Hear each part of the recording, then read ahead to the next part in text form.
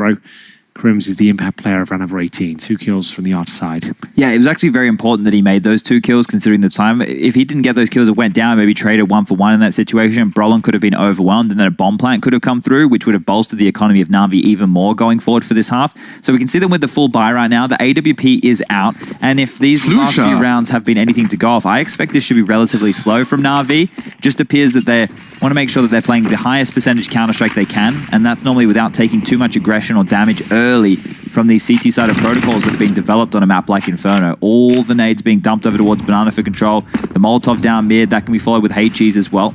You can avoid all of this if you play at a snail's pace, and that's what Na'Vi are prescribed to.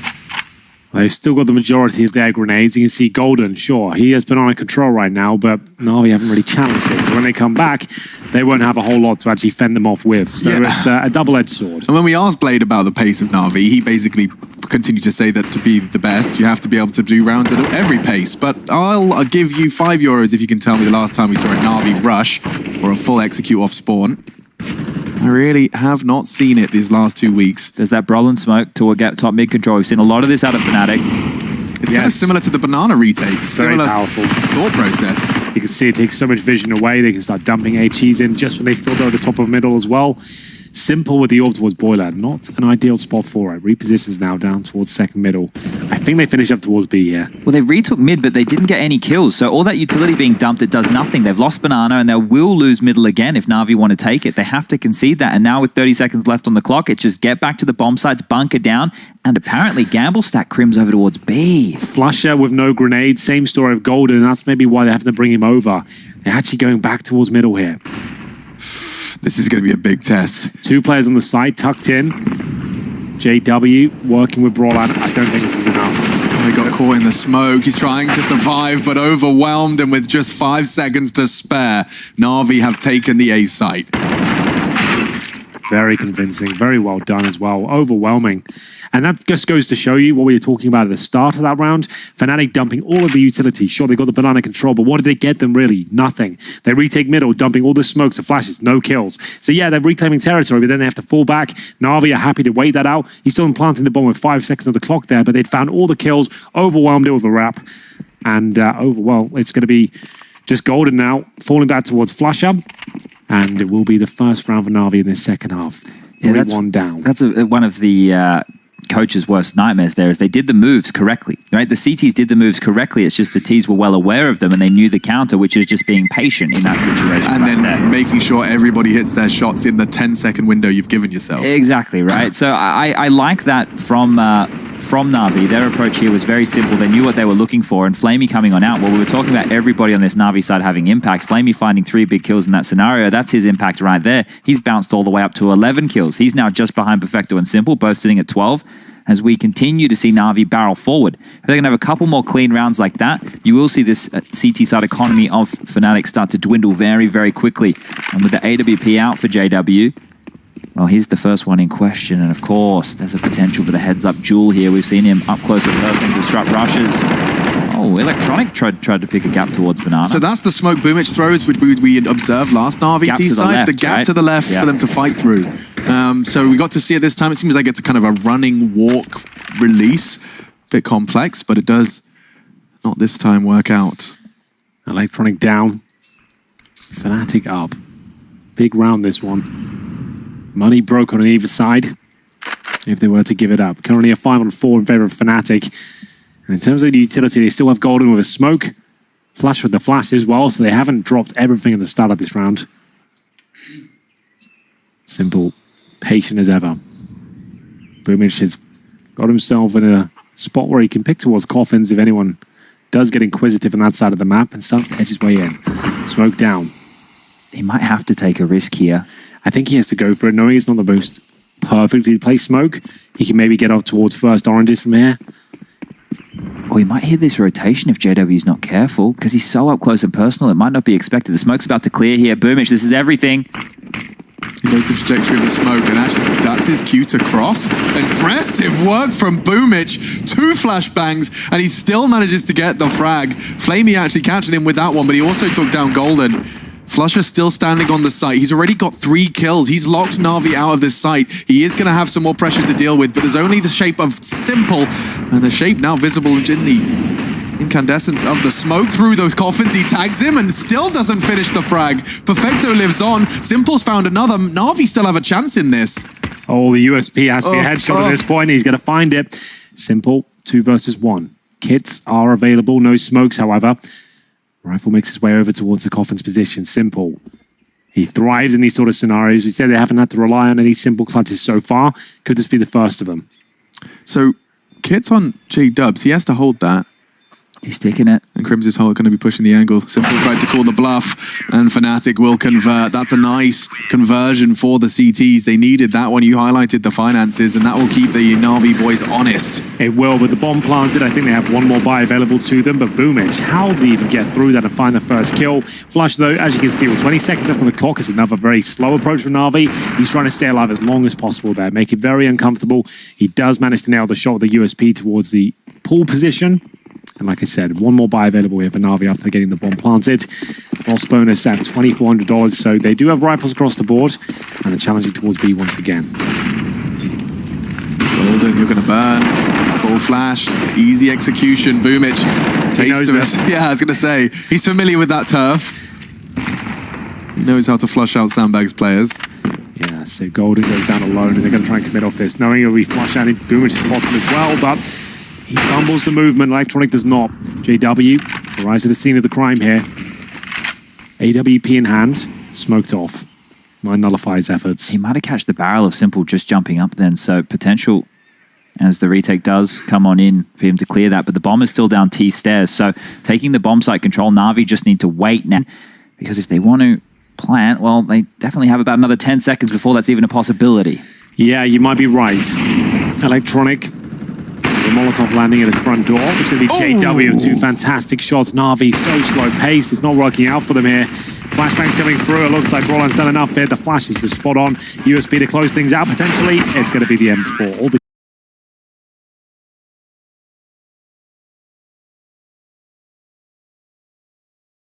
Krieg, I should say. Fnatic bounce back. That's going to be another round on the board for them. And that's going to be currently 5-1 in their favor in the second half here. On their map pick, JW, the impact player of that round. And just to note as well, Astralis just found round number 15 against Mousesports on their CT side. Wow, so, that one's quick over there. 16-3. It's just finished. Astralis picked up the first match. I have a theory, and I was thinking about it last night, and I should have said now, but maybe the upper execution's coming through. They actually go through the huts here. Roland thinks he gets the kill. Oh, he still does it. Flamey and Boomage go down. That is unreal. How is he alive? How did he stick the landing on that one? Electronic will come through here. Met by the M4. Flush out. He heard. He has been heard. Simple takes care of him, but now they know exactly where the last 2 players are. Perfecto, nade to the face. And maybe a few bullets to follow. The smoke is ideal, and so is the shop. 1 player remains, and what a player it is. Simple. Horns towards the lobby. 44 HP. And Fnatic can actually take the lead at this point. Speaking of taking the lead, Chad, Astralis are up 15-1 against Mousesports and Dusty. What's going on? Look, this whole... Okay, bite your tongue. We'll come back to that. All right. We'll come back to your theory of Astralis world domination again. 15-1. Against Mousesports, who have been the best performer of Stage 2. Well, the positive news is no one needs to put their eyes on 2 streams anymore. You can just focus here to find out how the results are going to go. Because now with that result, I do believe that Astralis will guarantee themselves either 2nd or 3rd spot. They're unable to obtain the 1st position. But assuming that this continues and it is a 2-0, which at this point should be very, very likely, Astralis have qualified after a terrible start to the tournament. And if you are a FaZe or OG fan, FaZe won the first map from Inferno, and they're currently duking it out on Mirage. 5-5. That game doesn't really have much behind it in terms of repercussions. They're both out of Stage 2. They're playing for pride and glory and 5,000 euros. And the 5th and 6th place, I suppose. Yeah, of course, those extra pro points for the ESL Pro Tour. Exactly. So there is still a lot to play for across the board there. Yeah. 0, 2, and 7 for Flamey. Will this be his 8th death? Looks likely. JW's missed his shot, though. We'll have to be smoking that one off. Duel outside for Flusher. He's done well just to repel them back. Brawler in the meantime onto Flamey and Hut. This is the deco of Na'Vi, and so really just we're hoping for a misstep from the CTs, and there's not been many of them. Quick dispatch of Simple there. and he likes to take those aggressive fights on that box. It's a hard adjustment for you when you're looking for the potential pixel angle on the head. Well, just Electronic remaining here. Fnatic, after going down 4-1 on the CT side of Nuke, have actually pulled it all the way back. 6-4 here, and this would be massive. If they could 2-0 this, with some of the problems they've been having and the inconsistencies of some of their key names, it would be brilliant to see them actually dispatch of NAVI in this sort of manner. Yeah, and they would get that #1 spot, putting them straight in that best of 5 grand final on Sunday. That's so huge. a lot on the line here. Fnatic love a best of 5. Well, we've seen some go for a very, very long time with names like this just in the survey here today. I'm trying to scroll through and double check all of the results right now just to see how the groups will be panning on out. But if Fnatic do win, if we stay on track here for Fnatic 2-0 as well as the Astralis 2-0. Yeah, 16-1, just a note. Astralis just closed it out. Okay, so if Astralis win 2-0 versus Mouse Sports and Fnatic win versus NAVI, Astralis will finish second. What happens to Mouse? One moment. Hello, no worries. Boomich. Boomich just got his head blown off. He wasn't ready for that one. Kind of just caught napping, it looked like. Either way, Molotov will come through on JW. Look at you. He's actually sitting in the smoke here with the shots coming in from Is he nutmegging? main entrance. I don't like it, but it does Yes. work out for him. He's actually going to get away. That's a classic nutmeg there. So he dropped the defensive smoke to suggest he's falling back. Actually sits in the smoke, waits for him to walk past him, and at that point they've got no idea. Classic nutmeg, personified here on the server, and we're going to have a 5 versus 3 as Fnatic pull this game back. Nuke was looking disastrous for them, and Perfecto, he can't connect the dots. Brolan will get double digits. Wow.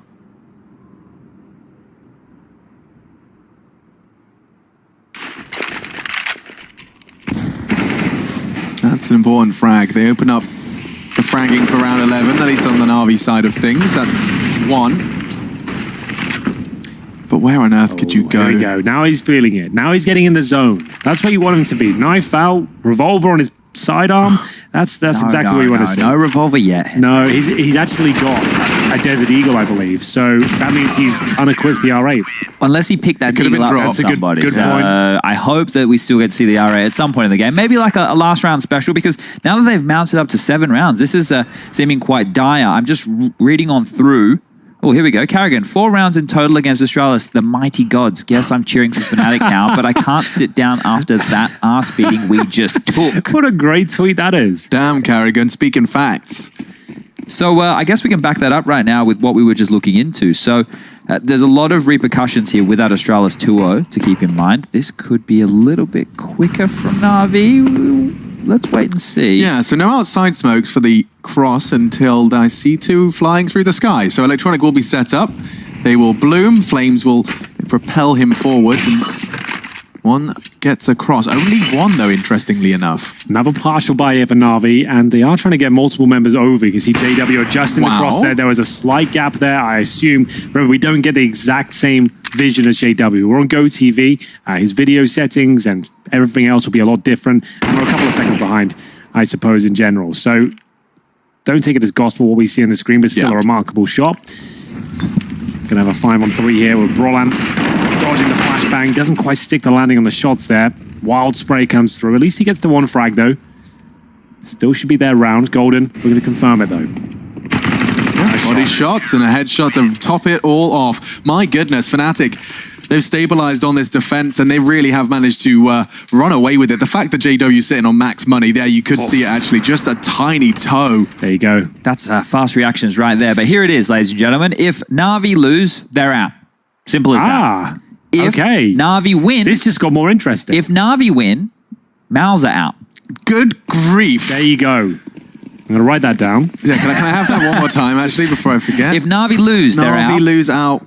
If NAVI win... NAVI win. Mals are out. NAVI lose out. That's Everyone at easy. home, take notes right now. I'll take the play-by-play for this one here as the smokes towards the secret cross drop down and Flusher, he'll spam through the smoke, won't find a lick of damage there as NAVI towards the outer yard. Flushes over the roof to re-initiate, but nobody's home. They're still shrouded behind the smoke and on top of Silo. And JW, he's posted up to see if he can catch any toes this time round. But unfortunately for him, Electronic has already made it to the lower bomb site and has vent control. Back to you guys in the studio. So that means Carrigan is the biggest Fnatic fan right now. Well, we haven't seen him in a Fnatic jersey since 2012. So I'm sure he's put it out of the cupboard at this point. He's put it back on, looking to cheer for the boys at this stage for that 2-0. And it is Electronic, though, to find this opening frag. That's towards lower, but no one really with him.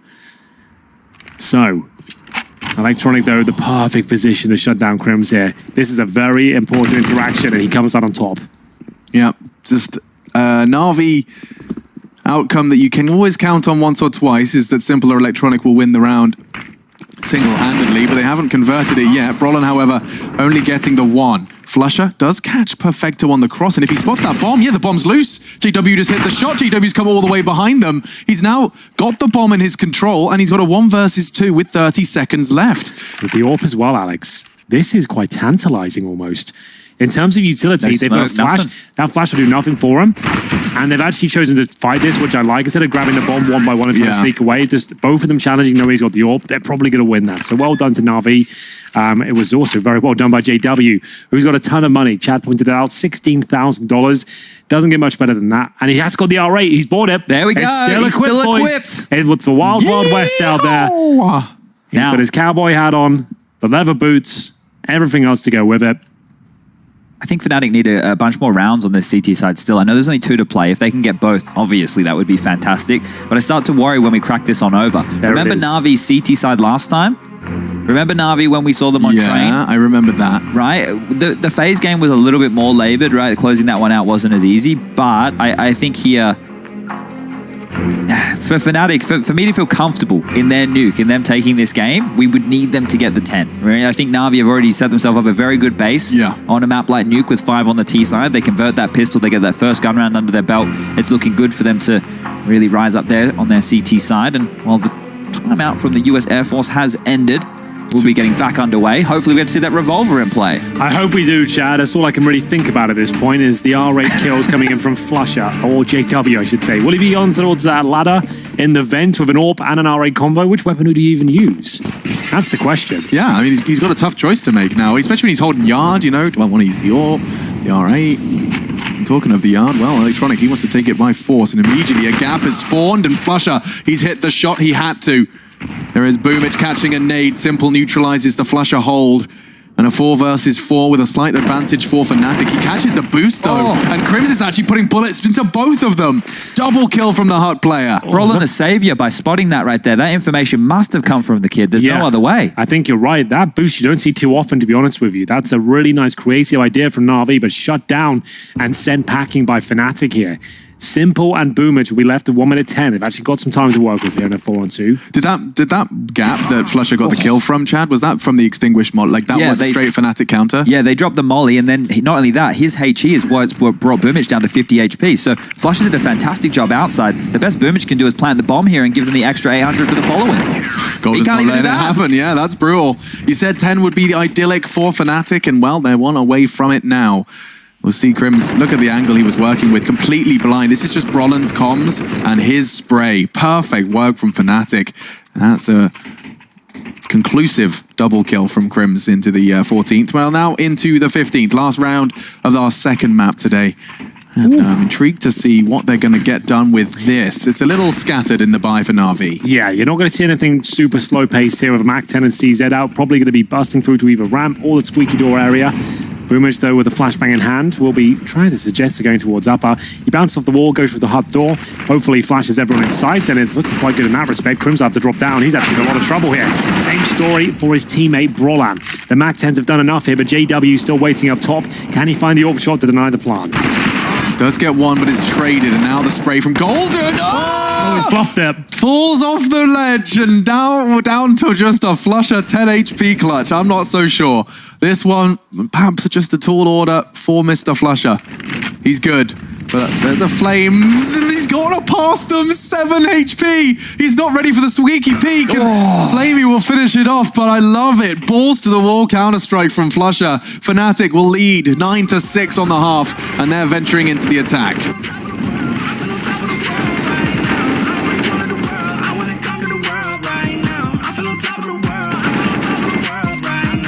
You've been distracted, your best, my average, there's a reason for that's a fact. So they snapping back, mad at the fact that I don't have a backup plan, I ain't need that. Now I'm working everybody when I react.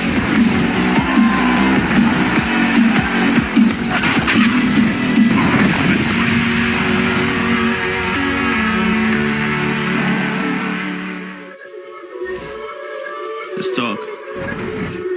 Look, ayo, we rose from the dust to the sun. They claiming that we the one, never one-on-one. Teamwork till we done. Sent on a mission, we got ambition. Never scared, we won't run. Never one and done. Some sit back and some like the hunt. I pick my teammates up when they fall. And if I ball, we all... Ode aan het oude sneetje. Achtergebleven, als laatste gekozen. Niet vergeten, je blijft meespelen. Als crouton, crostini of tosti. Als toast op het tweede leven. Niet voor de eentjes, maar voor ons tweetjes. Als lekkere wentelteefjes. Oud brood, weggooien zonde. Want het wordt lekkerder met de seconde. Brood uit Europa. Goed verhaal. Another way, ain't no going back.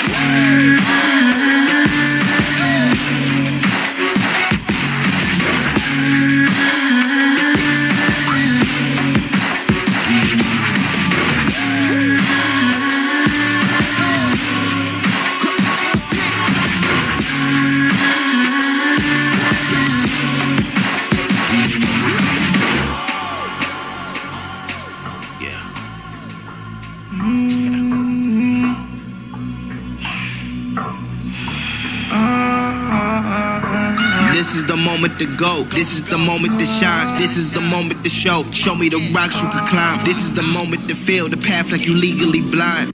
I can promise this is ours cause we built for this, killed for this. Pushing buttons, do it quick, push it off a new assist. Oh, y'all think we new to this? Pound for pound, break it down. Watch what we gon' do with this. Teamwork got us fluent with. Make y'all look like sewages. Gave it everything when we had none. Gave it everything when we had none. Holding on by a thread, couldn't grab none.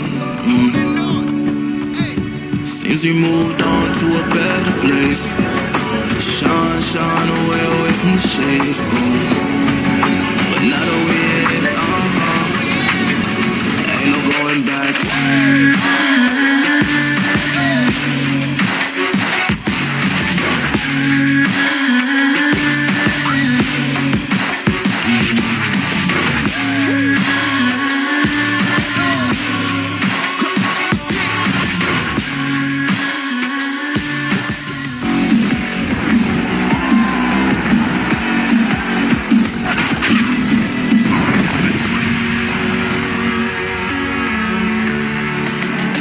Stage 2 for the European division culminates here. Will it be on the second map or perhaps even the third? Overpass is in the wings, and NAVI, should they lose, their hopes of a top 3 finish at ESL Pro League Season 11 are dashed. Should we see NAVI rise from the ashes of Nuke and convert on Overpass, it's Mouse Sports who will not be in the finals.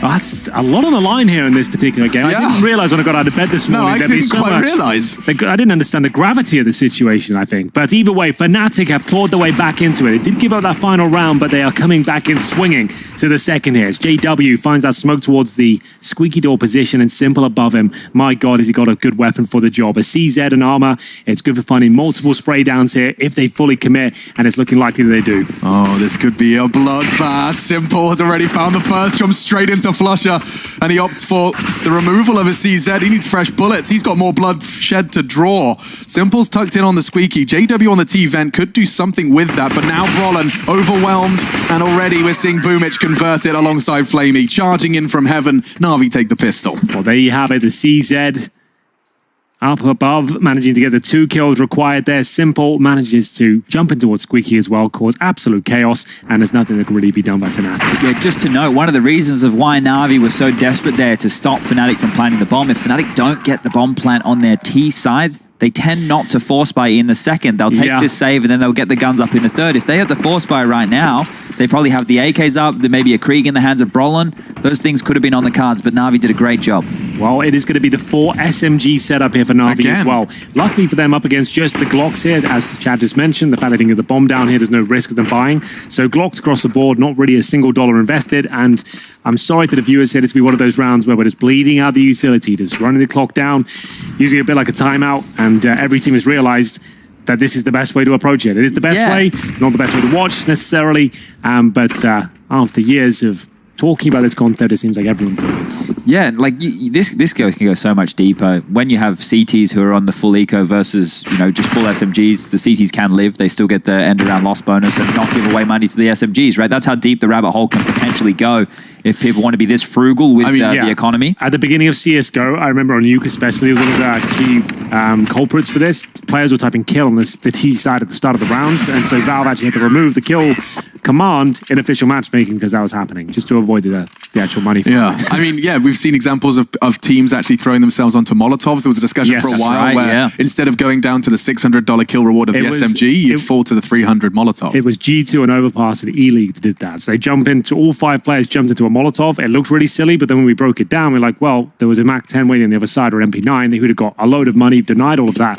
and cut their earnings in half, essentially. So there are some comments there. You won't see that very often, but still, an interesting idea. Ooh, Electronics put down the Molotov. That's going to disrupt the smoke wall here. So the games continue in the yard area as we see this meta constantly grow and change throughout this microcosm of Pro League. And well, JW, he wanted to take the fight over towards ramp. He didn't find the kill, but at least they're on notice in that part of the map, and the CTs are forced to rotate around. Remember, this is a huge bonus round here for NAVI. With the MP9s out, the single M4 as well, up against a fully equipped Fnatic. If they win this round, that could be enough to send them to a third. They'll have so much in terms of resources. Fnatic will be left with nothing. God, it is ballsy that they're just walking that bomb out yard right now. Brolin's the scout. He's clearing the angles very procedurally. You'll notice the robotic nature of his jiggles. Clearing all of those likely CT angles, but Golden's still hidden the bomb. But Brolin has managed to get all the way across silently. Completely and totally unchecked. So that's a gap in the Na'Vi knowledge. JW is going to be giving them something to talk about, that there is presence ramp now, and JW wasn't ready for that, but adjusts in time. Simple likely trades, but JW's put bullets down range. Simple has to retreat. JW lives to fight another day. That is a huge individual play, but so many more twists and turns on their way. Yeah, 30 seconds remain at this point. They've got one smoke and a flash. Fnatic ready and waiting. Remember, Na'Vi had the MP9s here. They should be winning this round, Swedes. Pre-firing the common positions here. 20 seconds remain. Electronic with a chance to find one, but a chance that won't be realized. Simple will have to fall back at this point. He has got the rifle. We're down to 17 points of health. Looks like the clean sweep for Fnatic to find double digits first. And now I should state as well, I know if you're a Counter-Strike fan over the years, you're probably thinking it's a CT-sided affair on Nuke. Not the case so much anymore. It still is a CT-sided map, but not the way you used to remember. We don't see the 12-free halves too much these days. We have Kriegs available on the T side. We have money being limited tremendous in the CT's forces. So there is actually a bit of a balance at this point. Always you'll choose a CT side. It's considered to be the more favored, but it's nowhere near the level it used to be. I mean, I think it's now, I'd describe it more like just the T's have to work significantly harder. Sure. Like, it's not so much that there is a imbalance. He's got no time. Okay, there was a conversation. I was looking at you guys, and then suddenly your attention just diverted to the screen. Yeah. No, I get what you're saying. There has to be a lot more coordination, right? And there has to be a lot more assumed knowledge for the team. And this comes with all the dry runs that we talk about, at least historically with Counter-Strike, but more the theory, more the idea of once we take this part of the map, once we understand that we have control of this key choke point, how the other team operates or how we need to operate in these circumstances is currently at the highest level I think we've ever seen in Counter-Strike. What I love as well is the power of suggestion, because you know they're watching your demos. They know your tendencies, the variations of the strategies, the different showings you can make with the smokes and a couple of players doing certain things and flashbangs. They'll recognize those moves and you can have different variations of those in particular moves themselves. It's very exciting to watch, and the game is at an incredibly high level, especially here in this series as Fnatic enter this round up against Desert Eagles and a FAMAS. FAMAS in the hands of Electronic. He actually fully invested into this one, so it's a hero rifle. It will seriously limit his options going forward if he does go down here. So it's either fight or flight for Electronic. He'll be left with either a shotgun or a pistol in the next round if this falls awry. Wow, Flasher really does throw that very haphazardly. I was staring at pixels for 30 seconds and I still couldn't get it right. You'll get it next time, kid. You got this. I think I have, actually. I've watched it so many times these last 2 days. I've got no excuse. Still, only D-Eagles and a smattering of Kevlar. That FAMAS, not known to be the most powerful of CT weaponry, and it's all they've got to boast about now. It lies idle on the battlefield. Taken down by Brolin. Boomich is just staring at the vent, hoping he can perhaps catch one on the way out. Bear in mind, CTs won't have much more than $1,900 come into their bank accounts. Electronic force buying there. He's got $100 right now. Dear. So he'll be shotgun where his teammates will be able to buy the orbs and rifles, but there's one player, your star player, who doesn't have the rifle he'll require.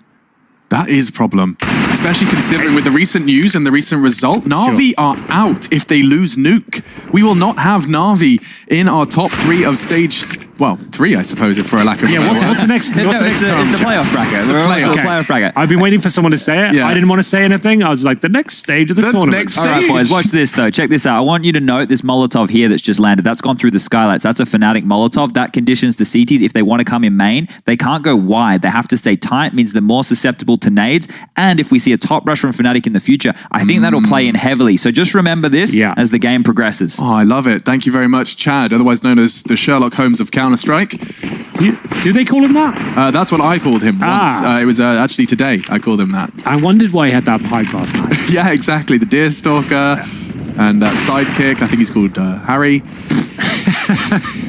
Look at this gun round from Na'Vi.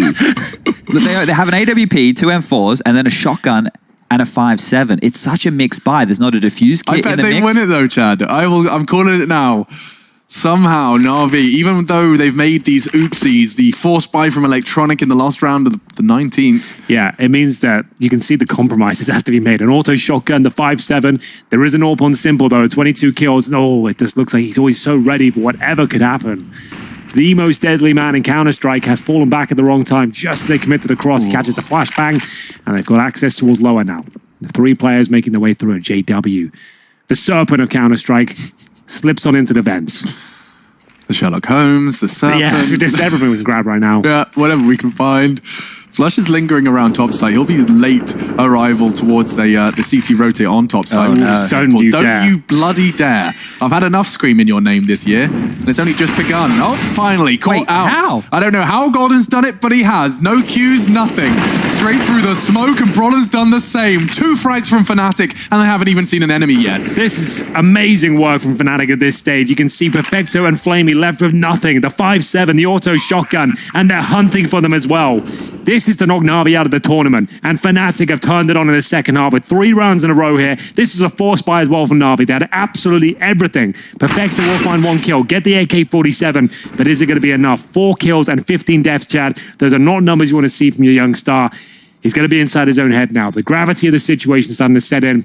Their CT side is not working out for them. And bear in mind, Na'Vi have won both pistols now on Nuke, and they're trailing 12-8 on the CT side. It's not just him, though. It's only Simple who's delivering in terms of numbers, right? He's got 22 kills. Flamey is on 2 frags, 2 assists, 15 deaths. Boomich, another name in the bottom 5 of stage 2, 9 kills, 3 assists, 16 deaths. It's not... How is this keep happening? Look, we asked Blade about this yesterday. I asked him, I said, are you concerned? He said, no, it's online. We can't see each other. But realistically, as an answer, I would be pretty concerned with this consistently coming out. If there is only online Counter-Strike right now. Don't worry about LAN CS, ladies and gentlemen. This is the best of the best. I can't accept that as an excuse anymore. People are saying online CS. It's the same online CS your opponent as well. Why is it just affecting you and no one else? That can't just be the rebuttal. I noticed quite a dramatic drop-off of that statement of it's online Counter-Strike. Probably week 2. I think everyone realized. We've accepted it for what it is. Online Counter-Strike does work. Sure, it's not as good as LAN, but it still is a good gauge. We've got the best teams from the group stages here in stage 2. It all makes sense. It's not like there's crazy anomalies going on. And we're not on dial-up anymore. This isn't we're not going to LAN halls so we can all have good ping. People forget that. Like Counter-Strike and netcode is not like 1.6. That was created in 1999, that netcode. Remember, we're in 2020 right now. A game that's constantly evolving. CSGO is actually a very legit game in that regard. And most of these players will have 20 to 15 ping. This is feeling very dire for Na'Vi at this point. Fnatic are just playing very slow. Normally we see them chaotic, taking duels across the map individually. They're still doing that, but they're doing it at the Na'Vi pace. They're allowing Na'Vi to be the ones now to take these risks, having to push on in. You've seen these buys. They've been desperate. An AWP, 2 M4s, but then a shotgun and a 5.7, not enough nades. Na'Vi right now, they are scraping the bottom of the barrel, and this is when they need their individuals to step up with those magic moments. Well, it's not going to be this round, Chad. Perfecto with just that CZ, and Fnatic are not giving anything away. I love this. Savor every single dollar. Keep this clean. Golden confirms that. Flusher ensures it. What a performance from Golden. 26 kills for the in-game leader. A silent 26. Someone that we've highlighted in the past of, not necessarily having the most impact here when they need it most to get them #1 in this group, to put them straight into that grand final that's going to be cracking down on Sunday, the best of 5. Golden is having a huge performance here. If I told you there was going to be a 30 bomb dropped in the second map of Fnatic NAVI, I don't think Golden would be the first 5 names you guessed. He'd be down the very bottom, that's for sure. Damn, loving it from the in-game leader. He always finds the impact frags. Well, it seems like he's found more than just There's that molly. And that's the Molotov towards the top of Hut. Perfecto can work around it, though. It's not as perfect as it could have been. Electronic, aggressive outside, and he's met Brollan's Krieg. My goodness, 1 HP, make it 2 for Brollan. That's going to suck for the rest of the round, but a frag all the same. Boomich losing life. Simple. Oh, he's going to get caught in transition. What a tight line from J-Dubs. Wow. Okay, the flashbang, though, could be enough. Does he check the close left? Perfecto completely blind. Crims will pull another kill back here for Fnatic. They are firing on all cylinders here. Brollan's still low, but a 5-on-3 ensues. Boomich holding towards the vent. Perfecto, he hasn't done much in this second half, to be honest with you. Hiding on the site, only got the FAMAS. A good incendiary will buy some time, but does JW want to push through this? Apparently not. Falls back to the safety of the ledge. This has to be a Fnatic round. If Na'Vi pull this one back, could be a huge swing round. Yeah, it's got all the trimmings of potential swing. Perfecto, his patience by Hut has been rewarded. He's neutralized Flusher, now he can reposition. Flamey in support for the crossfire. There is no rush from Fnatic, but it does look like topside's where they want to finish off. And now the duel, the spray, my god, they've all so low on health, but so's Boomich. Look at that. Let's see how quick my maths is. 39, 41, 50. 50 HP between the 4 of them. Nice. Thank you. I don't think Boomich will go for this. It doesn't make any sense. He fancies Even if he knows they're low, it doesn't make any sense. They could be anywhere at this point. The bomb's gone down. He's creeping on out, and Golden's going to finish him. Oh, Money is 48. broken. Bottom of the barrel here for Na'Vi. Remember, Chad has already stated it. If they lose this best of 3, Na'Vi are out of the tournament and Mouse go through. We are a couple of rounds away from that. This is as intense as EPL's got so far. Do you know what that sets up the match to be for the 2nd and 3rd place teams? Mouse Sports versus Stralis. Which was just a stomp. Chad, this is actually pretty exciting. I'm not lying to anyone here. We're doing a good job. I'm excited. We're making this work. You guys are making me excited. All right then. What a joy. Flamey, not a joy for him. 2 and 17. Perfecto, 5 and 18. Boomage, 9 and 18. These are the same names, the same problems on a different map, to be fair, but at the same time, how can this consistently happen? I know we have to look deeper than the numbers in Counter-Strike. I'm well aware of that, but this happens way too often. Flamey, at one point, was one of the poster boys in Na'Vi. I mean, I'll say 1 point. Katowice, yes. Nuke. The things he was doing, not just one map, twice he played Nuke. In the semis and the grand finals, and we got to see him finding absurd aces from his position. With Galils. With Galils of all weapons. Look, you want some numbers? Electronic doesn't even have a kill in the second half. Okay, let's see if this is the one. I bet it changes now. Yeah, Watch exactly as you said it. Banana in hand. And he feeds Brollan his potassium. He doesn't feed him the potassium. He offers it to him. Brollan, on the other hand, decides he'd like a double kill instead. Now, put the brakes on Fnatic. JW, I know what you're thinking. Let's just close this one out with a nice lost kill. His mind. Yeah, he's not having a good time. He's at the back of ramp right now. It's a very overlooked position, so he's just having some fun at the back. In the last 5 rounds, Navi have only found 2 kills. In the last 5 rounds, they've only found 2 frags, guys. This is dire right now. My God. Flamey pulls one back. Is that going to be enough to even get the conversation started? They can win this round. Fnatic made their way down towards lower. If you're just joining us, they won Inferno. It was Na'Vi that had a huge lead, 11-4.5. Fnatic pulled it all the way back. A phenomenal CT side. It looked like they were done at halftime. Na'Vi were too good. There was too much to be said about their T side. No, everything was coming together. Simple and Electronic were looking good. And now we find ourselves at 15-8. Series point, and Na'Vi will be removed from stage 2 of EPL here in a couple of rounds. Will they hold on to any weaponry? Here we go. There's another AK-47 available. They may as well go for it. What are they fighting for? Next round, they get the 3400 again. You can have another buy round, but you have to defend. I think 15 for the rest of the game. It's as bleak as it's T weaponry. It's as bleak as that. It's something. And well, it was something. Maybe Perfecto doesn't get to hold on to anything. They won him. Oh, lordy lord. 15-8. Na'Vi after what looked to be such an incredibly strong start for them in EPL. They've taken down Fnatic before, Astralis, OG, FaZe Clan in a full 3-map affair. The head-to-head for NAVI Fnatic is 21 wins to 7. Fnatic have not had multiple wins versus NAVI historically. They've lost both pistols. They were 4-1 down on the CT side in the first half, Alex. That should be a death sentence against the NAVI to begin with. Some way, somehow, they're a 15-8 lead now, looking to close out the series as NAVI limp in with M4s, the AWP. Their basic utility here needs 7 rounds in a row just to take this to overtime. We've seen NAVI win ridiculous... Molly. Okay, where are you going with this? Tara's Molly. This will burn anybody off at the top rafter. This is sick. So it lands like in the rafters. It lands like in the light bulb. Yeah, that's kind of wild, actually. We covered this actually season 10 of Pro League. Alex, you've got this one, right? You can do this for us. This one is easy. I mean, so it's on the little corner of the screw, and then just on the right-hand side. So this is just a late top hit. This is going to be beautiful for Fnatic. Is anyone up there? Can we have a look at the top site for a second? Okay, so it wouldn't do anything at all. But it means they can not look at that position when they come through. You can focus your attention on the eradicating risks. So there it is. You can see the spread. Now into the site. Boomich, Perfecto. They're both doing good work, and now already the top site has fallen completely and totally down to just 2. A 2 versus 3. Certainly not impossible. Now missed shot from Simple. Golden's punished it. Crims has only got 2 HP though. There shouldn't be a single shout he has into this round. It should be NAVI 9. Should be, but Crims has done more with less than this. He's going to be Electronic to take him down in the end. That's his first kill of this half. First kill of the entire half. Electronic might have saved the day if they can find 6 more.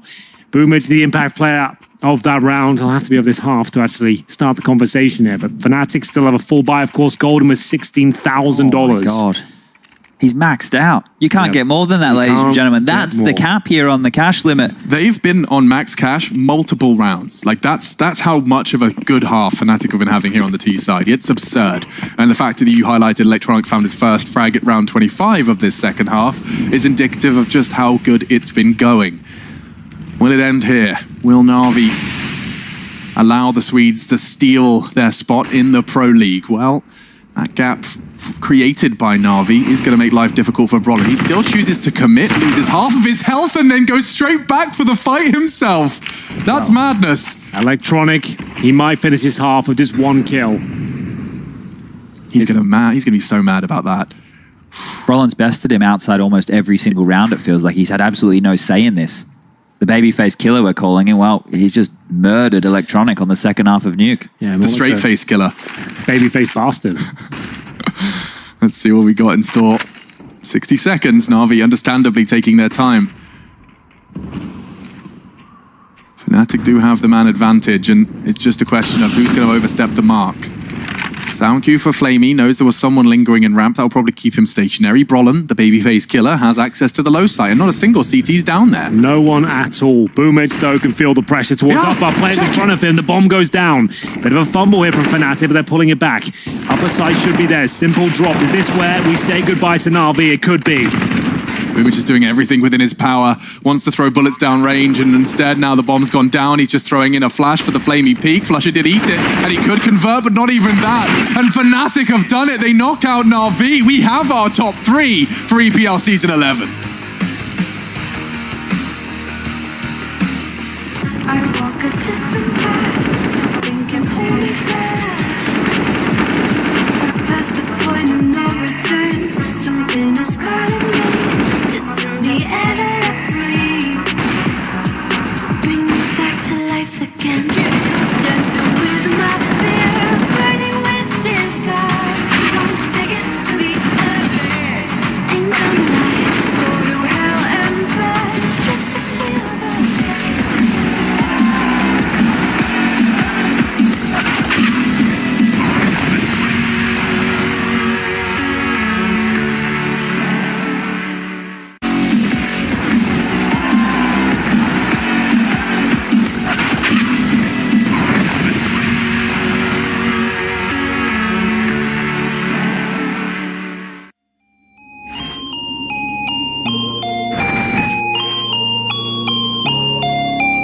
Niece, what you finna do? No defense, I'll buy it if I want it. I'm going supersonic, come on, beg for it. Alright, okay. Running out of luck, too much in my club. Nishi, run it up. Why you always tripping like you top? Cause you not my team pop. Shawty, I know. Why you always tripping like you top? Cause you not my team pop. My team pop. Who really got the block? Sipping to rock in a cop car. They say they wanna party with us, well, that's not much be that boofy, it's a la. My feature price bigger than your bank account. You talk about it, but don't show us that about. These boys only flexing with that allowance. We swimming in the down. I'm only f***ing you if your toes cute. Brown skin, goddamn, that's my soul food. I'm winning for the record, check your memo, bro. Generation of destruction, you'll remember us. LSD used to do promethazine. Only THC, Hennessy is minor lean. We no longer up next on top. Lay your girl, but she counting my checks. There's no defense, I'll buy it if I want it. I'm going supersonic, come on back for it. Alright, okay. Running out of luck, too much in my cup. Nishi, run it up. Why you always tripping like you top? Cause you not my team pop. Shawty, I know. Why you always tripping like you top? Cause you not my team pop. My team pop.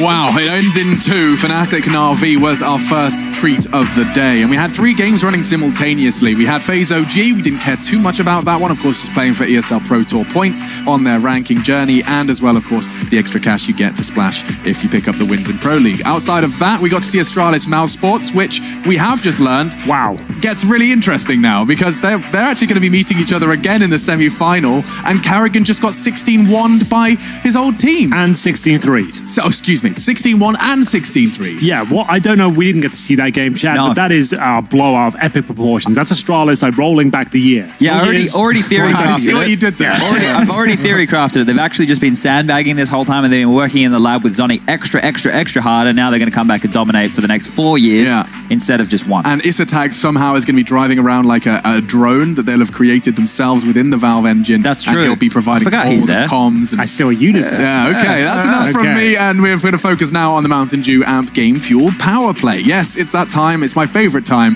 where we recap the best plays from that series that did see Na'Vi have their hopes of a stage final completely and totally dashed. Defending champions Mouse Sports are still in it, though, thanks to the handiwork of Fnatic. Let's review what those Mountain Dew Amp Game Fuel Power Plays are. It starts with Electronic and an ace on Inferno. This was something quite special here. Na'Vi coming back on Inferno. Electronic looked great here, Look Chad. at the score. He only got 1 frag in the second half of Nuke, but still on Inferno, he looked fantastic. That's what we wanted to see, and a great comeback from 11-4 as well. Yeah, but we had more action over there on Inferno, and it was actually Flusher this time round. We're going to be showing his ace, and this time round he's over in Banana, spamming them through the smoke, making it look look easy. That angle I'm stealing, by the way. You like the right flank? in that corner, it's so hard to clear out as a CT. Brutal. He gets the full ace. Outside of that, JW flushes Comrade in the chaos of Counter-Strike. Well, he did exactly that. A cheeky nutmeg we get to see in lobby. Yeah, this was at the right. Mac 10. So you see him actually pushing through the smoke here, trying to get through, and this was absolute pandemonium here. You can see they actually know he's in towards a position. They thought he was squeaky door still, but he's just ducking and weaving. Twinkle toes, they call him. It's the Mac 10 that wins the round and actually gets lobby control. Yeah, the importance of that right there is the pace of the game completely shifted when JW did that. So good stuff to him. But we have one more play, right? What are we looking at? Well, this one, it wouldn't be a Na'Vi game without a simple Mountain Dew Amp Game Fuel power play. A bit of a mouthful, but he put their mouths, well, he zipped them shut.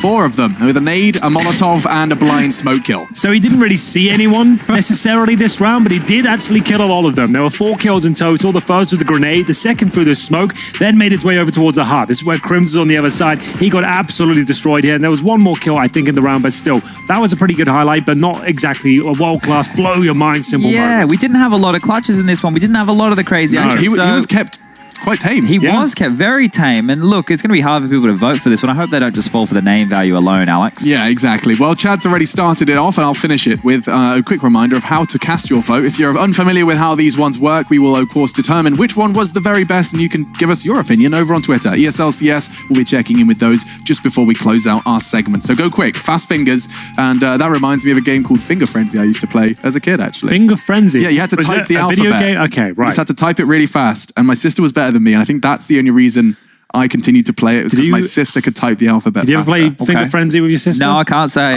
Okay. Moving swiftly on now. We've lost Alex in the studio. It's all right. He's back. Henry just took a massive shot right there. So It's a shot across the... It's not even a shot across the bow. He's blown up my ship.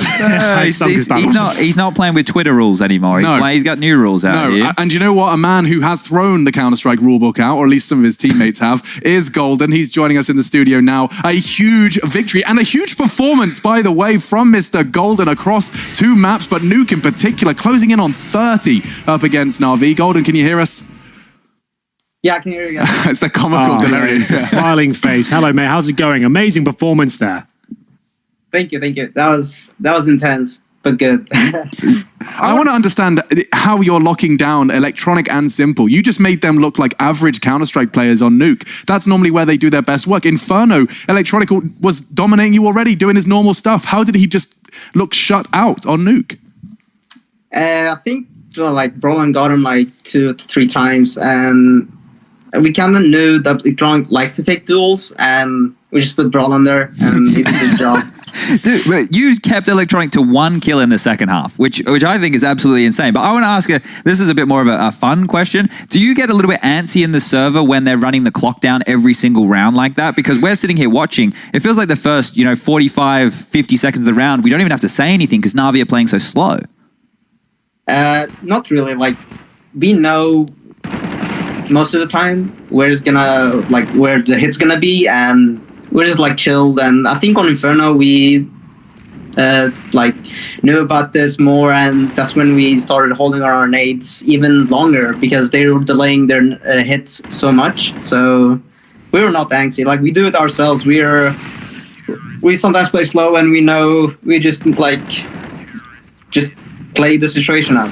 Kill the bomb, kill the whatever. Last time you guys met up, it was actually in Pro League. We've actually seen this matchup already. They actually took you down 2-0, right? This is when you played Dust to an overpass. Did that affect the veto heavily going into this one? Did you want to change up the approach entirely as we didn't see those maps come through again? Yeah, because Inferno, I don't remember if we picked Inferno last time, I guess, but it was Dust to an we picked Overpass. Well, I think our Inferno is coming back. It was very shaky after the break, after the Christmas break. And now we feel so much more confident on it. So we thought we'd pick it. And they didn't pick Dust 2. They picked Nuke instead, which is, I thought, they're either going to pick Dust 2 or Dust 2 or Train, but we banned Train. Yeah, I mean, your Inferno right now, you've beaten Astralis and Na'Vi two of the world's best Inferno teams back to back. You guys are certainly looking like your map pool's getting pretty juicy now. Yeah, and they lost both pistols on Nuke as well. That must have been a bit alarming in the second half, losing that second pistol again and still bouncing back with a convincing scoreline.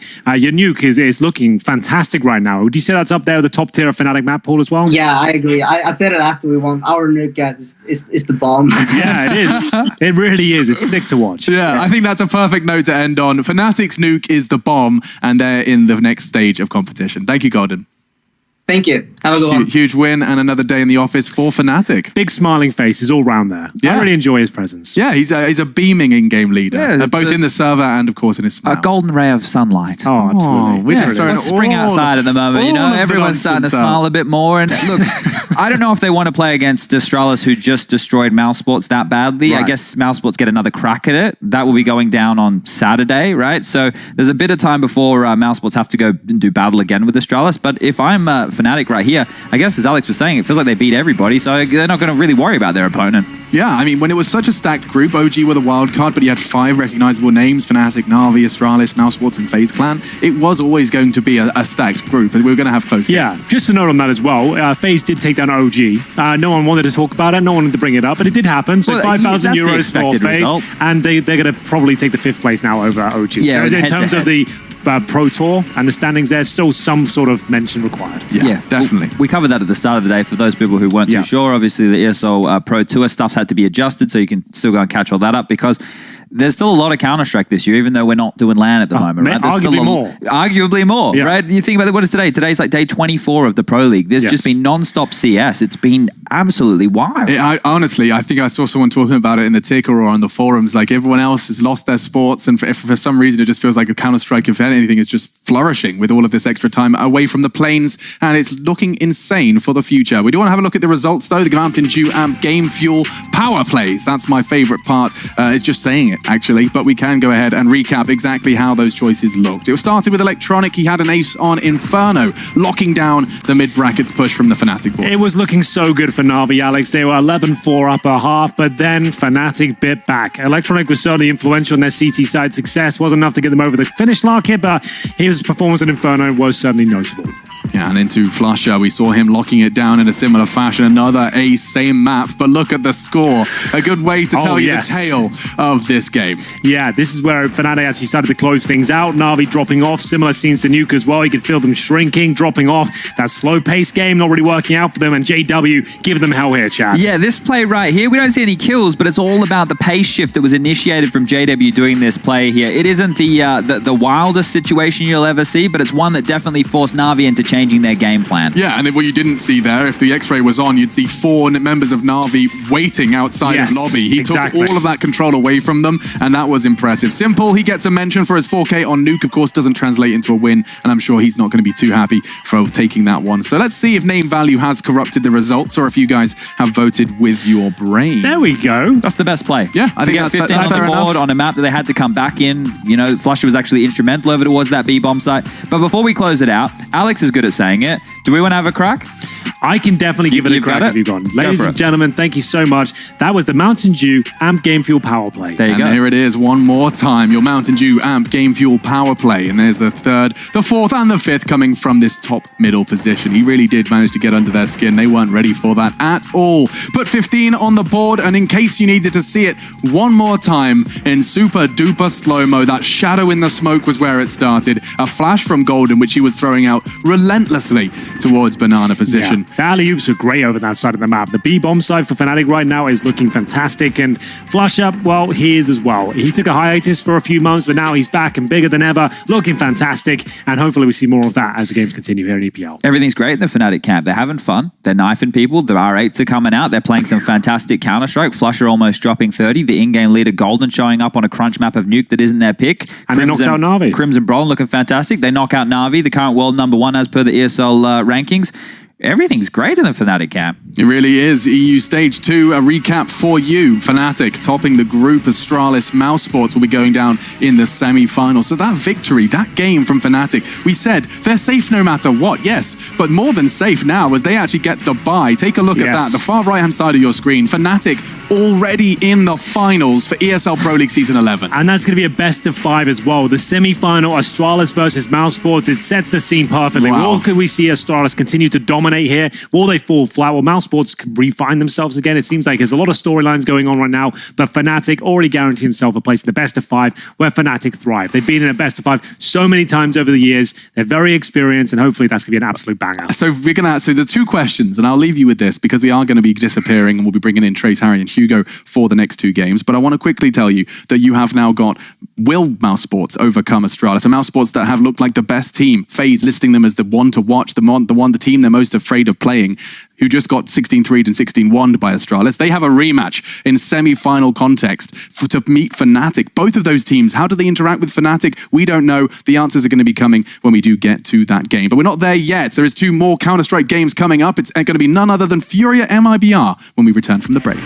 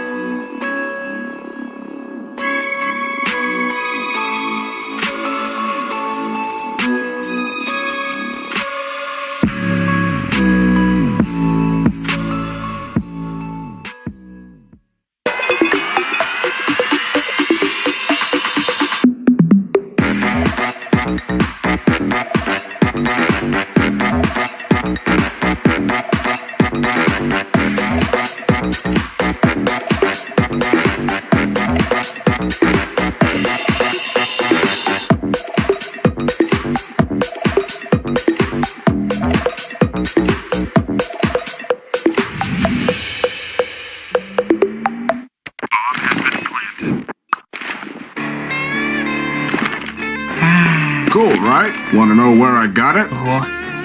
Well, look, go to CS.money. It's a trade platform and a marketplace at the same time. Just choose, click, and get.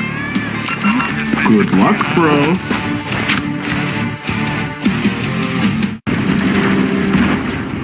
Everybody loves an underdog. Who needs to be liked? Mountain Dew Amp Game Fuel. Victory in a can.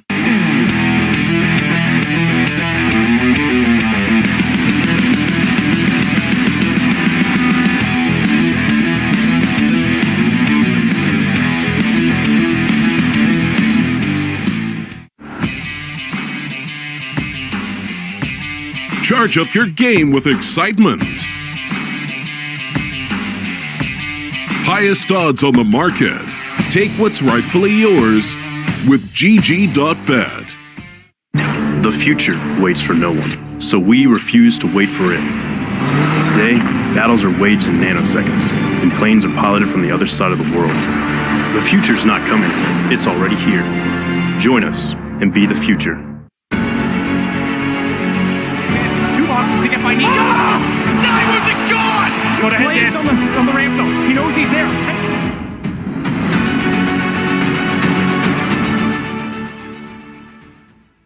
Feel a hole inside me.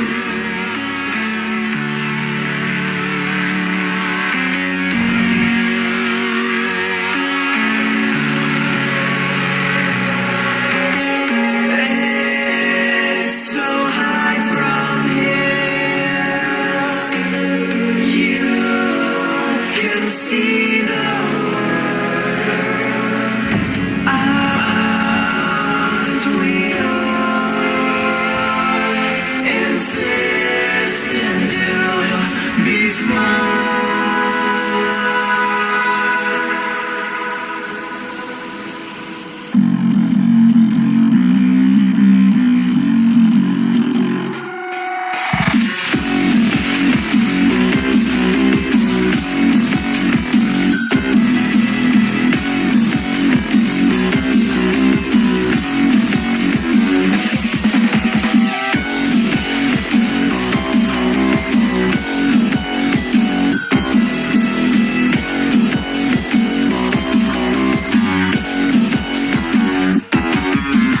Set aside your subdivine.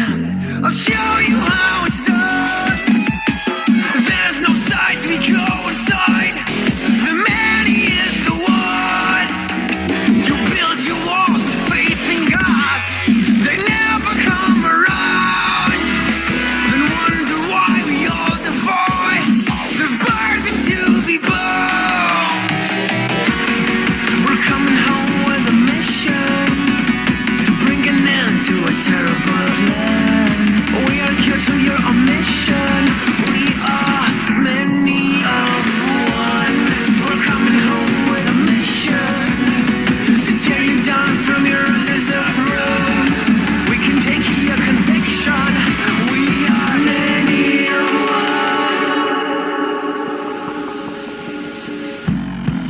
You may call it a virus, but we call it the antidote. It's an answer to silence. The future is here to revolt.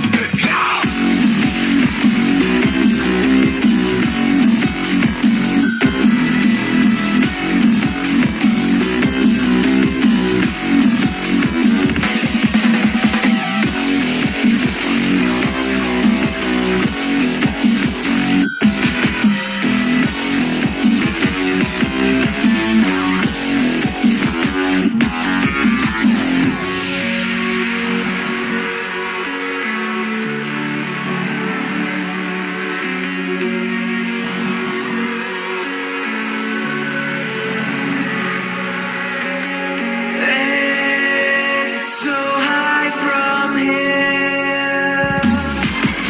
You can see the world. Aren't we all insisting to be smooth?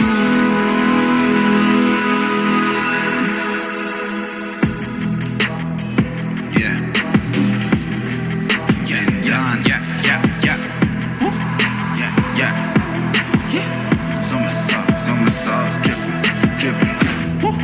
Got it. Yeah.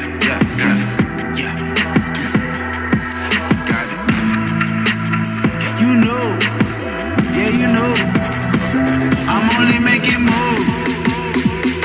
There ain't no other option. So if you're talking juice, well damn, you know I got it. Nobody got it like me. Nobody got it like me.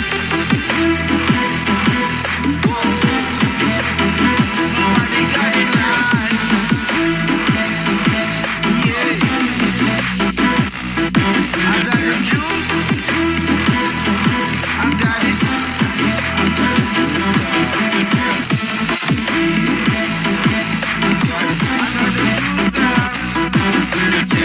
From a droppy in the scene, I feel lucky, yeah. Got them watching from Paris to Poppy, yeah. With this music was lurking, now I'm attacking. Now with the chatting, I just step up and make it happen. It's a lifestyle. Living young and restless, yeah, we quite wild. If I want it, I'ma get it talking right now. And I ain't got no regrets, it's my time, no. So when you see us talking moves, you don't know that's the topic. And if you talking juice, well then you know I got it. Nobody got it like me.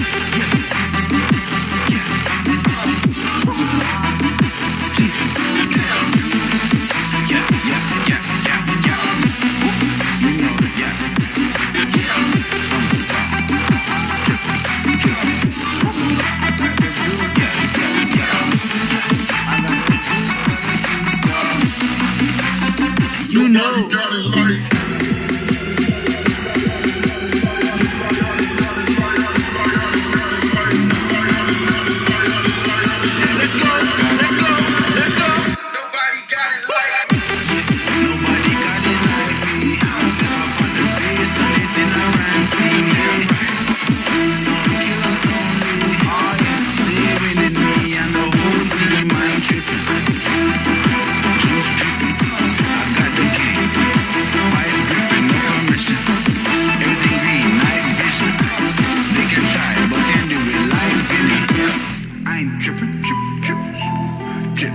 They can try, but can't do it like Vinny.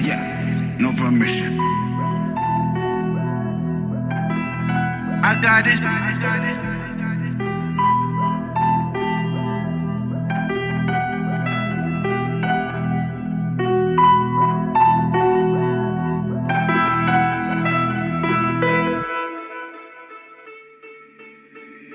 You thought that I was blind, but to be honest, I don't mind, cause I don't feel the same way I used to do. Every time I see you, I know the truth. Cause baby, every fucking time you've played me, you should know that I don't give a single fuck about you and your words. All the times you lied to me, I took notes. I don't know what to say. I thought you loved me, but you ran away.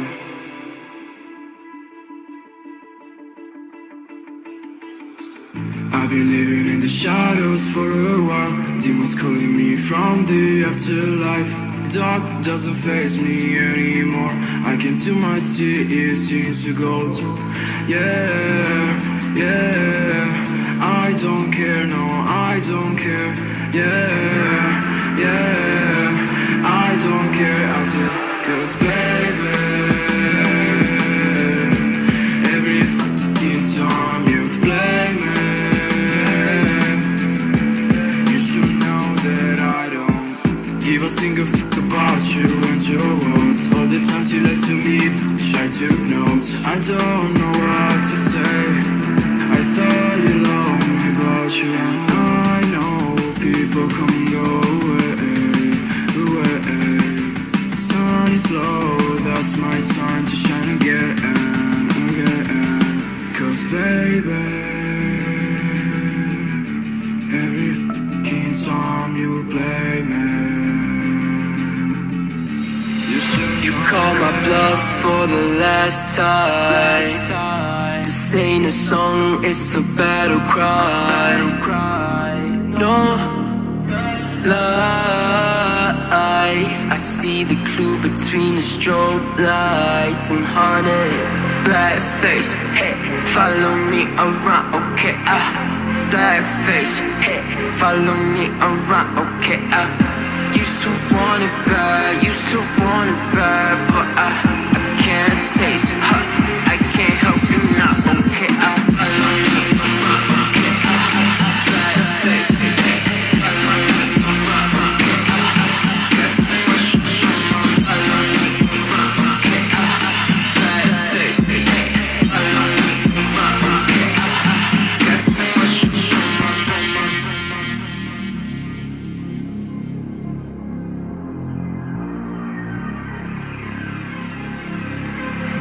got too much up on my plate, now I can't think.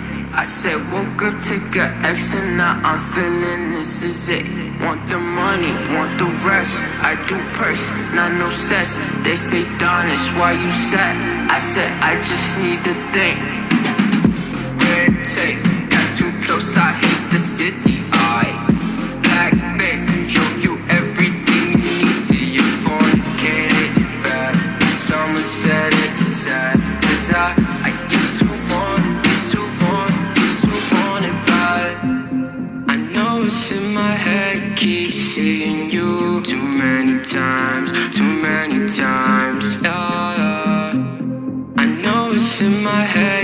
keep seeing you. I know it's in my head.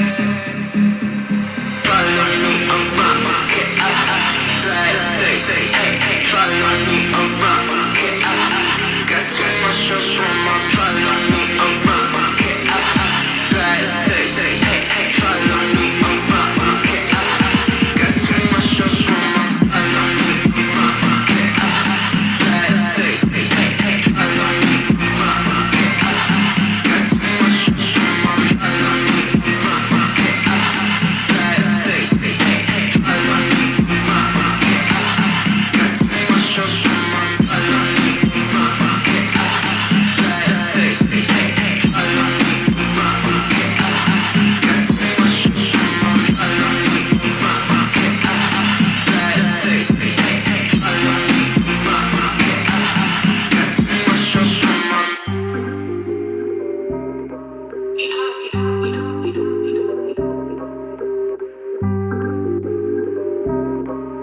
Yeah.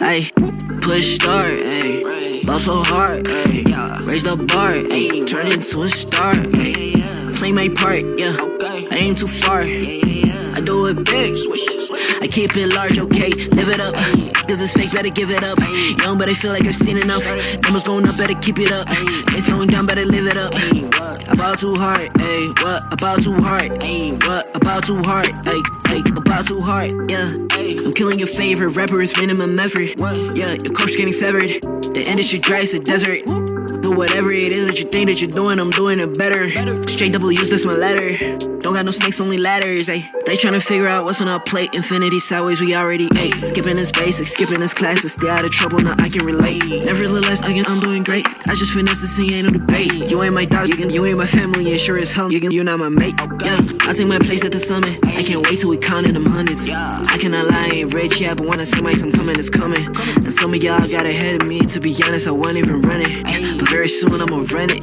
I demand it, man, I want it, push start, ayy, ball so hard, ayy, raise the bar, ayy, turn into a star, ayy, play my part, yeah, I aim too far, I do it big, I keep it large, okay, live it up, cause it's fake, better give it up, young but I feel like I've seen enough, numbers going up, better keep it up, ain't slowing down, better live it up, about too hard, ayy, what, about too hard, ayy, what, about too hard, ayy, about too hard, ayy, they not gon' like this, don't like surprises, I cause a crisis, man I'm a scientist, with the music I spice things, up to my liking, man I want nice things, that's not an AK, it's a Uzi, I pull up and shoot it to movie, I'm chasing the bag, not a coochie, cut ties with the fake, now it's Gucci, word of my niggas from the 021, you count 6 shots and I count 2 guns, some people still think I rap just for fun, but soon they look up to me just like the sun, yeah, you can come over here, swear it's like no career, swear you got no idea, soon you have no career, take a good look in the mirror, they need to know that I'm here, don't you act like it ain't clear, yeah, push start, ayy, ball so hard, ayy, raise the bar, ayy, turn into a star, ayy, play my part, yeah, I aim too far, I do it big, I keep it large, okay, live it up, cause it's fake, better give it up, young but I feel like I've seen enough, numbers going up, better keep it up, ain't slowing down, better live it up, about too hard, ayy, what, about too hard, ayy, what, about too hard, ayy, about too hard.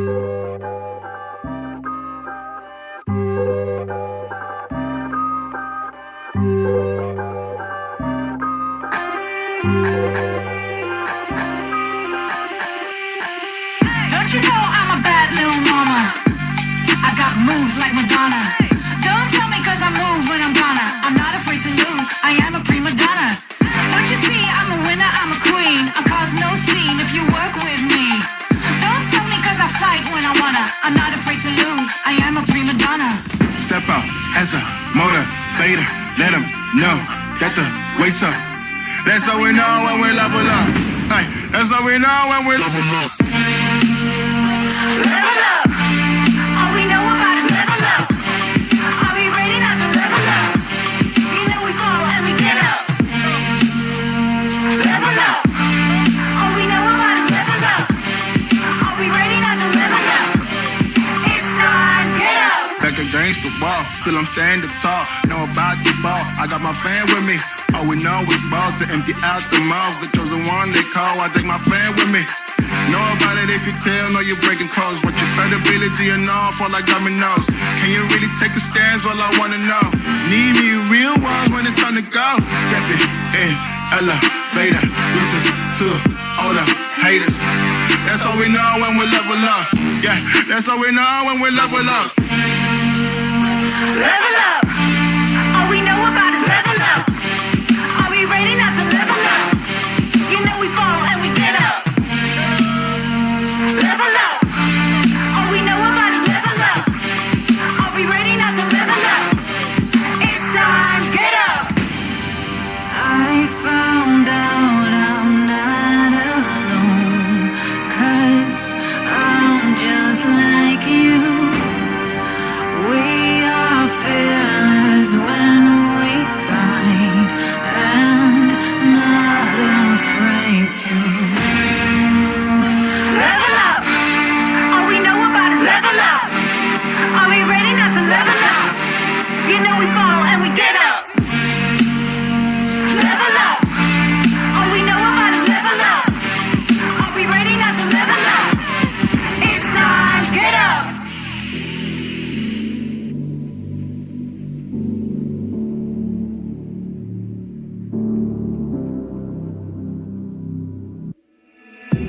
Sarah, I hurt myself today trying to make the pain go away.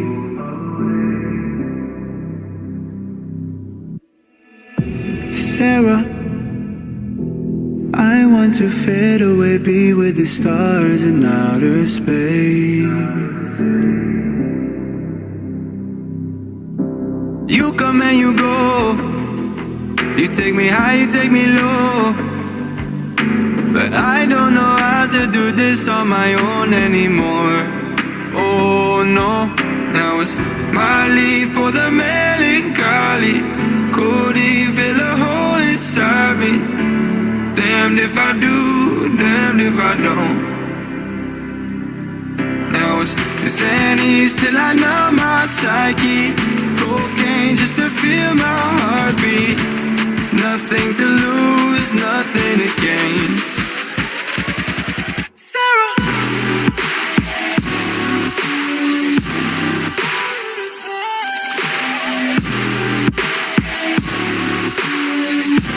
Sarah, why you leaving me?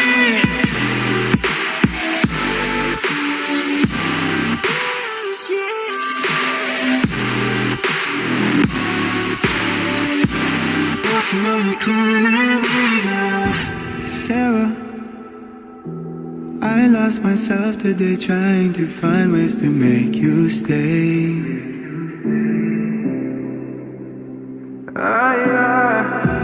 Sarah, I want to go away, close my eyes, never wake up again. You come and you go. You take me high, you take me low. But I don't know how to do this on my own anymore. Oh no, now it's Molly for the melancholy. Cody fill a hole inside me. Damned if I do, damned if I don't. Now it's Xannies till I numb my psyche. Cocaine just to feel my heartbeat. Nothing to lose, nothing to gain. Sarah,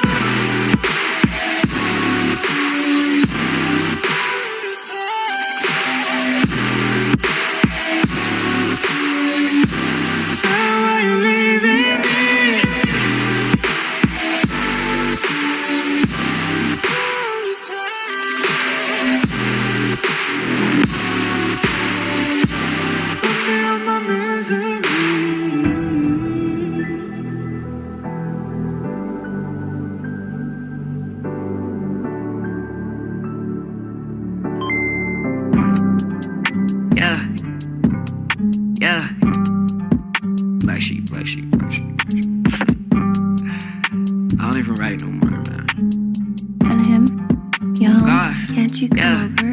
On my contract commando, pulling up with clips extendo.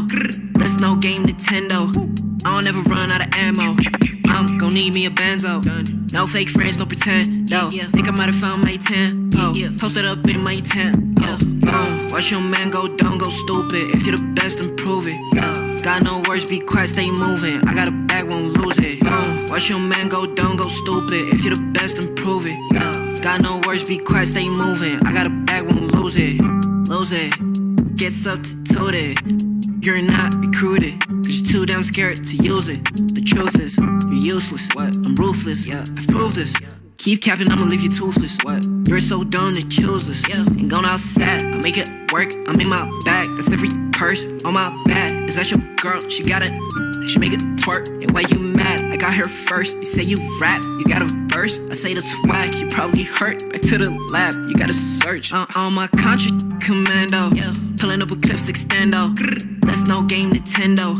I don't ever run out of ammo. I'm gon' need me a benzo. No fake friends, no pretend. No, think I might have found my tempo. Posted up in my tempo. Watch your man go dumb, go stupid. If you're the best, then prove it. Got no words, be quiet, stay moving. I got a bag, won't lose it. Watch your man go dumb, go stupid. If you're the best, then prove it. Got no words, be quiet, stay moving. I got a bag, won't lose it. Why are these boys so stupid? Counting me out now, I'm counting my money. I'm probably gon' cop me a new wrist. Y'all gon' think I'm a nuisance. New sound, know me, who this? Yep, I made some improvements. Me and the gang been bowling. Your shawty gon' think we're the coolest. LSA say we got clips. We bout to make it a movie. I make a hit I can't miss. Damn, the charts might sue me. The way I be stacking my chips, probably the bank gon' sue me. Watch your man go dumb, go stupid, cause your mans can't fool on me. my contract commando, pulling up with clips extendo. That's no game Nintendo. I don't ever run out of ammo. I'm gon' need me a benzo. No fake friends, no pretend. No, think I might have found my tempo. Posted up in my tempo. Watch your man go dumb, go stupid. If you're the best, then prove it. Got no words, be quiet, stay moving. I got a bag, won't lose it. Watch your man go dumb, go stupid. If you're the best, then prove it. Got no words, be quiet, stay moving. I got a bag, won't lose it.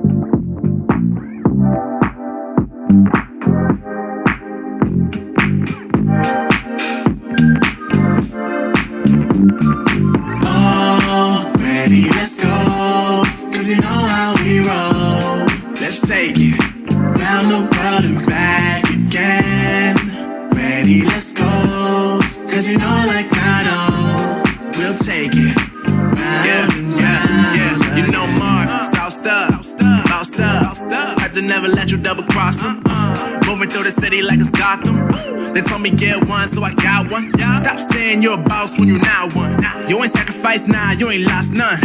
All over the gram like you got a bag. You ain't big dog, we ain't hear none of that. I'm in the gym looking like a running back. How you know the flow, got him coming back. Who I was in the past, I'm unattached. Only focus in this moment is bringing the summer back. Oh, respect my grind, elevate souls and I spread good vibes. Young divine, you know I gotta shine. Raise your hands for a good time. Aight. Live until the morning, sleep until the noon. You said that you wanted, so I got it for you. Let's all get together and show them how we move. We move, we move. 3, 2, bringing summer to you. Oh, ready, let's go. Cause you know how we roll. Let's take it round the world and back again. Ready, let's go. Cause you know like I know, we'll take it round and round. Yo, hold up, let me me switch my flow up. Back in high school, they were telling me I'll blow up. Doing talent shows and man, everyone would show up. Got in an accident and still made it for them to go nuts. You know what? I'm so so what? I'm so That means I can't describe the way I vibe, the way I slide. And with the rhymes that make the dimes, I'll close their eyes and fantasize. I'm divine calling their phone number. No, you know I love you. And you know me, I can't sleep without blazing beats. I'm stead just for that one's gracefully. And I got a smile that they hate to see. Young, black, successful, though life gets stressful. Though life gets stressful, go and vibe out with whoever you next to. Live until the morning, sleep until the noon. You said that you want it, so I got it for you. Let's all get together and show them how we move. We move, we move. 3, 2, bringing summer to you. Oh, ready, let's go. Cause you know how we roll. Let's take it round the world and back again. Ready, let's go. Cause you know like I know. We'll take it round and round again.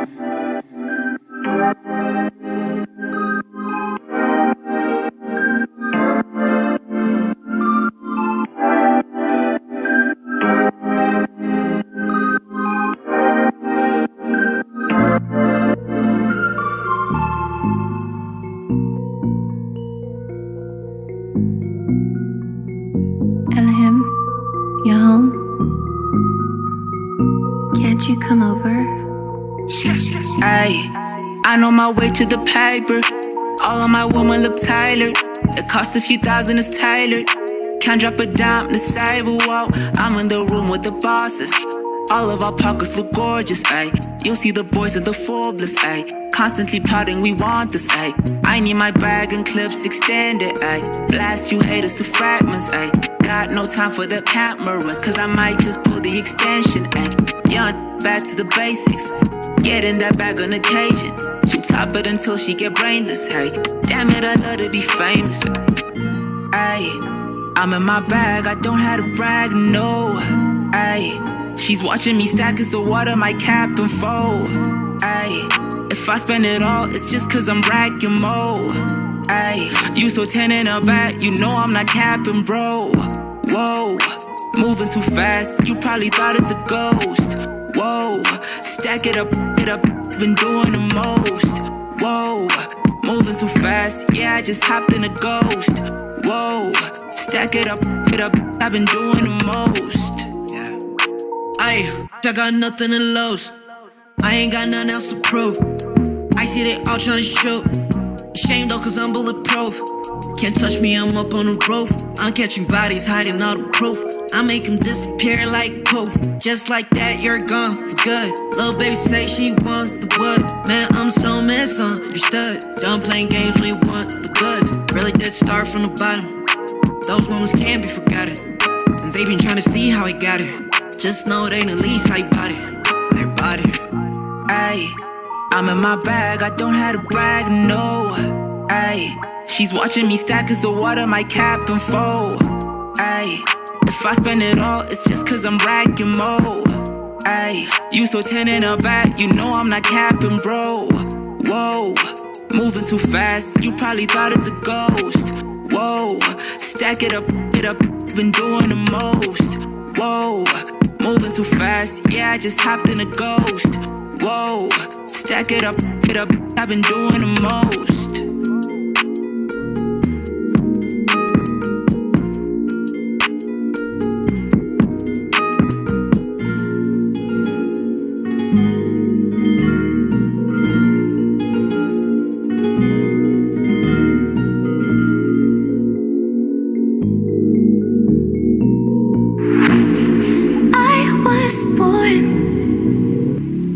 Like a fire in the eye of a hurricane. Always told, stay in line, be alright, better play it safe. I walk a different path, nothing can hold me back. I've passed the point of no return, something is calling me. It's in the air that I breathe. Bring me back to life again. Let's get it. Dancing with my fear, burning with desire. We gon' take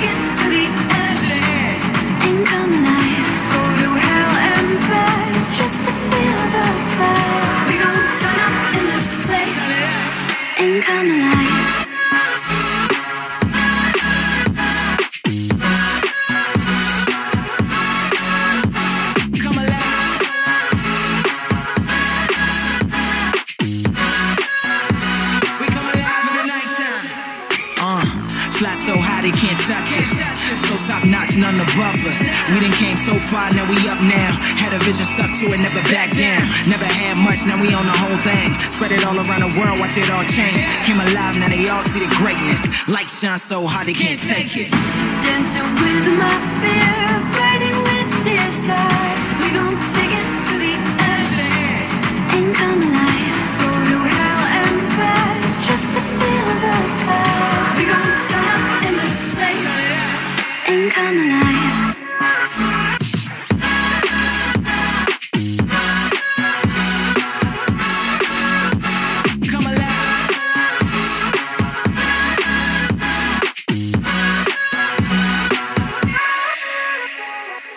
I walk a different path, nothing can hold me back. I passed the point of no return, something is calling me. It's in the air that I breathe. Bring me back to life again. Dancing with my fear, burning with desire. We gon' take it to the edge and come alive. Go to hell and back just to feel the fire. We gon' turn up in this place and come alive.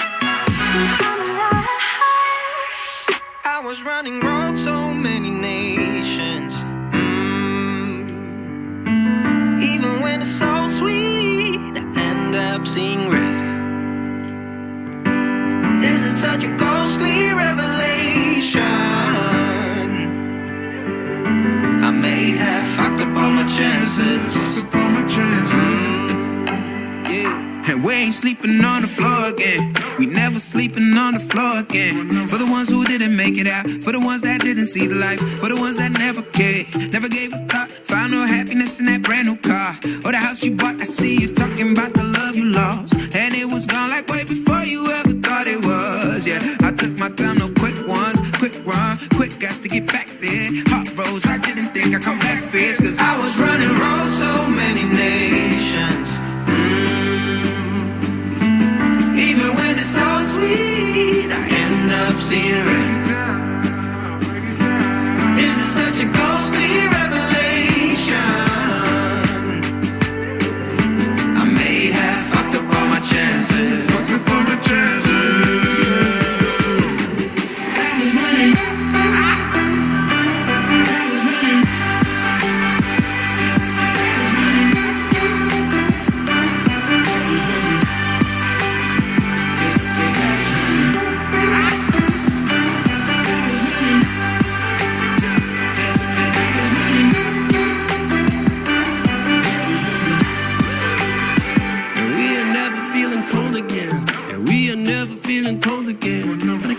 It's easy, it's hard to preach, cause I've been burning trees and watch them fall. If we cannot breathe out, we go forward. Sure, I was searching for cure, fishing a little wildlife, and when I'm low on fuel, I'll still be running till my back broke. Halfway, lost hope and I checked it.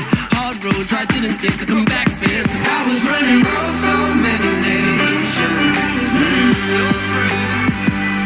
Even when it's so sweet, I ended up seeing red.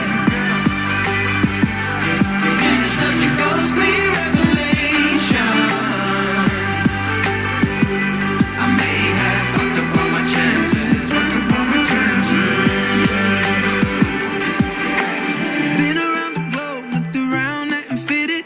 Seen high and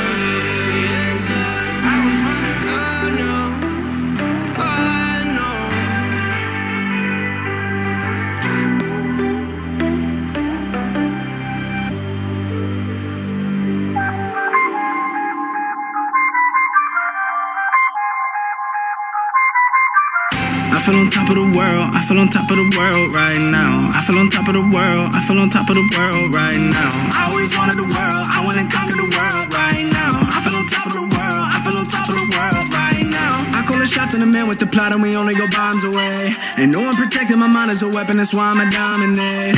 Taking advantage of every second, now I ain't got time to waste. They all tryna sign my name, they want me to sign my name. Counting your blessing while I count that in my winnings. We take 50s and 100s and throw them up to the ceiling. Everything I envision, not everybody gon' witness. Only difference between us is I ain't stopped till I finish. I feel on top of the world, I feel on top of the world right now. I feel on top of the world, I feel on top of the world right now. I always wanted the world, I wanna conquer the world right now. I feel on top of the world, I feel on top of the world right now. Savage, you've been distracted, your best my average, there's a reason for that's a fact. So they snapping back, mad at the fact that I don't have a backup plan, I ain't need that. Outworking everybody when I relax, so I ain't tripping about none of y'all feedback. Heard that, wonder when I'm gonna peak at. And that's why you count your blessing while I count that in my winnings. We take 50s and 100s and throw them up to the ceiling. Everything I envision, not everybody gon' witness. Only difference between us is I ain't stopped till I finish.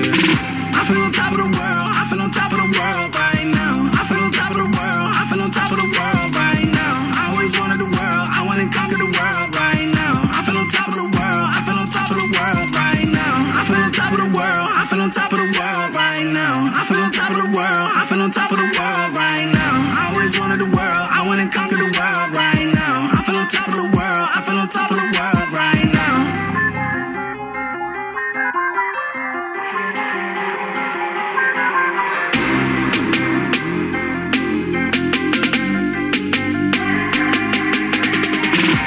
Shots on the man with the plot and we only go bombs away. Ain't no one protecting my mind as a weapon, that's why I'ma dominate.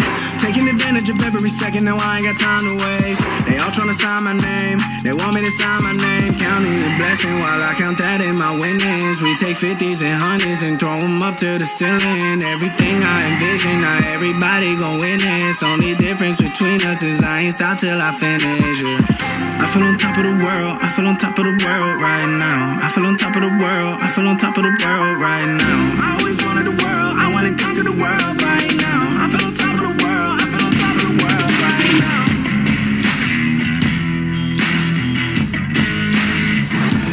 Embrace your destiny, slay your enemy, raise a legacy.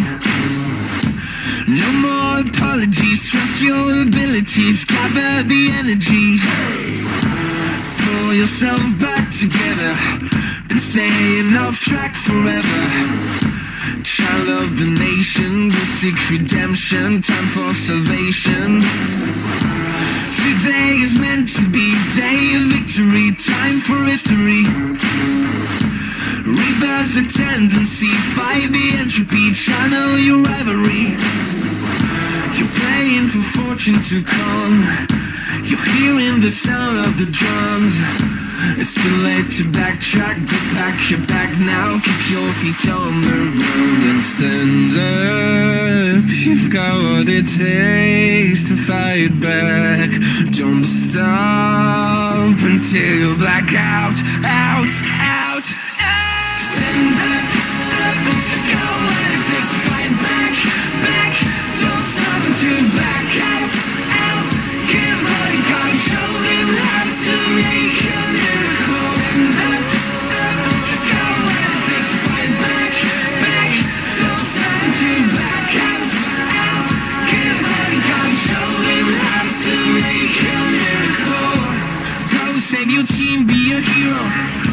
Take home the cup, be a star. They waiting for you, take aim, shoot your arrow. It's your time to shine, show them who you are. Stronger, gotta go faster, gotta get better, gotta work harder. It's fight or flight now, get out now. Go with the move, go for the goal, lead up the stadium, you know how it's done. Stand up, up, go what it takes to fight back, back. Don't stop until you back out, out. Give all you got, show them how to make a miracle. Stand up, up, go what it takes to fight back, back. Don't stop until you back out, out. Give all you got, show them how to make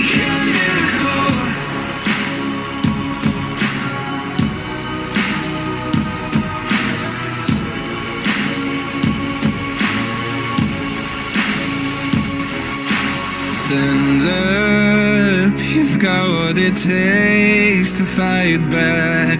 Don't stop until you black out, out. Stand up, got what it takes to fight back. Don't stop until you black out. Keep holding control, learn how to make a miracle. Stand up, got what it takes to fight back. Don't stop until you black out. Keep holding control, learn how to make a miracle.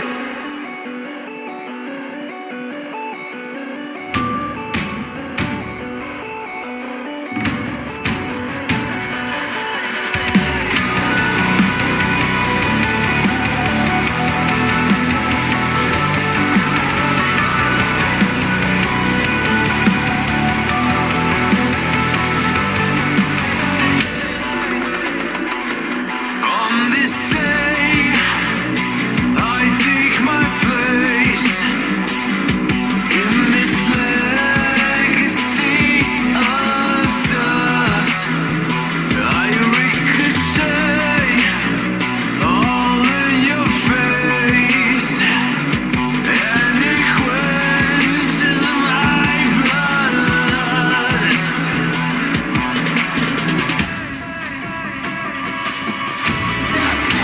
Nothing you can do can break me.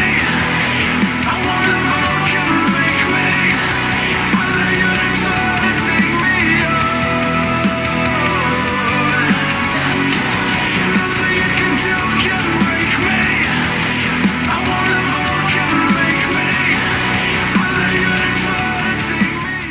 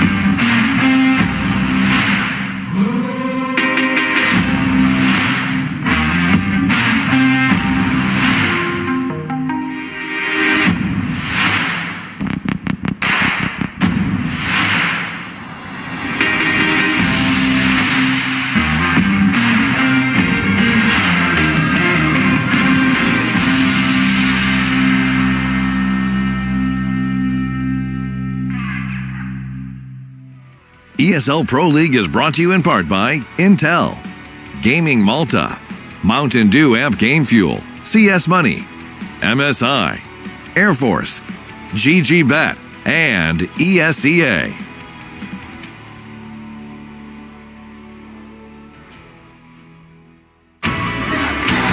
Nothing you can do can break me.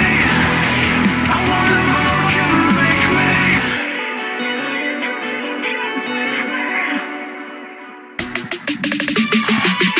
Hey, there we are. We're right back here at the ESL Pro League Season 11. Surprise, you got a little glimpse of me, but don't worry. 21 to 7 in head-to-head right here between these two teams. That's already wild stuff. And I'm looking at MIVR and Fury to kick off this day. I'm also looking to get things a little bit further underway here within the North American region because one of these teams is out. This is a lower bracket game. And of course, to go over some of that with me is going to be both Harry and Hugo. And we're going to start talking about it right about meow. Nice, yeah. I mean, this is a rematch, right? We've already had this game just the other day in the group, so I'm really excited to see if MIBR can bounce back, of course. You know, we decked Fury as the best team in Brazil after that win, given the current climate and situation MIBR are in, and it's been some time since MIBR have won this matchup, so it's going to be nice to see another challenge, another rematch. We had a 3-mapper last time, so yeah, the ball's in their court right now. Yeah, you know, I think Fury are coming into this feeling pretty confident, if I had to guess, and for MIBR, this is going to be a nice challenge chance of a rematch of a game that didn't go their way back in that first group stage here in the NA region. A chance at redemption. And we can actually recap these right here, right now. Yeah, we certainly could. You're going to see the 1st through 6th rankings over there in the round robin of this group, the second stage. And while that does leave us Liquid, Evil Geniuses, Furia, MIBR, 100 Thieves, and Swole Patrol, at least that's how the round robin groups went down. Now we find ourselves in bracket play. This is where Team Liquid and EG will have a game tomorrow, 1 best of 3, at about the same start time if I had to speculate. Yeah. And then we have the lower bracket game today. So it's important to note that in this upper bracket game, the loser of Team Liquid and EG will go down to face the winner of this game. Yeah, and then the winner of that other best of 3, that Team Liquid EG game, also heads into the grand finals, which is, of course, a best of 5 series. They head into it with a 1-map advantage. So that game that's actually going down tomorrow can carry a hell of a lot of weight in that regard. There's a lot of weight, and there's a lot of weight to get into the game, and I do mean WAIT. For now, though, we're going to be talking about our art, and moreover, art that we have in the studio with us. What's up, buddy? Yeah, hello, what's up? Hey, hold on. First of all, don't let us take away from what you were trying to do right there. Just please, so that the viewer at home is satisfied, finish taking a sip of your drink, please. Okay, now there we go. That's good. I feel like we didn't ruin your day right there. Thank you so much, Art, for joining us in the studio. Look, man. Thank you, man. You guys have MIBR on the plate today. How are you feeling about that? Last time you go at them, it was back and forth in the first 2 maps, and then in the third one, you really just kind of showed your way and 16-8'd them. So what's your take going into today? Yeah, confidence is the key. I think we practice a lot, and we are expecting 10 to pick Vertigo, and I think we plan a lot for that, and I think it's going to be a good game. You're a very aggressive in-game leader, often looking for opening picks and taking risks. Considering you're going against MIBR, who are going to know your tendencies, how do you try and stay fresh and unpredictable to avoid getting countered or read? I don't really think they know everything we do. I don't think that just playing aggressive means that it's easier to counter.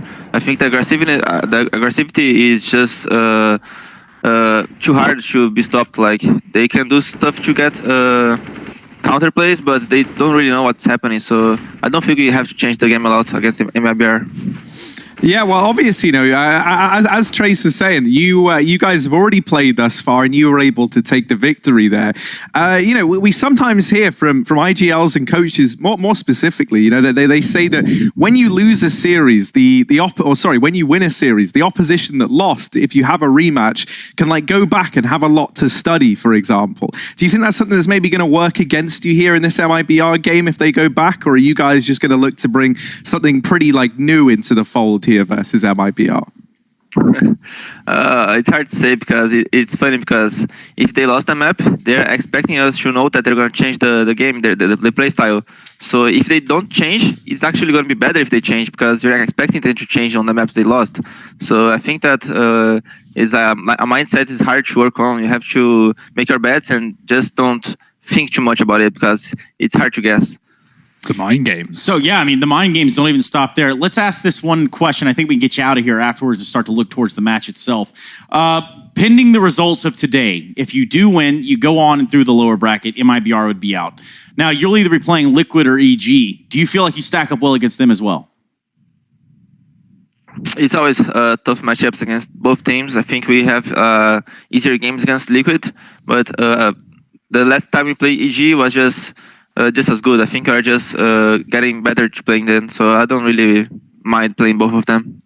Cool. Well, we're going to see what you got today, at least against MIBR. It's going to be a little while before you get there, but perhaps today you can pick up the series. Thank you for your time, Art, and go enjoy your drinks, my friend.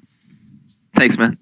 He's always got something to drink. He always does. He had the drink with the straw the other day, and I forget what it was. It was like some sort of tea, but it looked all right. All about staying hydrated, Trace. How are you supposed to perform a top capacity? Oh, how did this ever slip my mind? It's Yerba Mate.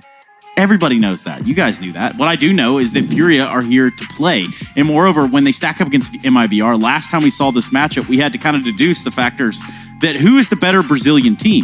Now we look at it, Furia wins that. They got to do it again. Does that really cement that idea? Yeah, I think, Furia are able to take this, right? It's going to come with the, not just the fact that they'll be progressing throughout this second stage, obviously, to play versus the winner of, the loser of EG versus Team Liquid. I think it would help just solidify them as the best team in Brazil. You do it once, and I think online it's quite easy for people to look at that with a bit of skepticism and just say, it's an online result, whether or not that kind of solid. But I think, if you're able to go ahead and do it twice, twice. If you're able to best them back-to-back, that's going to only build Furia's kind of standing as the best team in Brazil even further. So what about MIBR as a team that has been one of the best in Brazil, if not the best in Brazil throughout? We got a guy named Fallen here, and he's been in charge of this product since its inception. What do we know about MIBR? Moreover, what are we thinking about Fallen, Hugo?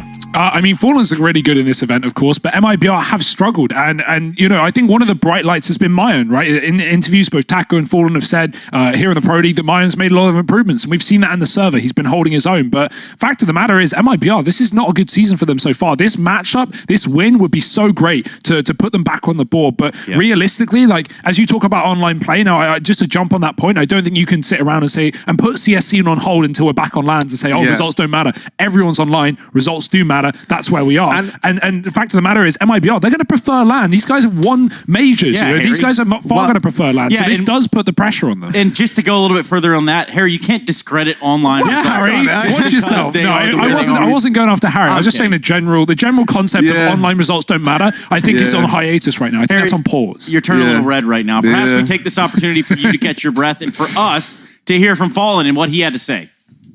About improvements on the results, I'm not really too worried about it. What I do worry about is the improvement that I feel inside the server, the improvement that I see on my teammates, and the improvement I see about our game. And I have been witnessing this during the matches on Flashpoint, now later on ESL Pro League as well. So I'm pretty satisfied with the results we have been showing.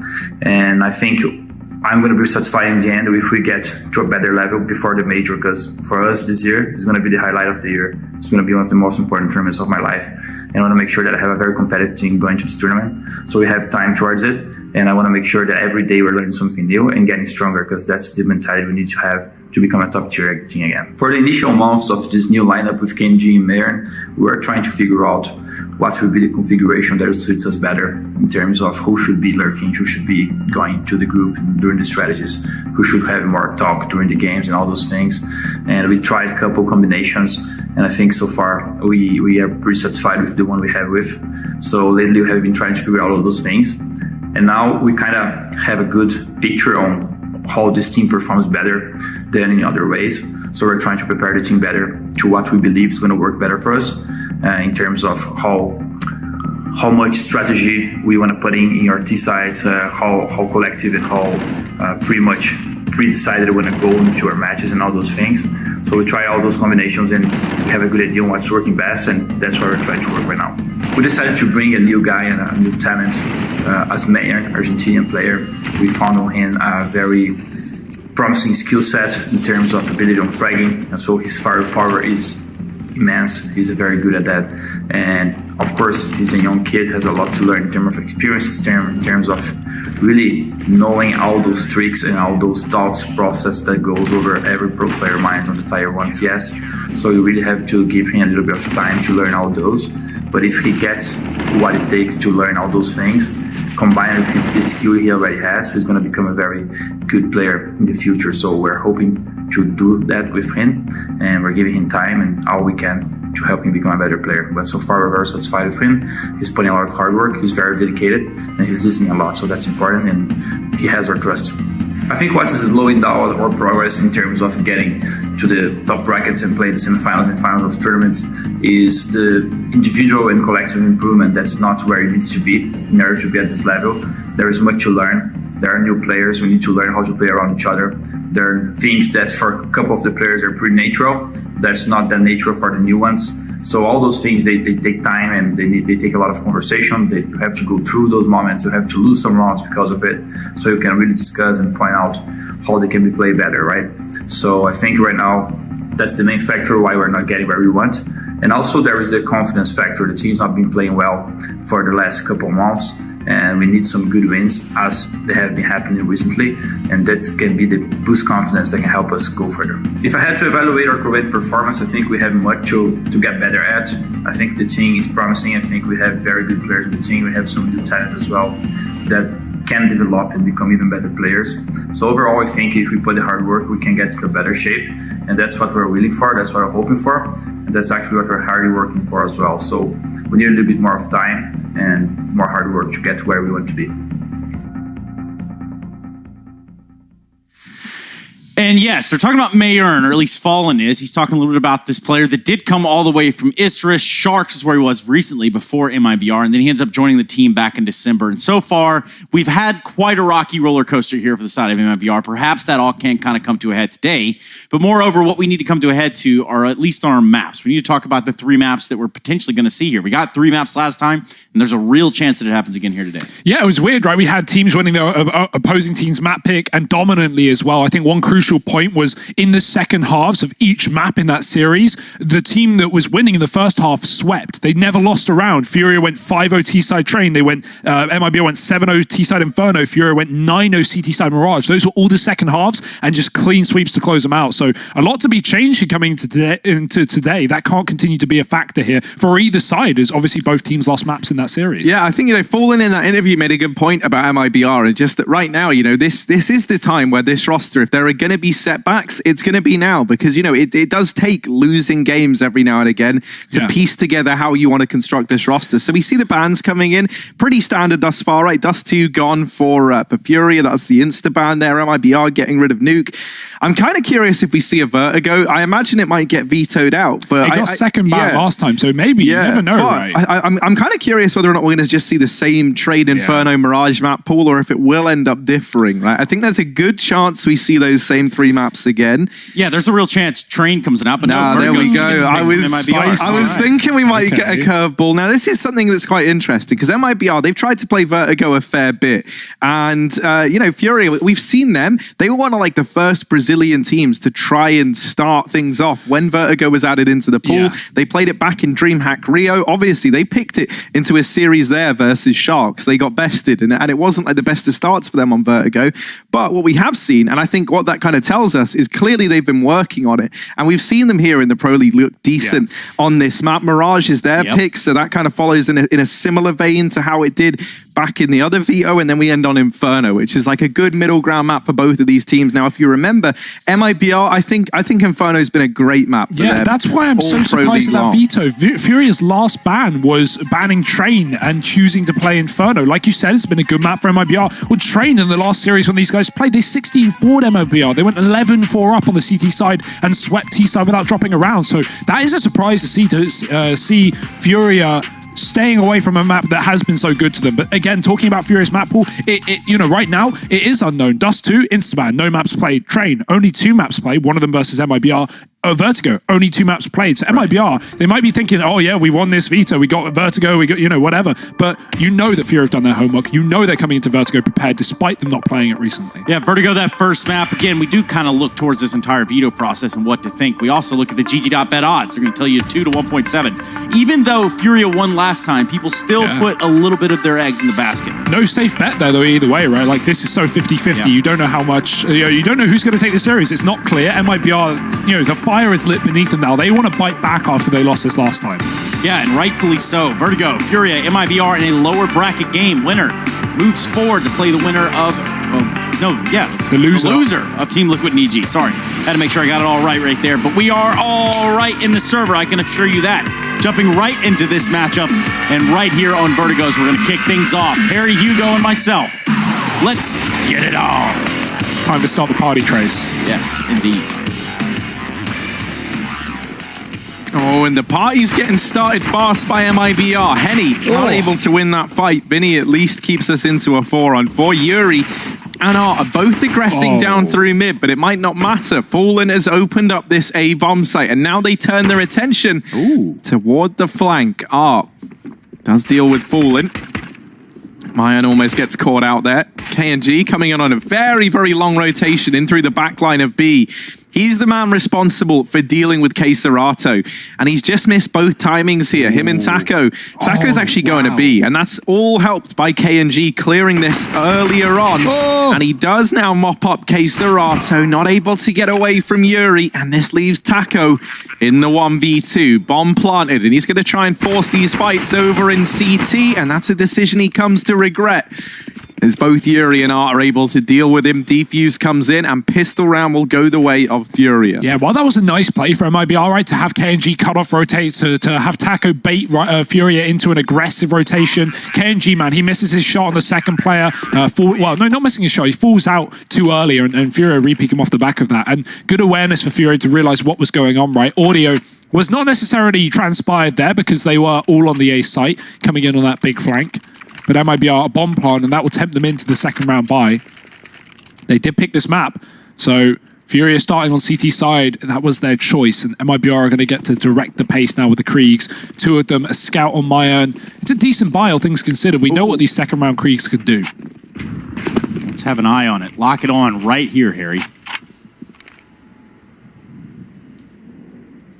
Ooh, Taco trying to abuse these smokes that are down here at the ramp. If you're MIBR, you're very, very happy that Furia are taking these early fights, because this is where the Kriegs really can do their best work.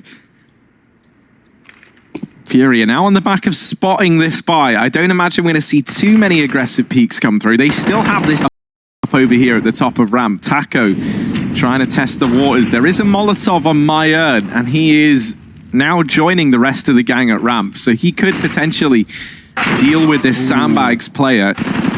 Henny allowed to just swing out. Myern still at the back of the ramp, not going to get here in time with that Molotov. Maybe not even going to get a chance to use it as everyone gets shut down on the MIBR side. Furia get their second on the board. Now, something as well that's pretty exciting, by the way, guys. Oh, that's a cool little overlay. Yeah, impact player. I do like that. Vlad installed this all for us today. Yeah, so, we actually got told about it. I hadn't seen it yet. This is kind of cool, and I'm a big fan. Yeah, so the way this is decided is typically it starts going down from 5Ks, 4Ks, 3Ks, 2Ks, and then if there are players with the same amount of multi-kills in a round, it goes off of overall damage. So that's how the impact player is decided. And I think I'm safe in saying it's always for the winning team. Yeah, I think there was some discussion about it doing for the losing team as well, but like in terms the simple effect, right? In terms of storytelling and just following a match, it might be a little hard to do that. Something else that's cool that happened a little over an hour ago now is that CSGO workshop maps were updated, and that was for Vertigo, Dust 2, Train, Mirage, Overpass, Office, Inferno, Chlorine, and Anubis all received workshop updates. I wonder if does that mean Source 2, or does it mean Easter decorations? Easter decorations are perhaps making it so that these models don't blend in with every single texture. That would be cool. View changes. I'd be a big fan of that. But there you go. That's a cool little update in case people didn't know about it. Just thought I'd keep you informed. Not live yet, but it's exciting because that's a lot of maps updated all in one go. We never. Normally it's like one or two slip through. Like you get a little update on the new scrimmage maps. That's the thing. I feel like I've got hype, right? When you see one or two changes are made, it can typically be so small, right? Like lighting changes, just tiny little things. But when you have like 6 or 7 active duty maps getting changed, or what was that? 5 active duty maps getting changed. That's when you know it's getting interesting because something big is happening here in the works, and not just for Valve, but for MIBR2 into their first full rifle round in number 4, and they look to take control towards middle. Taco's lost his life early down the A ramp with an aggressive peek from Yuri, and MIBR are going to look to push the boundaries here up in middle. Grenades coming through, utility to cut off the CT choke point, but there is a man on the right side that's gone wide to fight mid. Art's actually swapped over behind the smoke, denying a split through towards B, but MIBR, they want to go back towards A and into this AWP as well. Henny's posted, Yuri's pushed, and this shot from Henny, he'll get a kill and bail, and they'll get baited into Yuri, who should be able to find another. This could be a great setup from Furia. Only the tag, not what he wanted, but they can still make the best of a bad situation. Yeah, Yuri's about to light him up. You can just feel it right here on the edge of your tongue. He is set up in a really good position. Now, they are not electing to go up the scaffolding into the short area, but that's when Yuri's going to be making his move. Hello. He's one. Has a lineup of at least 4, and Fur is too quick on the trigger. Good damage though. I mean, look at the health here from MIBR. Not only does he get the info, but he at least gets away finishing the job that Henny started. So it's a valiant attempt pushing the scaffolding there. A nice reaction from Fur, but it might not be enough in this one. 2 on 4, 20 seconds, 20 health on either of these players, and likely the save in the 4th here for MIBR. Furia going 4-0 up. Like we said, they only have 2 maps logged on Vertigo in the last 3 months, but don't be pulled into the trap of thinking they don't like this map. Let's think about something else that's kind of odd around here. Sure. And I don't want to use the word awkward, but the last time that these two teams met up, the team that went on to win the map kept the other team from winning a single round in the second half, which is insane.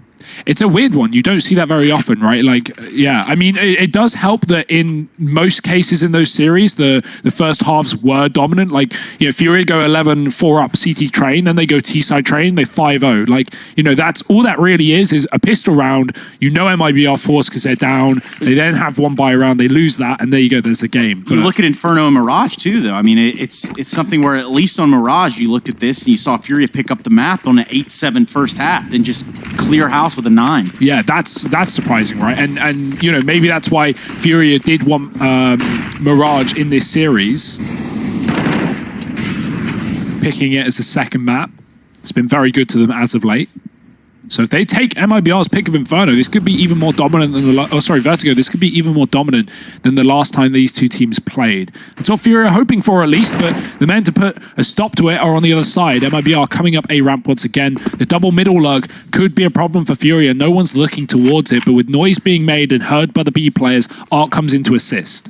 Yeah, look at this. Art, right place, right time, but is he going to have the right indications? Vinny and Yuria doing exactly what they have to do in the meantime.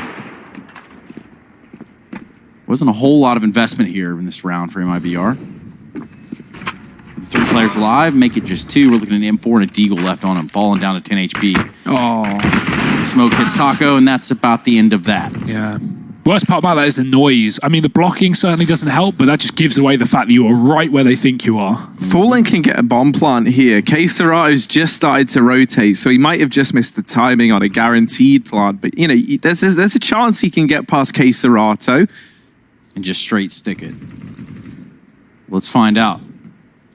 Something that I think is going to matter a lot here for MIBR is Taco. You know, I think whenever we've seen MIBR look good on Vertigo, usually it's been with Taco providing some pretty key openings over towards the A-bomb site. He's normally pretty good over towards here.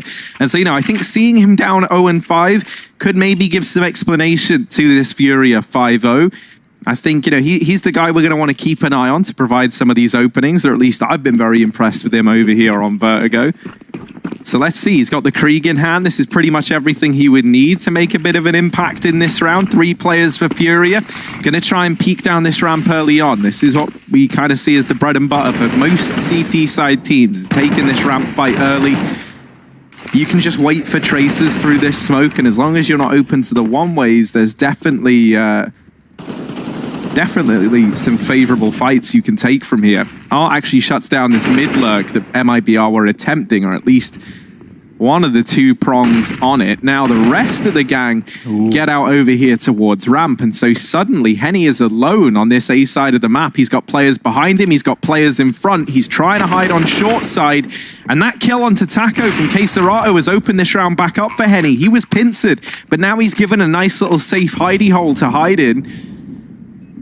And he's turned this back in favor of Furia. Fallen, trapped in the bomb site, has to try and fight tooth and nail to keep this one in the advantage of MIBR. They can actually see ahead, but the flashbang is good from Fur, and that allows Fallen to find the double. Now Henny, last man standing. Oh, somehow gets that deek shot through the smoke, but thankfully Fur is there to put the first round on the board for MIBR. Yeah, the difference there for MIBR is they get the mid-lurk off to better success, right? They get Fur and another player deep towards the elevator. Now that first man does go down, but Fur is able to trade, and Furia didn't hear anything. The reason they knew that MIBR are in mid in the round prior was MIBR were jumping around, boosting, making noise, and those B players gave that info over. Now Art was too late because he didn't have that information in this round, and that allows MIBR to have Fur just create nuisance and ruckus in the back of the spawn and put MIBR on the board with a conversion. Great flashbangs, as you say, from Fur, right? Throwing them above the elevator. There's a little gap in the roof. You can throw them in very high without getting spotted, and it shuts Furia down on that retake. So blind, so low,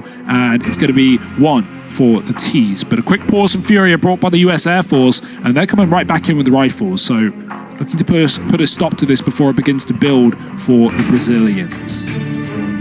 They're all Brazilians. Yeah, apart from Iron. Yeah, apart from Iron, but not the swimming start that you'd expect from MIBR.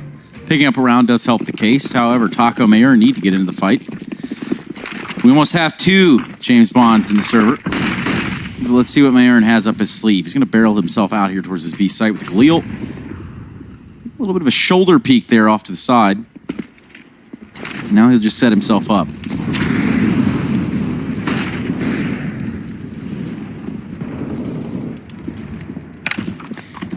There's a bit of conditioning going on here to continuously fight A ramp at the beginning of every single round. It seems like the hotspot, no matter what match we're watching. It's the way the game is played, it seems. Yeah, it's like one of the only spots on the map where you get like a chance to take a duel early on where you're not, I don't know, like mid just doesn't ever feel worth it, it feels like on this map. Not to be like the focal point every single round, right? No. This is like, I don't know, I guess you could kind of compare it to like Long on Dust 2, something like that, right? Like a good spot to go to take a pick. And we're going to see that from Henny. He gets Molotov'd out here and that will finish him off from behind the sandbags. Taco opens up onto Art and now Yuri's got his work cut out for him. Is good for 1, but Fur aggressing up through the ramp puts up a second in this round and now is trying to keep Furia out of this retake, but that is a good nade from Vinny. And Fur was the only man in the site. The other 2 players now coming up through short. Maya trying to give them a bit more stake in this round. Vinny holding for the cross, and he does best fall. And Maya, an 0-6 on the board, has his chance to put up his first kill in this round. He's going to need 2 if MIBR want their second on the board. And with 10 seconds left, Furia are playing this perfectly. They're not giving up these fights. Mayern's going to stick the plant, and no time anyway. Mayern goes down 007. He's gone James Bond. And Furia, they'll go 6-1 up. I mean, what can you do there? So well played from Vinny, man, because if Mayern fakes it and Vinny jumps right up, there's a chance. But Vinny, he waits. He hears the plant, he shoots, he hears nothing, and then he goes up 2 seconds later. Either Mayern is going to be, considering putting the bomb back down if he's faking, or at that point the round's already lost. So yeah, I mean, great round for Vinny, impact player there for Furia. And you talk about mid, I feel like, yeah, okay, it's good, easy to say it's, quote unquote useless, but, sometimes that works against CT teams. When they discount that position, you have a late lurk. If you manage to get that A plant, a mid flank is so good. And I feel like we don't see that abused enough by teams. You don't need 5 players on the ramp, but maybe you do if you're MIBR, because they are getting slaughtered in this force buy round. It's only pistols and armor, and it's made quick work of by Furia. There is still a buy coming up for MIBR here, though. Yeah, and in that round, Henny, it says he finds 4 kills in that last round, which is part of our new cool feature of an impact player. I want to go to the round before that, where he has AWP there at the sandbags, and he fights to his very last breath. He finds 1 frag, sticks around the Molotov, and you might ask, well, why in the hell has he done that? Because he knows he's going to burn. Well, if he can get another kill there, that certainly does help the odds of just retaking the site and maybe even thwarting a plant there if you're Furia. He even tagged Fur through the sandbags, or through the wall rather, down to 20, past his first kill. So yeah, I mean, he has more than enough impact there with the AWP, as is tradition for Henny. Mayern 0-8. Henny pushed back in this round. And MIBR lose that early fight outside of the B site. And Mayern's going to go back for it. It was actually a very aggressive play from Keserato to push down in this position, get the kill. So hats off to him. It's put Fury in a great position now. This A site has been rinse-repeated by MIBR and not to great success. That's a good Molotov. It forces Yuri back, but you can see he's hanging around. He wants to go in the position MIBR assume is clear because he has a smoke down, and that's going to delay MIBR further into this short angle. So we get a grenade out here. It should do some damage to Taco. Not a whole lot, though. Meanwhile, one of those weird sort of one-way setups. I do love that smoke. Yeah. Art makes the most of it as well. That's a bomb dropped. He should get seen here by Fallen coming up with the AWP, but Taco's gone in the meantime, and so Fallen alone in a 1-on-5 and doesn't even get a kill. It looks like he had Henny down to the drop, but Furia are going to pick it up with 5 alive. This is an excellent CT side, and this is kind of what I was worried about when I saw MIBR pick this map. Like, any thoughts? No, I mean, that's the thing, right? Like, MIBR, they must have had a reason for picking it, but I don't know, like Furia, even though it's not a map that we ever really see them tend towards, I think they played it, twice? And I don't even think they've won it yet. They've always looked convincing at the very, very least. Maybe not in that 100 Thieves game that we saw them lose 5-16 in. But I don't know, man, like Furia, they've always kind of dropped hints that this is a map that they've worked on, even though it's not one that they pick into. Yeah. I mean, in that, you talk about the 100 Thieves game. In that 100 Thieves game, Furia started CT and they got 2 rounds. So this is a stark comparison. They're 8-1 up right now. This is not the same matchup that they had earlier on in the Pro League.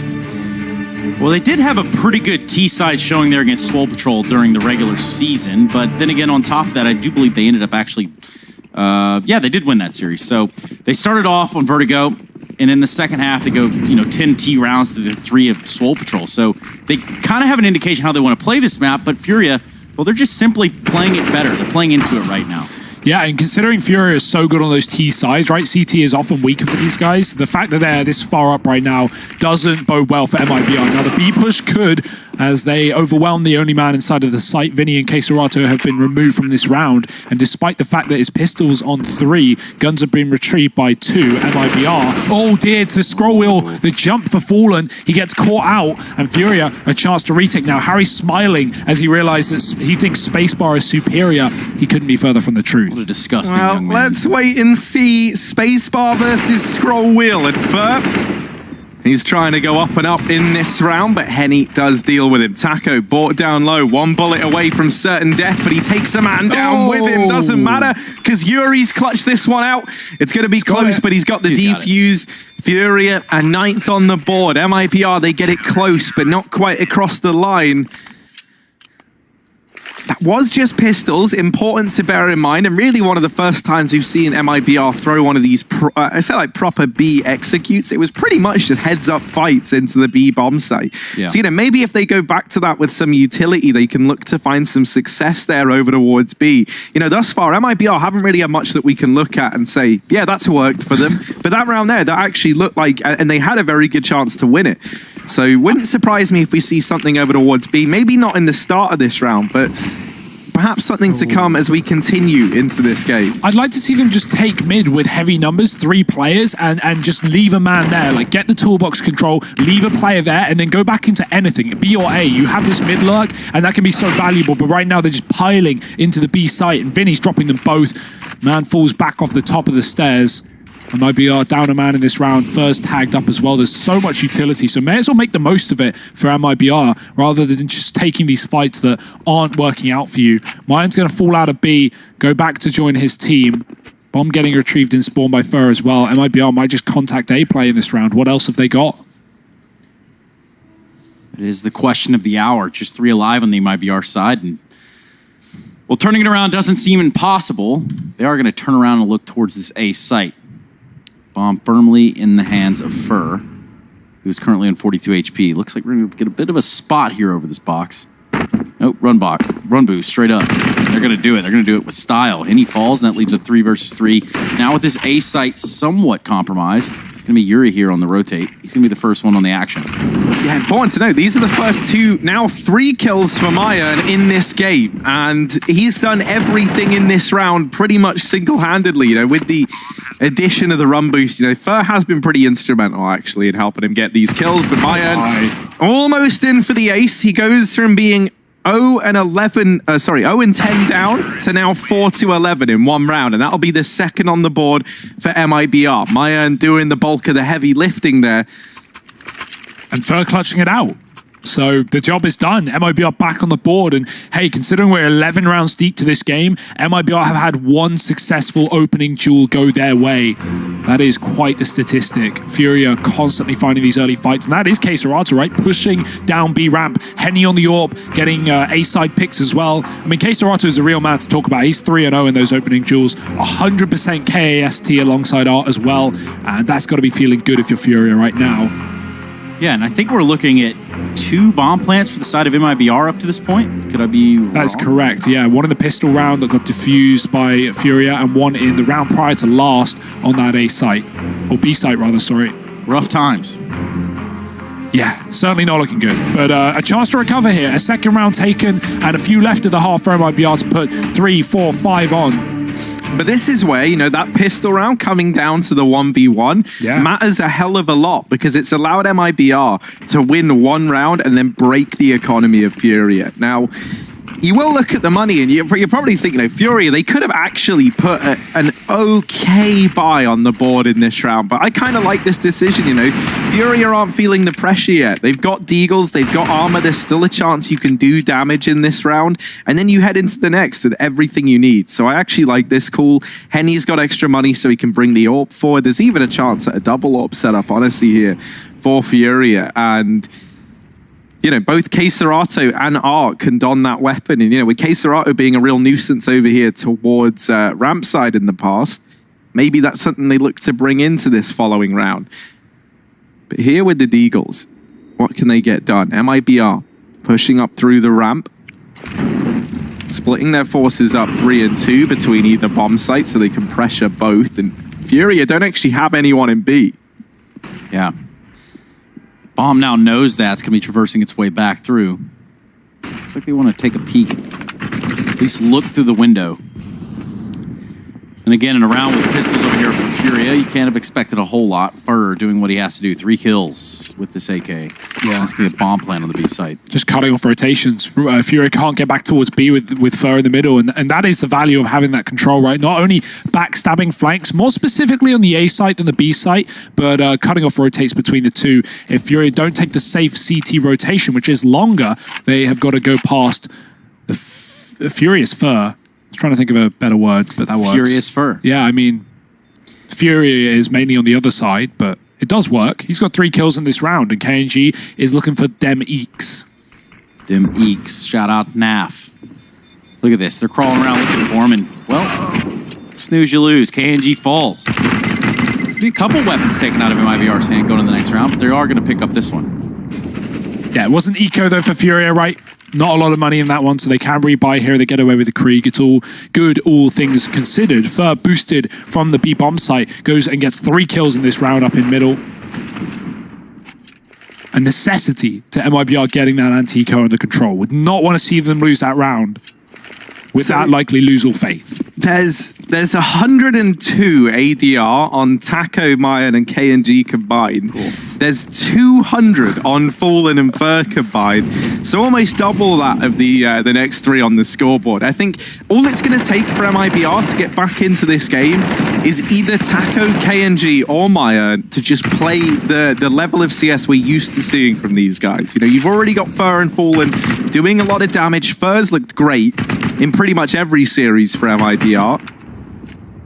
And Fallen, with his damage stats being so high, his kills not really being up there, he's getting a lot off in terms of utility damage and just bringing these players down low, but it's not enough to get these rounds converted. And this can't afford to be one of these games where MIBR only have, 2 players out of the 5 stepping up, especially when we've seen such stellar things from the likes of Taco on this map. Mayan looking more and more confident by the day. KNG is, stellar and definitely someone who could go toe-to-toe with a man like Henny.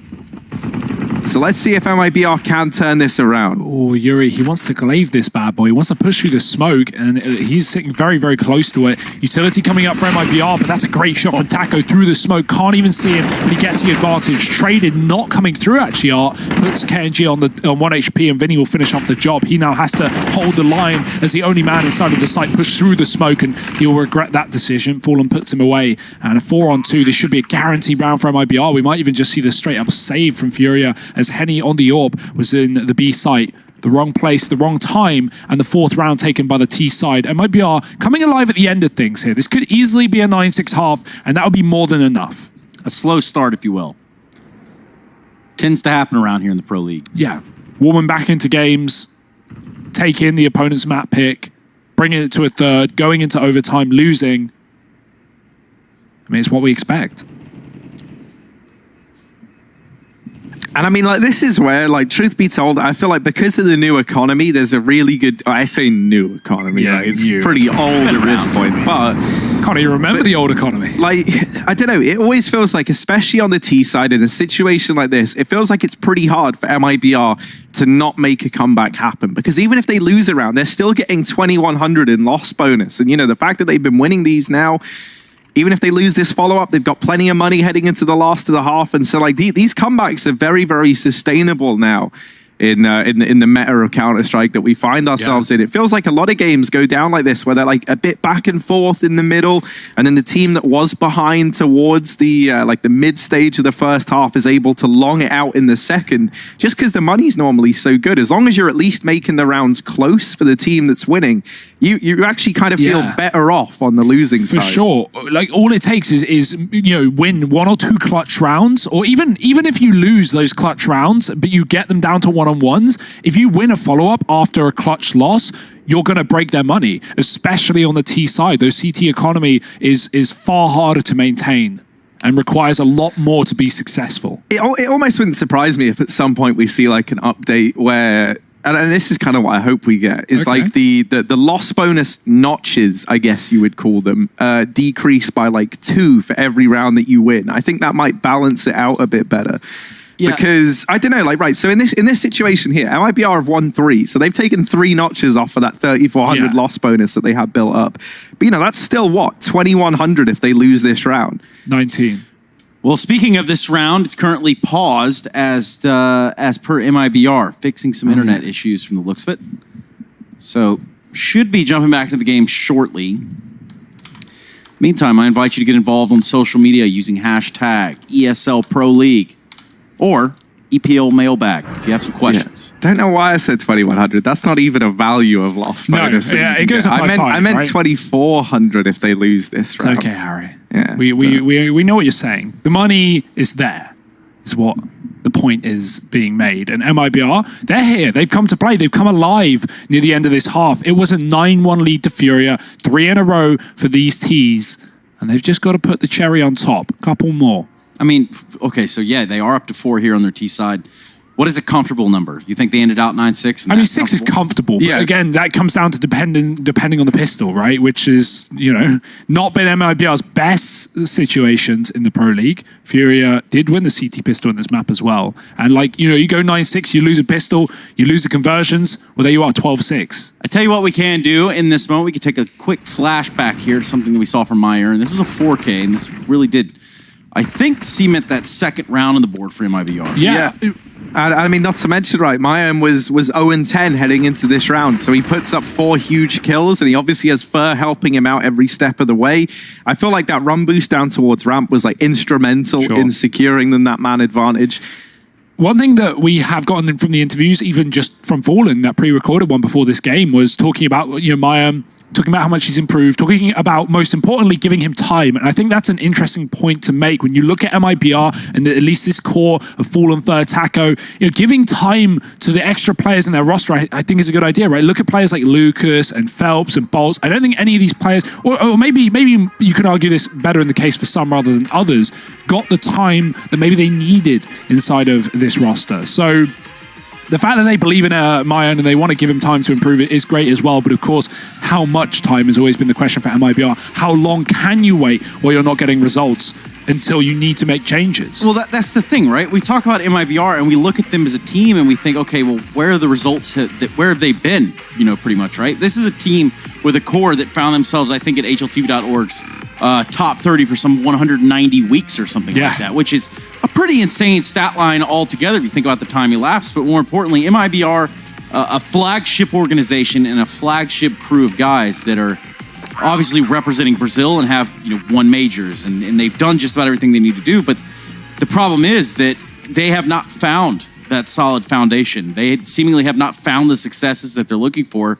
And every turn of the way, they've had trouble getting it back on board. Yeah, I mean, even think about how fast they rose from irrelevance to top of Counter-Strike. It took less than a year for these guys to be grinding through Keed, getting their first, European LAN event, and then, eventually moving into what became SK for so long. LG winning majors, moving over. I mean, these guys have had quite the story. So the fact that they're still playing at this level, regardless of the fact that, okay, maybe they're not at their top peak right now, but they're still performing and they're still winning games against tier 1 opposition, I think is impressive. And they want to do more than that, Trace. They want to win championships. And here at the Pro League, there's always a chance here as they sit in the top 4 of North America. Yeah, and that's the thing about MIBR, right? Is I think, too, you look at expectations from the outside looking in and you know, you look at these names, you think, okay, these are household names. These guys should have no problem beating up on the opposition. Well, guess what? The game changes. Yeah. Things change around the game. Things change in the game. They are never going to have that sort of... Yeah, people change. They're never going to have that sort of, I guess, static way of looking at this. Yeah, I mean, you know, of course you've got to be hungrier before you've achieved something rather than after you have. But let's move back into the game as the pause is called to an end. Yuri, again, in this position, and finding a lot more value than last time. They do peek him, they do fight him, and he will fight them right back. 3 kills through the top side. His Fur is left in a 1-on-5 Fury. If they put these final 2 rounds and a half, MIBR are going to be in a world of hurt. It smells like it already. Fur, the only one left alive in a 1v4. He's going to try to back out of here, switches out for a Krieg, but I think he has no idea about this man known as K-Serrato. The off angle he's holding with the SMG. Yeah. Doesn't even clear it all the way. Doesn't go that far into the rabbit hole. Instead, he finds himself stuck here. At the bottom of a ramp. When will K-Serrato pull the trigger, though? When will he finally decide to move out of this little corner and start hunting? I imagine it'll be when Fur it gives away some info. And with 20 seconds left to K-Serrato, you may as well just go now. There's no time to go B. Fur has to commit. He's been spotted. He's been dealt with. And that's a free Krieg for Yuri. Impact player of that round, undoubtedly, with 4 kills on the ramp. Yeah, he does pick up the AWP at the end of it all. Probably pass that right back over to Papa Henning. But this right here, this was a good little hold. A cheeky hold, I think is what you guys hold it. That might even be a Mountain Dew Amp Game Fuel power play. We don't know. Don't want to give any spoilers, but there's a real chance, Harry Russell. Yeah, I mean, you know, we've had good moments already, and I'm sure we're going to get even more as this series continues to deliver. Mayan going to get naded down over here towards the B ramp. That's enough to deter him from pushing for the time being. Fallen, however, is unperturbed by the nades and sees this as more of a challenge than a warning sign. He's going to try and peek on up with Mayan alongside him, but with the Kriegs here holding this tiny little angle, it's a bit of a death sentence, rather, for MIBR. Fallen gets caught running in with his back turned. Art has even spotted KNG now, does try and take that fight, and will come to regret it. Very curious of the idea right there for Fallen. Really did full send it. Either way, this one's about to be sent into a halftime break. We got 2 players alive here for MIBR. K-Serrato is going to have the drop on KNG with ease. That just leaves Fur to his own. AK in hand, bomb in hand. 15 frags on the board. But a long way to go in this round. Under a minute. It's possible, but I don't want to say it's going to happen. Yeah, K-Serrato, the awareness on him to be holding the flank there is ridiculous. And Fury are just all over this map right now. They're so prepared on Vertigo. Will MIBR have any answers? Will they have the result? Well, as we head into the second half, we're going to have to wait and see. Furia 11-4 up at halftime, moving into their T side. Join us after the break for the rest of this banger.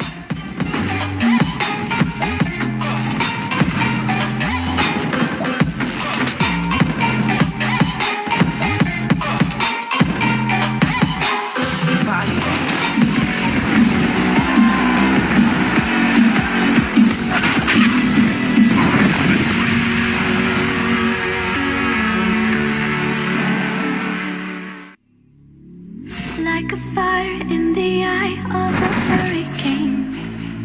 Always told, stay in line, be alright, better play it safe. I walk a different path, nothing can hold me back. I've passed the point of no return, something is calling me. It's in the air that I breathe. Bring me back to life again. Dancing with my fear, burning with desire. We gon' take it to the edge and come alive. Go to hell and back just to feel the fire. We gon' turn up in this place and come alive.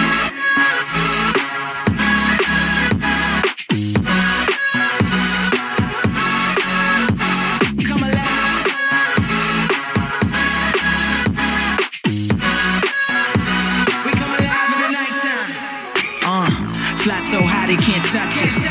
So top notch, none above us. We done came so far, now we up now. Had a vision, stuck to it, never back down. Never had much, now we on the whole thing. Spread it all around the world, watch it all change. Came alive, now they all see the greatness. Light shine so high they can't take it. Dancing with my fear, burning with desire. We gon' take it to the edge and come alive. Go to hell and back just to feel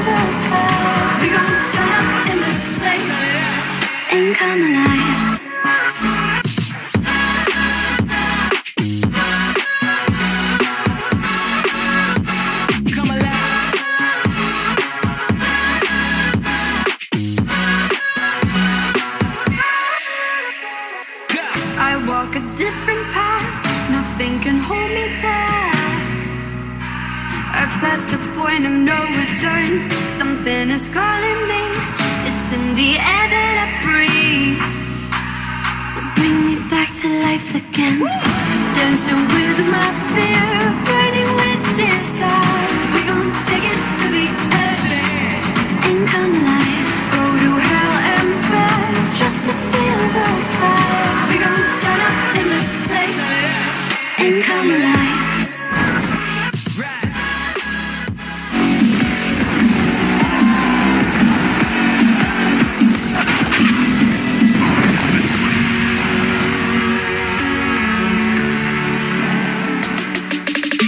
Welcome back, everybody. We are now into the second half here of Vertigo. Furia certainly in the lead at 11-4 scoreline. MIBR will switch over to that CT side, and we're going to see just how this one pans out. You're currently watching the ESL Pro League, and this is currently an elimination game. We've got 3 maps planned. Vertigo here.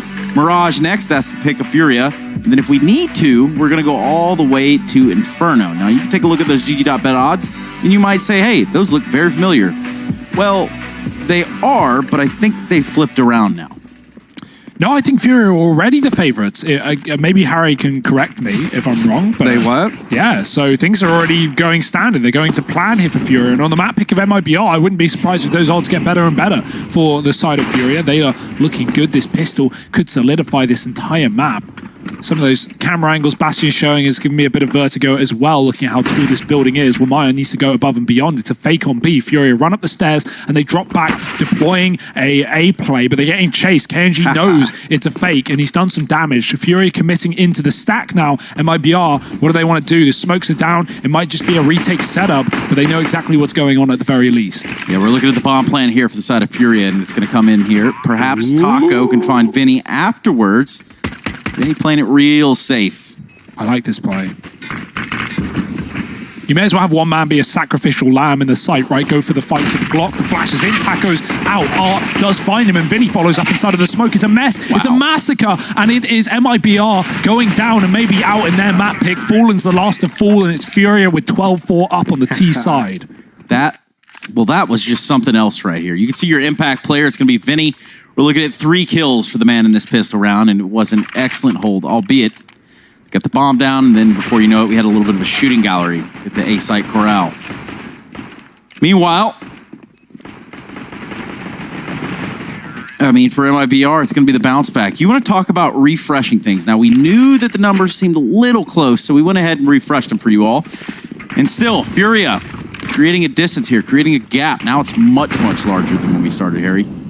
Yeah, no, and justifiably so, right? This is a huge advantage to have on your map, on your opponent's map pick.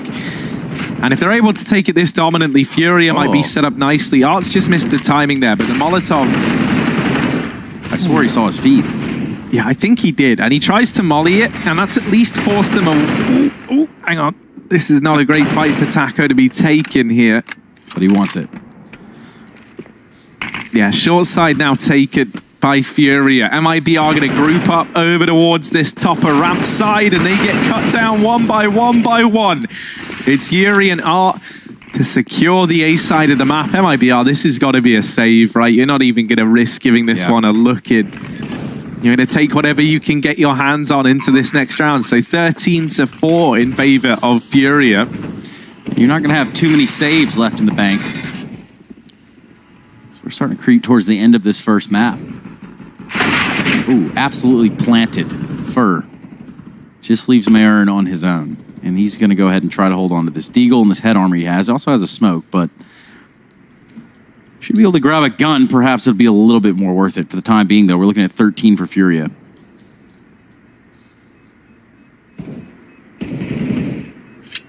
And this is where, I think for Furia, if they're able to take this series 2-0 on what is not a completely different set of maps, right? But like an extra map thrown on in. Mirage obviously did make an appearance last time round, as did Inferno. So, I think for Furia, if you're able to turn this around and get it done in 2, you will be solidifying yourself, at least for the time being, as the best team in Brazil in a lot of people's eyes. Showing that you've got the depth in your map pool. It doesn't have to be those same 3 maps again. And the fact that you're able to get it done in 2, as opposed to 3 would just be quite the statement by Furia. And this is very, very one-sided thus far. There's no money for MIBR in this round. They went for the 4 spy in the one prior. And so this should be Furia moving to 14 unless MIBR are able to do something spectacular with these pistols. And that could have been a start. Both players were blind though, and Art comes out on top.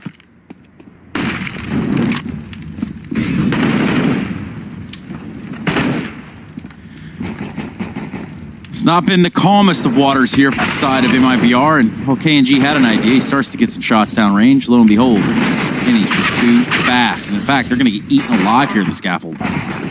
Yeah, this spot Art's playing is pretty great. Like, it allows you to duck on down, and if they start to tag you through the railing, it takes a ludicrous amount of shots to kill someone there.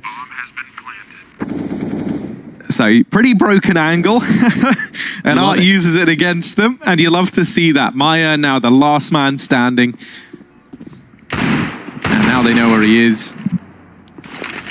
And this should just be a formality. How expensive can Maya make it? The answer is not very. Furia, 14-4, and if they win this first rifle on rifle round, they're probably taking this first map here and now on the back of it. And that was a danger, right? With MIBR not getting those last 2 rounds of the half, make it a 9-6, not having a buffer, and not having anything to fall back on.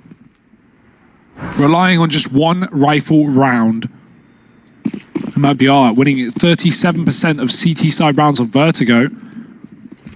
Furia with even less, and that shows, you know, kind of a crazy storyline considering Furia dominated this first half of play. Yeah, it's quite the disparity between the two. And that is really what shows you the difference. We're looking at rifles out for the side of MIBR now. This is a real shot to stay in this game, but it's going to be a long, long climb up that mountain. Currently down by 10 rounds. Would be any hope for MIBR. No AWP in this round either, so they've got to get it done with the flat rifles. Art's going to look to force fights, and he does towards the short side. Taco dead, Fallen gone. KNG, the only man left on this site. Does hold his own with 1, but the HP is so low. Flash to try and force more for caught on rotation. And MIBR just 2 deaths away from falling out of this map, more likely than not, rather. Mayan is on a long rotate, not even going to get a chance to play this round as Henny finds 4 with the Deagle as well. This is just excellent for Furia. Definitely your impact players, Henny, in that round. I feel like one of the sad things for MIBR is I think they're in a team, and I don't know if you guys will agree with me on this, but like similar to a team like FaZe's position, right? Whereby the names in the squad alone give you a reason to expect a hell of a lot from them. And you know, like, I feel like delivering to that level is something that MIBR, even Fallen, you know, kind of hinting towards it in the interview. It's more about building the squad up from kind of the not the bottom again. That's kind of the wrong way of looking at it. But, you know, like, just trying to rebuild the foundations. You're not just going off of what worked before. I think for the longest time, that's a good nade. For the longest time, MIBR were trying to keep the same system in place and just changing a player. And I don't think that works. I think, you know, we're seeing like a pretty big restructuring of MIBR. Well, there's a lot of teams that have tried that where they just, okay, we can hot swap one player for another player. Yeah. It's simply not netting the results or doesn't net the results unless the system is already in place for it. It's always been the go-to, right? For any team that had like an era to try and keep it going, you think about like NIP, you think about VP, you think about, you know, MIBR now. I think that's why Astralis are pretty smart with this 6-man rotation. You know, I think they're planning ahead to have to deal with that. But let's focus on this round because it just might be the last of this map. Fallen and Taco to try and keep the dream alive for MIBR, and it doesn't happen. Yuri shuts them both down. Furia take MIBR's map pick in a very, very dominant fashion, 16-4. That poises them 1-0 up. In this very important lower bracket best of 3, the loser goes home, the winner goes on to face the loser of Team Liquid EG, and Furia, well, they're determined to get there. They sit 1-0 up with Mirage coming next. It's all to play for. Join us after a quick break for that second map.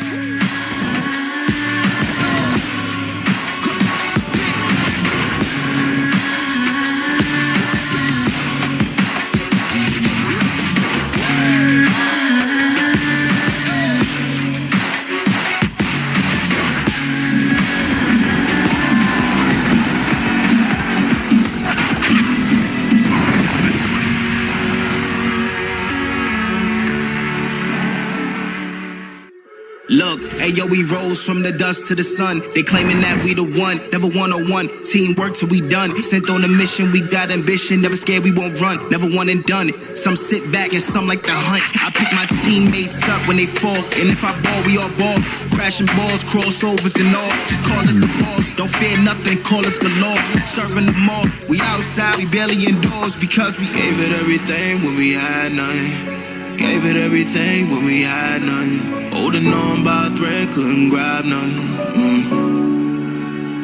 Seems we moved on to a better place. Shine away from the shade. But now that we're here, ain't no going back.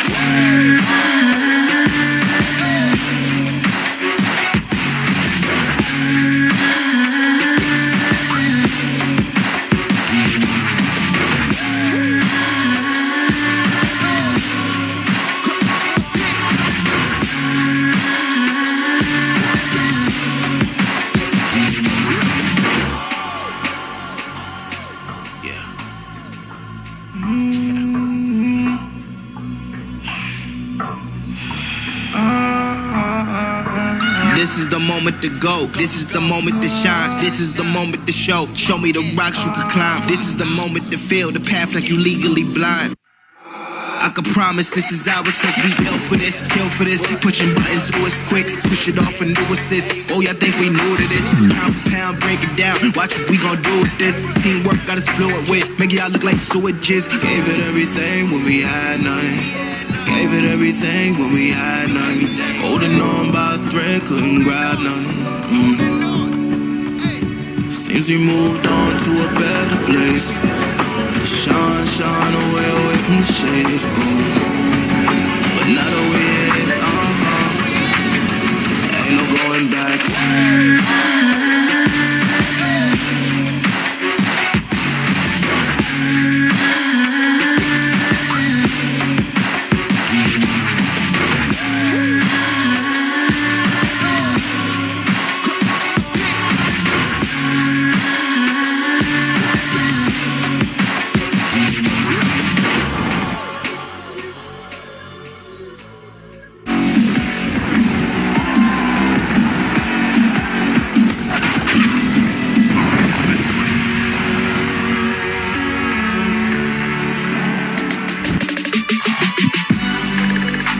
Well, we've got some numbers to run for you. MIBR and Furia conclude their first map of the series. It's Vertigo, the pick of MIBR, and let me tell you how good it went for them. 16-4, and the dominance of second half showings, undefeated second halves, continue between these two teams.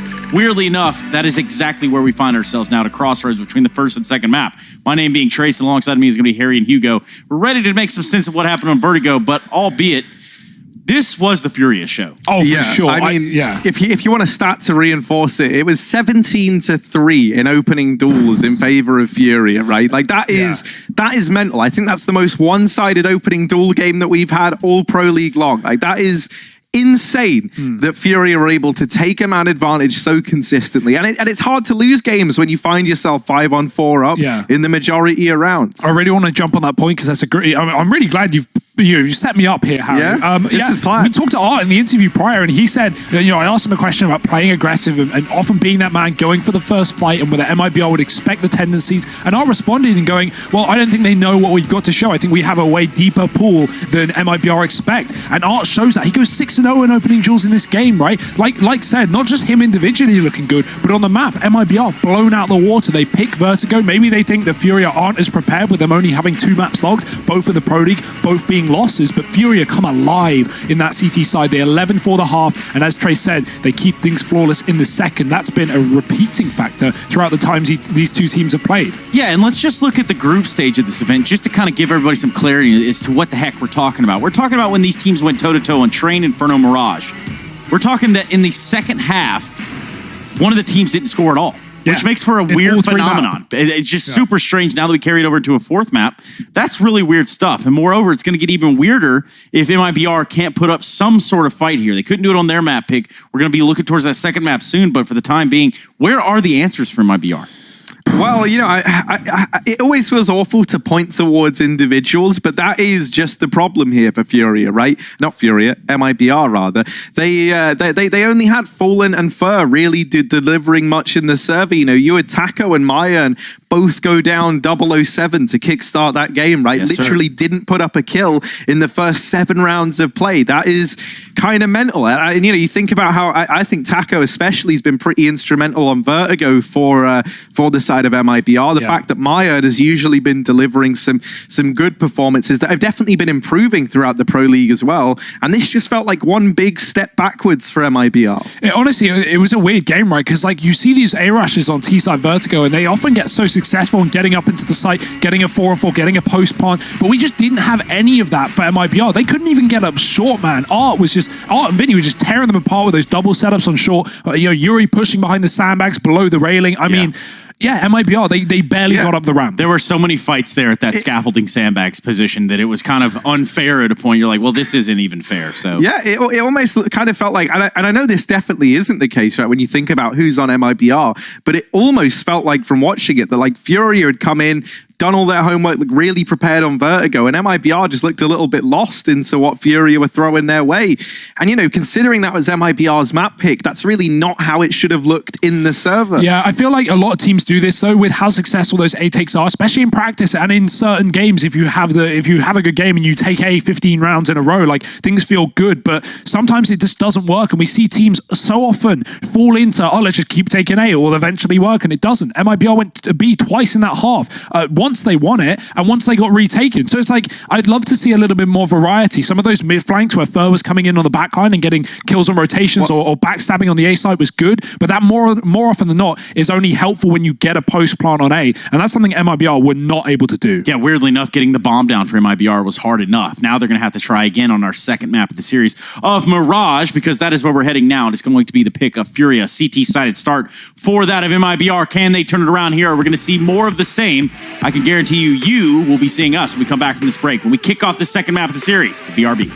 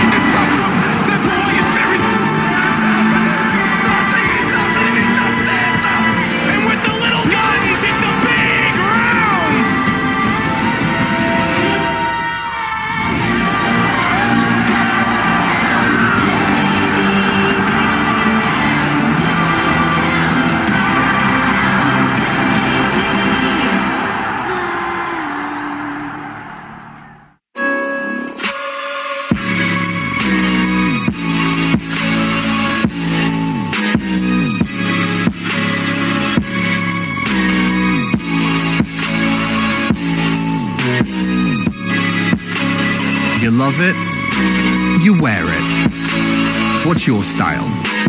Get your merch at shop.eslgaming.com.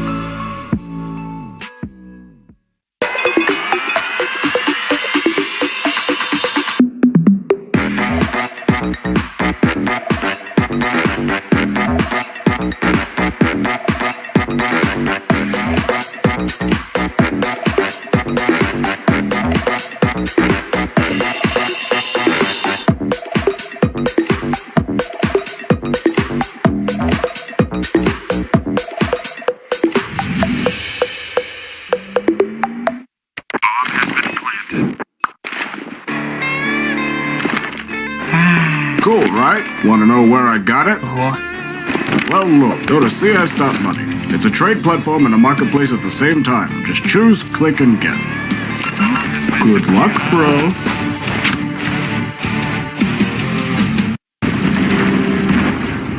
Everybody loves an underdog. Who needs to be liked? Mountain Dew Amp Game Fuel. Victory in a can. Charge up your game with excitement. Highest odds on the market. Take what's rightfully yours with GG.bet. My name is Jordan Gilbert, aka Nothing. Hi, my name is Sue Lee. My handle is Snix. I think it's important for these initiatives to happen. Empathy really goes a long way, and it always means so much to us, and I think that's where initiatives like this really help. I encourage everyone in the community, anytime they see bullying, anytime they see someone getting called names, I encourage you to step up and say something. Good luck, have fun. Good luck, have fun.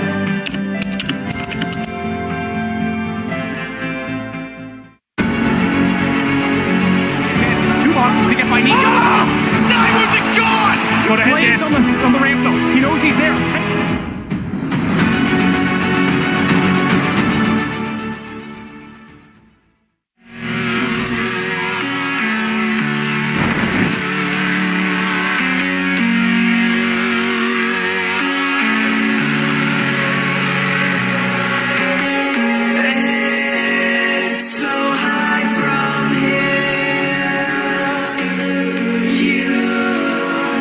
See the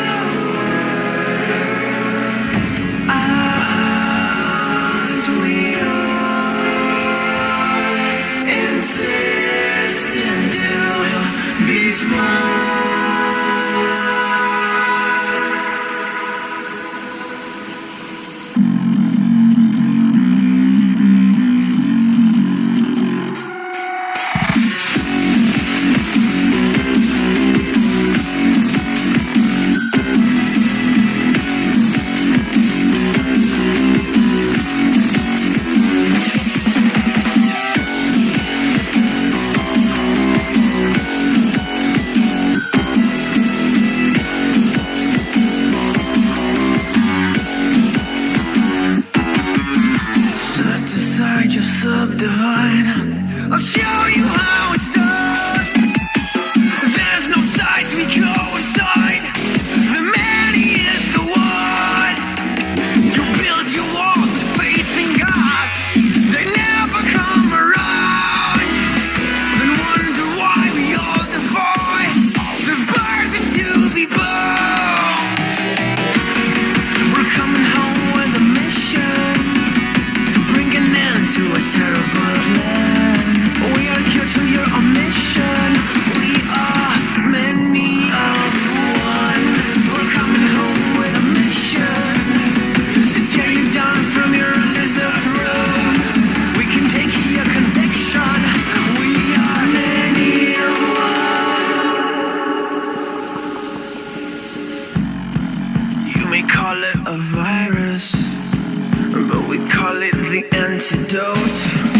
It's an answer to silence. The future is here to revolt. Go!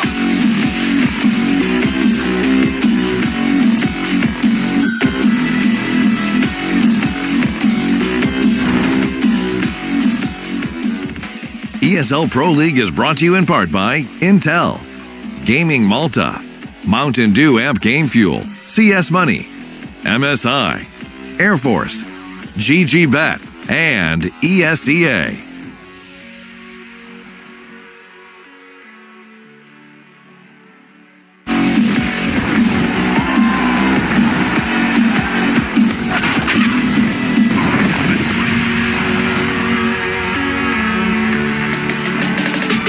Job's done, at least for Furia here in the first map of the series. Vertigo heavy-handedly going their way, and we're talking about just something that MIBR could not get out of the tank. We're talking 16-4 showing.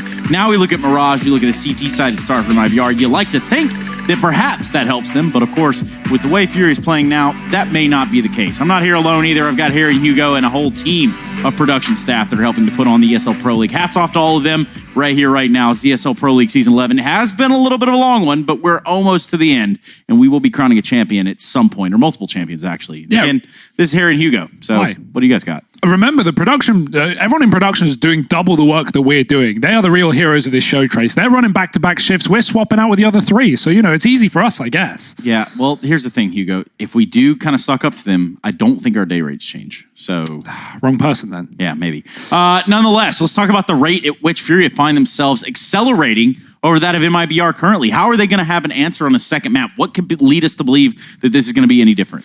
Well, it's for Furia, right? I'm going to start by making a case for them. This is always a map that they've been good on, right? Mirage has pretty much been one of these go-tos for the Furia squad for a long while now. They're very proficient at it. They're kind of incredible at it, honestly. It's one that they pick into teams a lot of the time when they aren't the favorites, when they are coming in as like underdogs, right? So I think for Furia, this is a very, very comfortable nap. Yeah. Map. They might be sleeping at the wheel. Maybe, right? And for MIBR, something that I think that can go their way here heading into Mirage is it's a map that everyone knows how to play. And it's not like a Vertigo where if one of your guys is struggling, it's very easy to exploit. Now those GG bet odds might not give you confidence in MIBR here. Furia looking like the real favorites, and that's justifiable, right? They pick them apart on Vertigo. They head into their map pick, a map that they've always been good on. The odds are definitely stacked against MIBR. But that's true. I always find myself having faith in Fallen. There's just something about that. Are you saying that MIBR are going to win this and take us to a third? Is that what he's saying, Hugo? Can you translate? Think that's, directly exactly what he said. You were asking for positives for MIBR, and he just listed a bunch of positives for Furia. So, I mean, the positives for MIBR, they don't need to be said, Trace. It's Pro League. Every team wins their opposing opposing team's map pick, and we will be going to a third if that happens. But Furia are looking good, and they're looking ready to 2-0 this series. Yeah, and at least in this series, there's one thing that can almost be guaranteed, is that the second half will only be won by one team. Yeah, pretty much. That's gone along, not only the entire last best of 3 across 3 maps, but even here on Vertigo. MIBR, man, their matchups versus Brazilians teams on Mirage have not been good. They lost to INTZ at the start of the year in a dominant fashion. They lose to Furia here the same way the other day, and now they've got to, completely uproot it, completely flip it on its head. Otherwise, this will be MIBR out of the Pro League Season 11. Yeah, it's a rough one here. We're going to see if it continues that way. 3 players deep for the MIBR side over here on this B site. That leaves no one in middle for either team. Not really a hot point of contention there at the beginning of this map.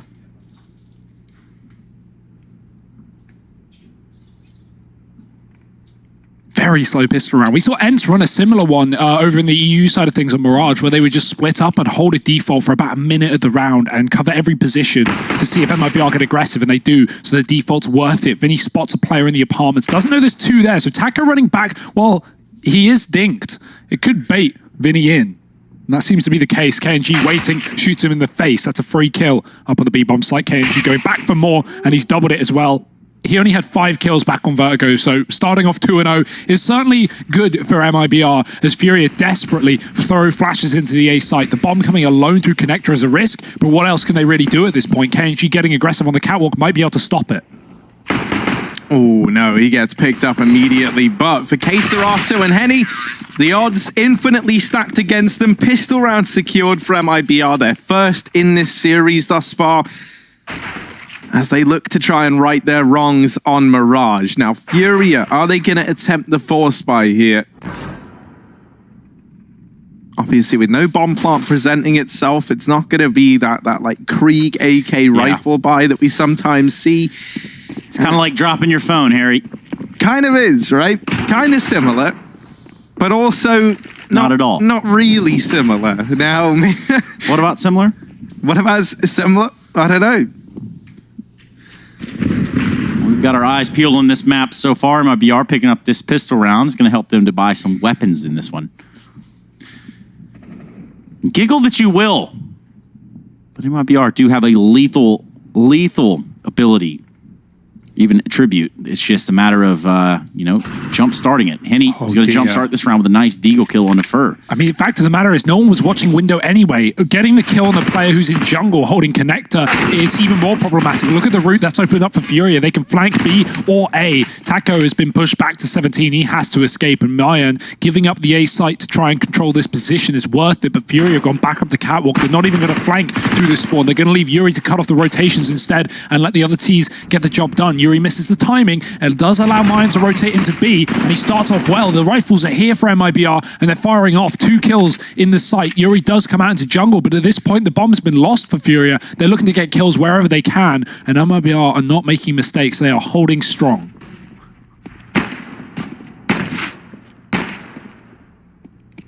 Yeah, now Fallen's gone for like the flusher buy in this round. He only has a P2K, and yeah, against the buy as well. That's a risk. Yeah, to say it's a risk is a bit of an understatement, perhaps. You're normally not going to win that if you're Fallen. Oh, no. And this can't be how this round falls apart. They do have the bomb still over here on B.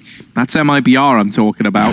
So Furia have to try and get in and get these kills. I don't think... Oh, they will start to plant the bomb, and that's going to force Mayan into the site. He drops the bomb, and just about keeps that in favor of MIBR. It gets close, but the round goes the way of MIBR, and they're going to go 2-0 up. A little bit of a back and forth there, a little bit of confusion, but it's clear as day. Mayern having that impact at the end of the round. Good stuff. You got to wonder, right? Like, I don't know the timing there. If R sticks the bomb, he definitely dies, right? He definitely gets killed after the plant, but does he get the plant, right? Does he get his teammate in a one-on-one? There was a chance there, but instead Fury try and force the fight, and Mayan will stand tall. 5-0 start for him, considering he was 0-7 in the previous map. That is quite the recovery. Even 0-10, I think he went, before he got 4 kills on the T side in 1 round. So certainly a better start here for not only him, but the entire camp in MIBR's side of things. Furia are going to force back in. A dangerous decision to make. But let's see what they can get done with the Kriegs again. This time MIBR far better armed. Fallen, he may have gone down and risked the round with a P2K against a Force, but now at least he's got more money. He's got the AWP. No armor behind it. So he's all about taking a shot and then rotating safely, not letting Furia know where he's bringing that weapon. And towards B with a triple setup means Furia are in a great spot right now. Keserata's lurking up ramp. They're setting up towards connector and window, and an ace split going to come through. That's the kill to open it all up. It's all on Mayan. He's been holding strong, but can he continue to do so? Mayan trying to stay alive here towards the ticket, but he's going to get Molotov'd off. Meanwhile, this bomb is going to get planted from Henny, and that does create a retake scenario for the side of MIBR.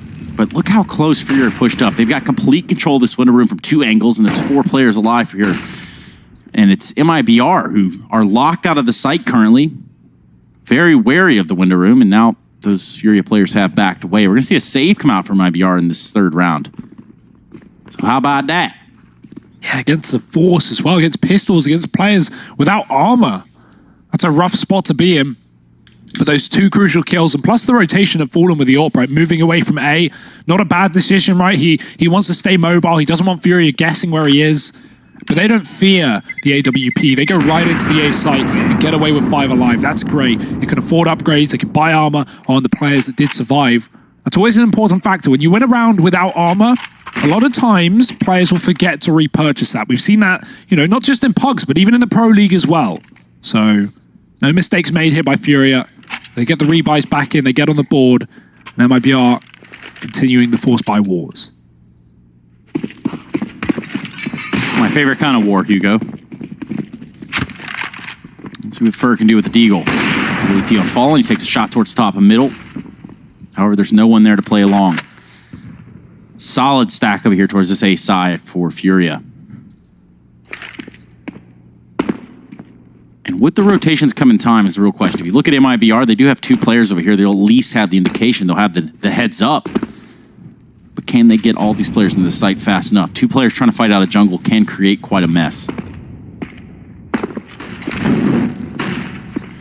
I didn't see anyone throwing a stairs smoke there. And yeah, that looks to be the case. So stairs is left open, and this is a fake from Furia. Now, Fallen pushes through the jungle smoke and is able to deal with Yuri, and at this point it becomes pretty clear to MIBR that this isn't going to be the A play. Taco now hears the nades coming in towards B and has to try and buy some time with the MP9 inside of the bomb site. He gets shut down immediately. KNG and Fallen keep this one under wraps for the time being. Bomb plant found. Mayan and Fur left to try and pick up the pieces, and Fur gets turned upon. Now Mayan all alone. He's currently yet to die, and now he's died. So Furia, yep, they get that one up on the board, and they go 2-2. Not going to happen for Myern and Co. All game long, MIBR have been leaning B, and that's a great example of why. Furious B rushes are so good on this map. They have great pacing, great trading, and good spacing between the players as they enter the site as well. So trades are a must, and they will get that back down from a heavy disadvantage in the rifle round. Actually breaking the money of MIBR. Put them on 2k a player. Not fun, as MIBR have to wait for the loss bonus to continue to build. It's up to 24 right now. They will be able to buy up next round, but that's going to not give them the AWP, which is always a shame. You love to see Fallen on that gun, or KNG, either or both. But right now, Art's looking for an ace. Yuri's going to yoink it out from under, and Furia, it's a nice clean round from them. No deaths. Yeah, you could see the idea there from MIVR. It looked like they wanted to fight in the middle, and with those pistols, it might have given them a chance. However, it just wasn't on the cards for them. Until Art really had plans of his own as well. Just fights from the chair position, and everything else sort of falls into place. So we're going to see Furia now take the lead once again. Crowd on their feet.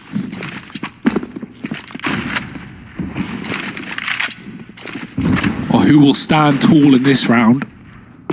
From IPR, you wonder. Boost up in the ladder room, I like that idea. Fast way to get in position, knowing the window is going to get smoked out by Furia, so they do get given the mid-control. Henny and Keserata looking after that with a man up top in the palace. I think rather that is Keserata. It's Vinny in middle. The 0 and 8s elude me again on the Vinny map. The Vinny map. The Vinny map. I like that. Yeah, I mean, any map is a Vinny map if you're feeling it, and he certainly looks to be. He had a great previous game on Vertigo. Art's deep in B. If he finds a kill, that could be great, but Taco spotted him and got some damage off. Going to retreat safely, not wanting to give away the first pick. That is always the pain of a B player. Yeah, the bomb's so far back. So, of course, they're going to have Henny closest to it. He can probably grab it. Meanwhile, they're going to find picks throughout the map. The first one's going to be KNG. Ooh.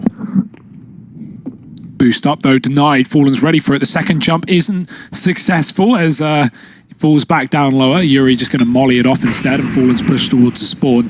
Again, leaning towards B. As you would imagine, considering this is a 4-on-4. Split 2-2 does give the window and the mid control to Furia, and look at the flanks that are going to be enabled off the back of this. MIBR have essentially just forgotten about the CT spawn. They're not watching it. Fallen's checking it on a timing in the market, but right now Furia is splitting A. They're using the jungle against MIBR. Molotov's under the balcony. 2 on the site are going to force out both these players. Fur gets burnt out alive, and there's still Mayan hiding in the smoke. They should know about it. They've got him as well. Art has been so good on these entry kills. What a powerful in-game leader. Rotation getting cut off by the AWP, and the round is done like that. Furia again on the T side, finding 4. Surgical, clinical even there from Furia. Yeah, it's sick to see, right? Like, Furia, great read on the game, great Molotovs as well to force both those A-site players out of position.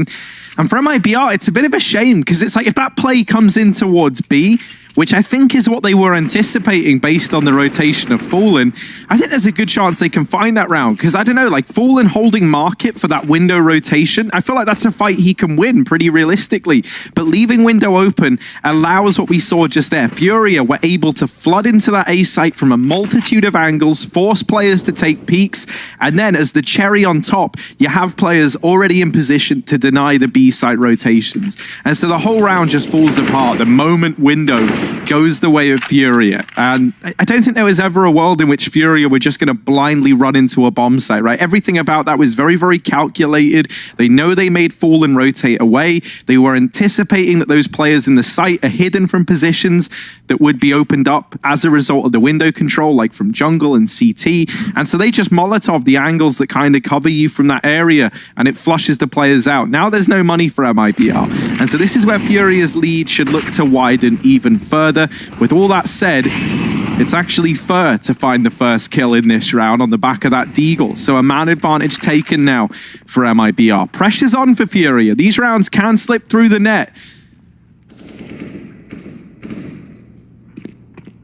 Oh, Art's running right into me. He's not going to check close, and he'll pay for it. KNG finding that kill. It's a 3-on-4 right now. MIBR on the eco, making it interesting. Taco's tagged up, and KNG's been removed. That was a rifle MIBR actually had, so now skin in the game is very much being peeled from them. It's a 3-on-3, low HP across both sides, and Furia looking for a bomb plant. If they go open, Taco can stop it, but they're getting pressured by Mayan in the spawn. He's found a kill, he gets traded. Taco left on catwalk, again looking to stop this bomb from getting planted, but it's a safe side plant, not for long, not safe. From the wallbang, Taco gonna blow Henny out of this round, and it's a 1-on-1. Molotov to cut off his rotation, but he can spam again if he pleases to, rather. Plant is in though, and he just misses the cross. Now he realizes Queserato is able to get away. Look how low Taco is. 3 HP, but he's going to aggress this. He's came this far. He might as well go for it. Queserato on 100. It's going to be Taco peeking from the top of the stairs with this Krieg. Little you know, Queserato finds himself just outside of the Tetris area, and that one was already stacked against Epitasio. But, man, he does stop that initial planter. And, you know, that's got to feel good. You got to really be feeling yourself there. And then, ultimately, when it all falls apart, well, how do you feel then, Harry? Yeah, I don't think you feel that bad if you're MIBR. You only have pistols into that round. It's a shame that it gets so close and they don't get it across the line.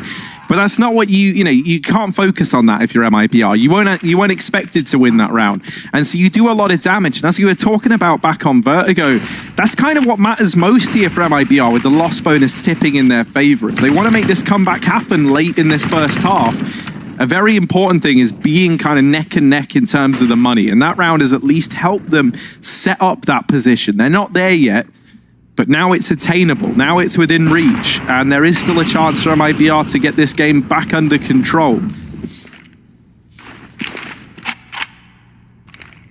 Or do Furia want to give that control? Not in middle, at least. The smoke down in the window, another one towards the connector. Flash, rather. Molly also lands as Furia clear out positions that MIBR could be sitting around him. Maybe boosting back into the window. It's been successful for them in the past. Fallen has not been able to really deal with that one, and so he's on the A site this time. Fur is tasked with the jungle control, but again, window given up. It's a connector contact for Furia with 3. Fur waits, as a crossfire available. If he calls for it, KNG can swing off the back of this catwalk and do significant damage, but ooh, there's a gap. There's a timing, but he almost catches Fur, swapping sides of the smoke as he deploys a new one.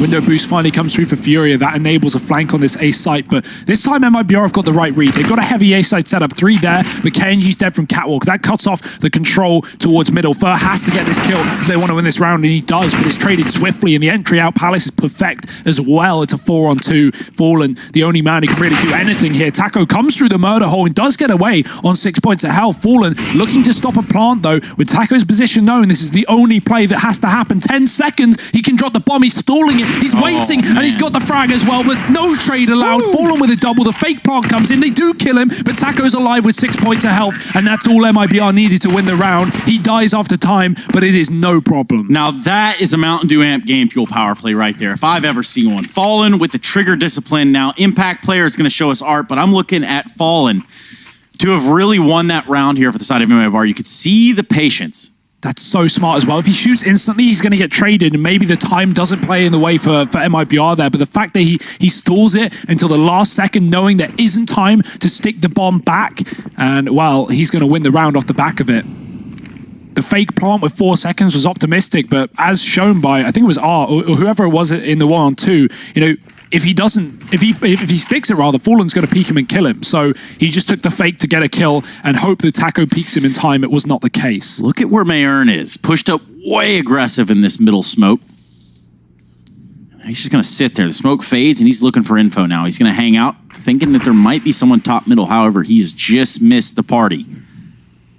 It's going to be that of Vinny backing off. Going to go straight for that bomb. Now, will they end up at A, though? That's the real question. We've got 2 players over here in the B halls. And so far, that's just keeping Taco occupied, the only one in the B site.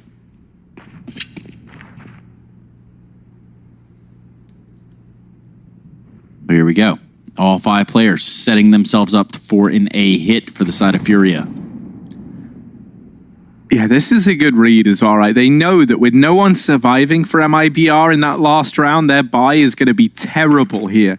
And they're right. I mean, it's mostly FAMASes for the CT side. And in terms of utility, not just to slow down this site take, but to actually get MIBR back into the A site, well, they're kind of relying on nothing. So Fur has to deliver a big performance here with the FAMAS inside of the site, and he only gets 1. MIBR, how do they want to play this? Through the smoke, Fallen drops Vinny, and that's the bomb dropped over. KNG gets another. Henny and K-Serato. They've managed to make it a 2-on-3. Henny goes for the no-scope, and it's not able to connect. K-Serato, now they know where he resides, and Henny's trying to deal with the man on stairs. Will manage it. 7 seconds, though, and the bomb is dropped in front of CT. These kills have got to come in, and they're not going to in time. It's another round 1 through time for MIBR as they take a 4th. Yeah, very frustrating into that round. Maybe you'll agree with me, Hugo. You look at that, they do everything they can do to kill the player on the top of stairs, and then they have to focus their attention towards CT. And with that bomb getting dropped, that was pretty much the end of that. It was pretty much disaster at that point. That is one of the worries of the A site, right? When you don't have those like standard execute smokes going down jungle, CT, and stairs, and then plant in that, you're going to be left in a really rough spot. The plants are all open to multiple perspectives: palace, ramp, connector, jungle, CT. I mean, stairs. Like, you're not safe if you don't have smokes. And so Furia leaving these rounds so late is really coming back to bite them. MIBR stalling in the CT spawn very well, as Taco did in the round prior to survive the one-on-one against Art. Now Furia are forcing, and they're rushing B. Mac 10's in play with an AWP, and Taco's going to get overwhelmed for only 1 kill from Vinny. Double trade back from KNG, and the B site's been conceded. There's a really good opportunity here for Furia, especially with this AWP in the post plant. Henny could find a whole lot.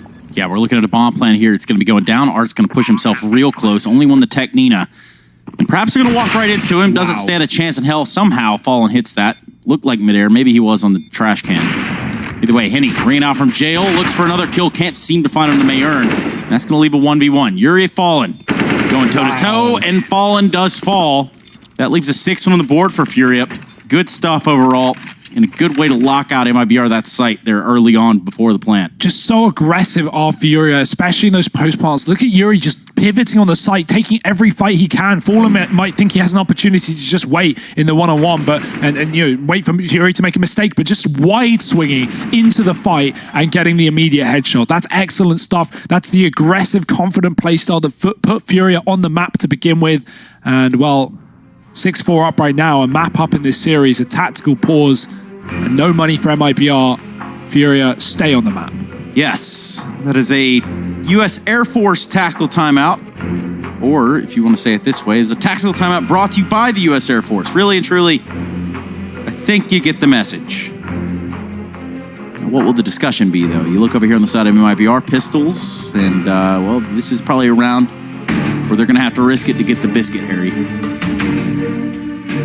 Yeah, and I mean, they're going to be risking it to get the biscuit, Trace, but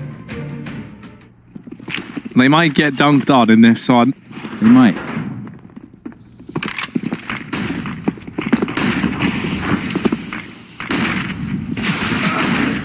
Well, goodbye, Fallen. It's a quick kill for Furia all over middle in the Antico. You're unlikely to see pistols in mid with the exception of a Deagle, like KNG here in the window.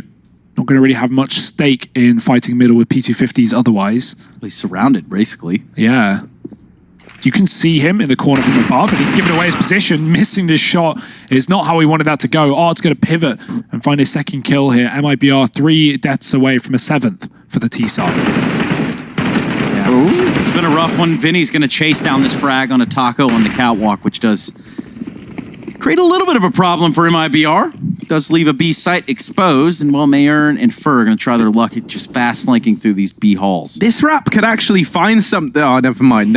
Forget I said anything. No, hang on. No, it could. Oh, no, wait. Forget I said anything. K-Serato should have this locked down, and almost, but not quite. Fur now looking to get away. Oh, he's done. There's no way. Yeah, they know that he's here. You even got Art looking for kills. Fur, can he do anything on this? Oh, come on. Oh, man. Well, there was an idea there. Sometimes ideas don't go to plan. The reason why I thought that could have found something is that Henny was actually holding for the T-spawn wrap that entire round from top mid. He was just looking into T-apps from top middle. And the moment he looked away was when MIBR crossed into the apartment. So I thought it was going to be the case that the Pistols are able to come in and do something, but I guess Fury are very, very aware that there's always a chance that MIBR caught the timing there. That's all CS is at the end of the day. It feels like a game of timings, right? In getting flanks and getting position. So you need to know what's being watched and when it's not. Fur is playing the time to perfection as he lets Fury run right by him in this round. Comes through the smoke with a kill. There's players all over though. Fur doubling it. Anything he finds more is going to be excellent for MIBR. Maybe a necessity at this point. Taco trades Art's 1 kill in the middle. This is a great round for MIBR. We need a hero, and Quesarata could be that man. Yeah, he certainly got the apt for it. Now he finds himself out on the A site, right into Sandwich. He doesn't know about this player that's on stairs, and that's going to be a really awkward exchange of fire here. Mayern just around the corner, Fallen joining the war effort from the A ramp. Bang. And a trade there at least, so a little bit of a saving grace. However, in a 1-on-3, bomb in hand. If he gets it planted, that's a good start. And Molotov might just stop that altogether. Oh dear. Yeah. Rough one. The molly is excellent though from MIBR. It does guarantee them a 5th here as Fur, the hero of that round, pushes into middle. Remember back on Vertigo, he was really the top performer. He was the only player who didn't go negative, 15-15. As, you know, that scoreline doesn't feel great, but I remember him being like 15-7, I swear. So at one point in a great spot, and in this round, an even better one, pushing through that mid-smoke. We call it the Sunny play. Sunny used to do that back in Mouse Sports so much up on the catwalk with Rop supporting him and connecting more often than not. So Fury not ready for it, but you can't do that in back-to-back rounds. They will be spamming the smoke. They will be checking it this time. So what's the game plan here for MIBR? Would Henry Achad have called that a nutmeg? I wonder. Certainly could have been. Yeah, very possible. Maybe we can get confirmation. I feel like it's more for tease, right? Like pushing through smokes and finding timings. That was how they described it, but maybe you could use it for a CT. Oh, well, that's cool, I guess. He's in jungle, and he does get a kill, but traded immediately. Falling back out of A, getting tagged as well. Bomb dropped, and maybe the round lost off of that. Yeah, just maybe, but Henny uses his Vandal to kill down Fur, and that does mean that a 2v3 is here on the cards, and perhaps if they could somehow retrieve the bomb, with a minute left to play, I suppose there's a chance, but they're going to have to get a kill before then. Or at least dodge one from the side of MIBR. And he pushed all the way up the ticket. Now Quesarato's going to go on the big flank. He needs to go all the way around. That really does leave both players isolated and exposed, but if he can get in this fight, somehow kill this connector player, I guess it would have made the world's difference. And he does fall as the A player. The solo one there from Furia, and then we do see a 6th one on the board for MIBR, so... Vandal, not OP. Watch yourself, Trace. What am I watching? We're Counter-Strike purists here at the Pro League. I was talking about Counter-Strike. The AK is a bit of a Vandal. Yeah. Just a name I came up with on the fly. I'm going to vandalize you in a second if you don't watch yourself, Trace. Ooh. Reported. Well, still Furia hold the lead here. Yeah, and a couple of operators bought out over between K&G and Fallen. It's the op. Oh, yeah, it feels gross, doesn't it? Mayern lurking for kills, and he's going to get them high in supply. Peeking in dry, flashbang's good. And this round is quick, clean, everything in between. MIBR put themselves on 7 and tie this up here, heading into round 15. A little reminder for you folks at home who maybe didn't catch it when these two teams played the other day. Well, we had Mirage there. It was an 8-7 half in favor of MIBR on the CT side. Oh, look where we are, 7-7 right now, as MIBR look to do the same thing. Now, in that second half, Furia went 9-0 CT and they closed the map out without dropping a round. So MIBR, part of the course right now, but I'm worried about that second half, Trace. Don't you worry, little fella. We're going to see Furia try to get on this A site. So far, the kills, well, they've really gone back and forth. We're down to a 3-on-3, very low on the Furia side. Fur's going to get that peek there from the side of the stairs. Well, ultimately, that does leave the numbers in advantage of Fury. However, both MIBR players real close up in jungle, real close to just exploding on the site of Flashbang. Rolling out, and here's Taco to find the kill onto Art. Nice. Henny, what a legend, what a genius. Massive kills there for Furia. They actually find the lead at the end of the first half. Contact A plays to clean it up. Let's see if they can clean up this series as we head into their CT side. Join us after the break for what could be the 2-0.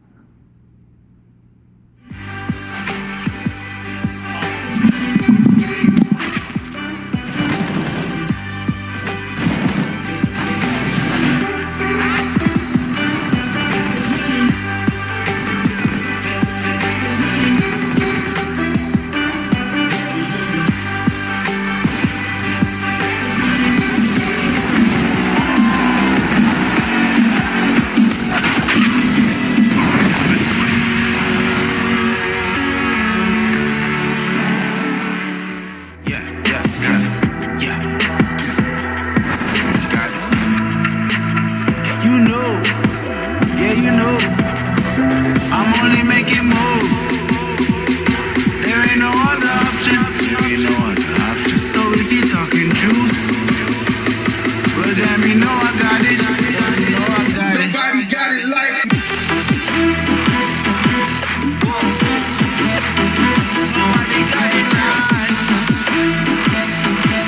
Yeah. I got the juice. I got it.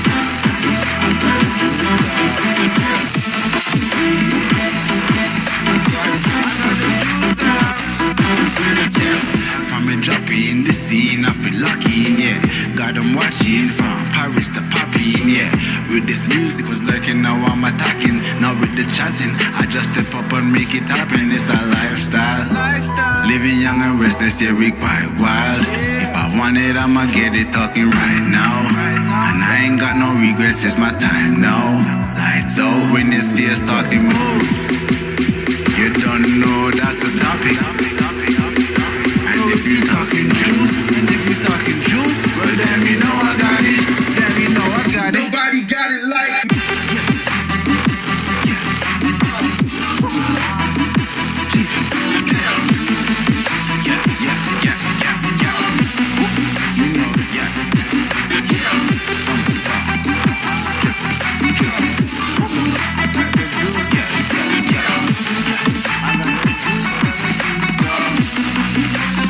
You know.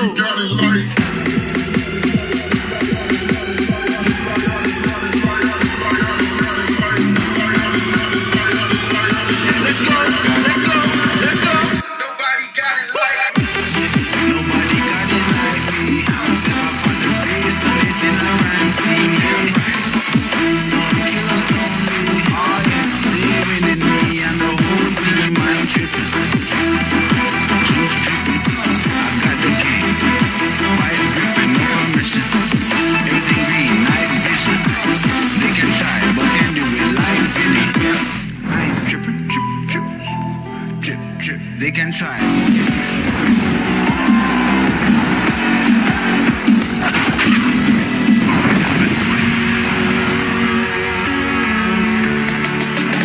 ESL Pro League Season 11 marches on. MIBR and Furia right now going at it. It's looking like after his first map win by Furia, Art and company have slowed down just a little bit. We do have a much closer game in our hands at the end of the first half of play, and a much closer up look here at this player.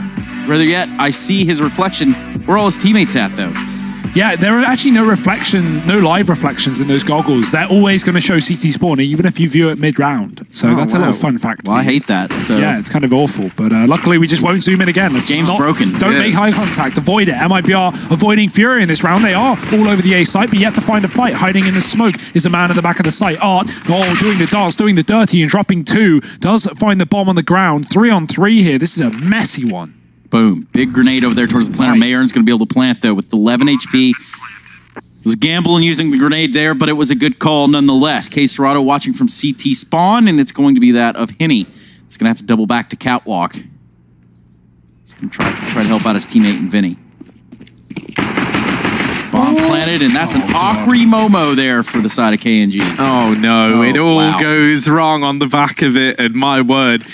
Something else that was important to bear in mind is they double naded here on this side of Furia for the players over at B, and I love that decision, right? You had it all ready so that if MIBR do rush the B site, you double nade it, and you probably lock it down there. And then if they don't come B, you've got those two nades for the retake. We didn't get to see Henny uses, but you know the intention perhaps originally was to double nade that planter and guarantee the kill. Yeah. So Furia, they had that one under wraps from the moment Art puts up two over in the A site. Now, here in the Pro League, we are going to be celebrating a hell of a lot if MIBR get a single T-side round. Yeah. The reason being is for in this series and in the previous one between these two teams, no team could get around in the second half of the map that they lose. So, yeah, MIBR, they managed to get a pick in this one. That's a start, but it is just Deagles, remember, no armor. And so coming into those late rounds, things are going to get very difficult. And look at Furia, they're still feeling confident they're going to get that M4 back under their control.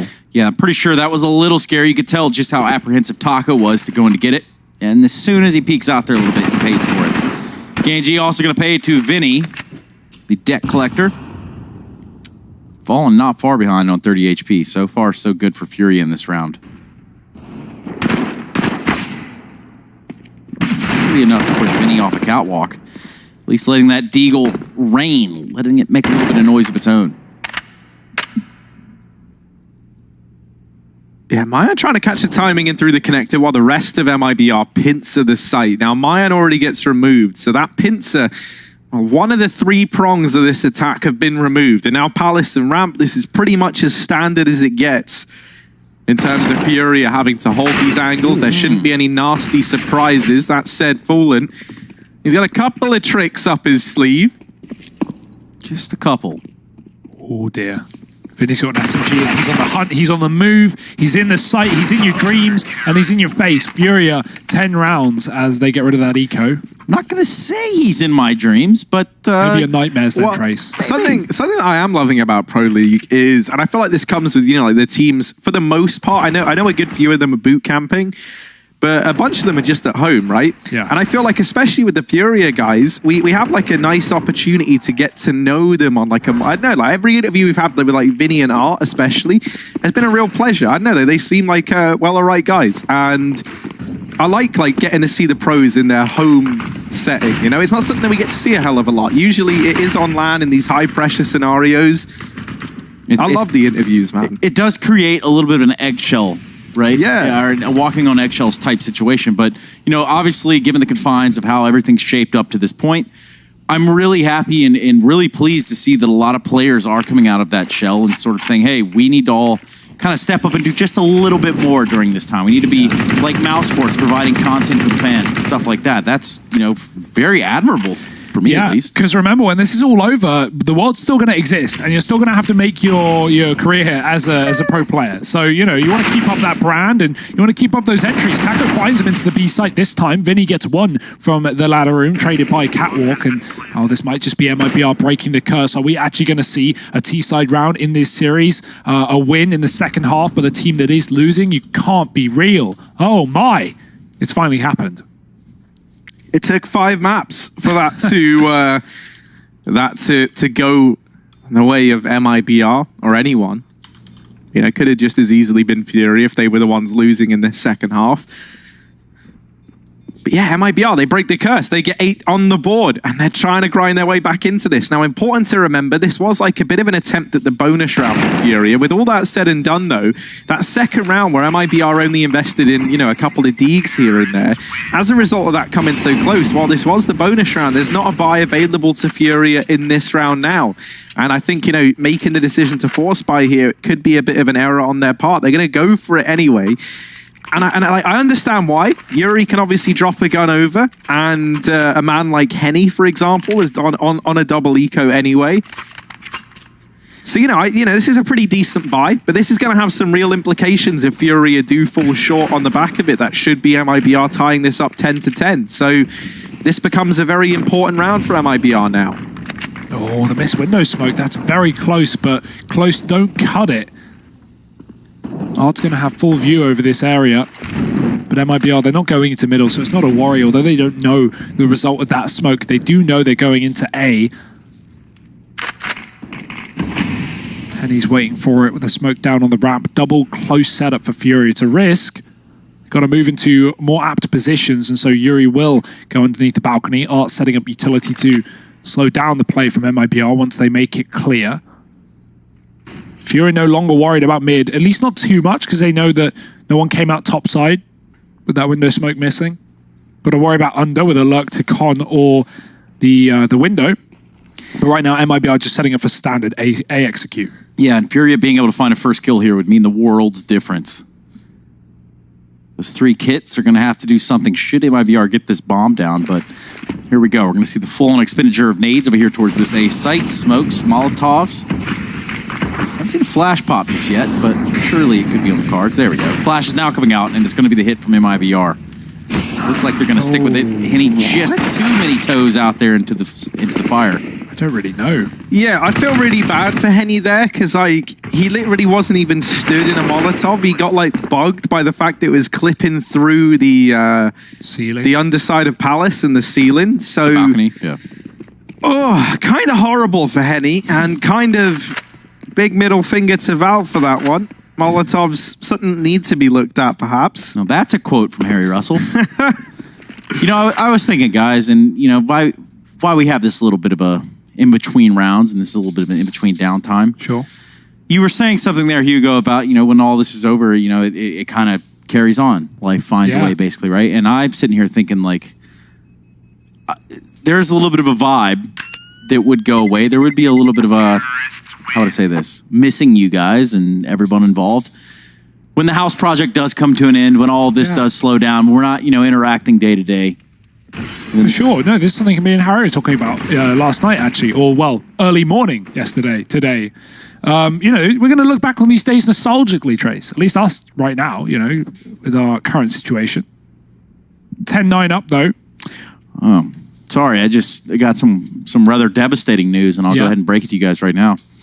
The BSOD, the blue screen of death there for KNG. So we're waiting for him to boot back up so we can get back in here.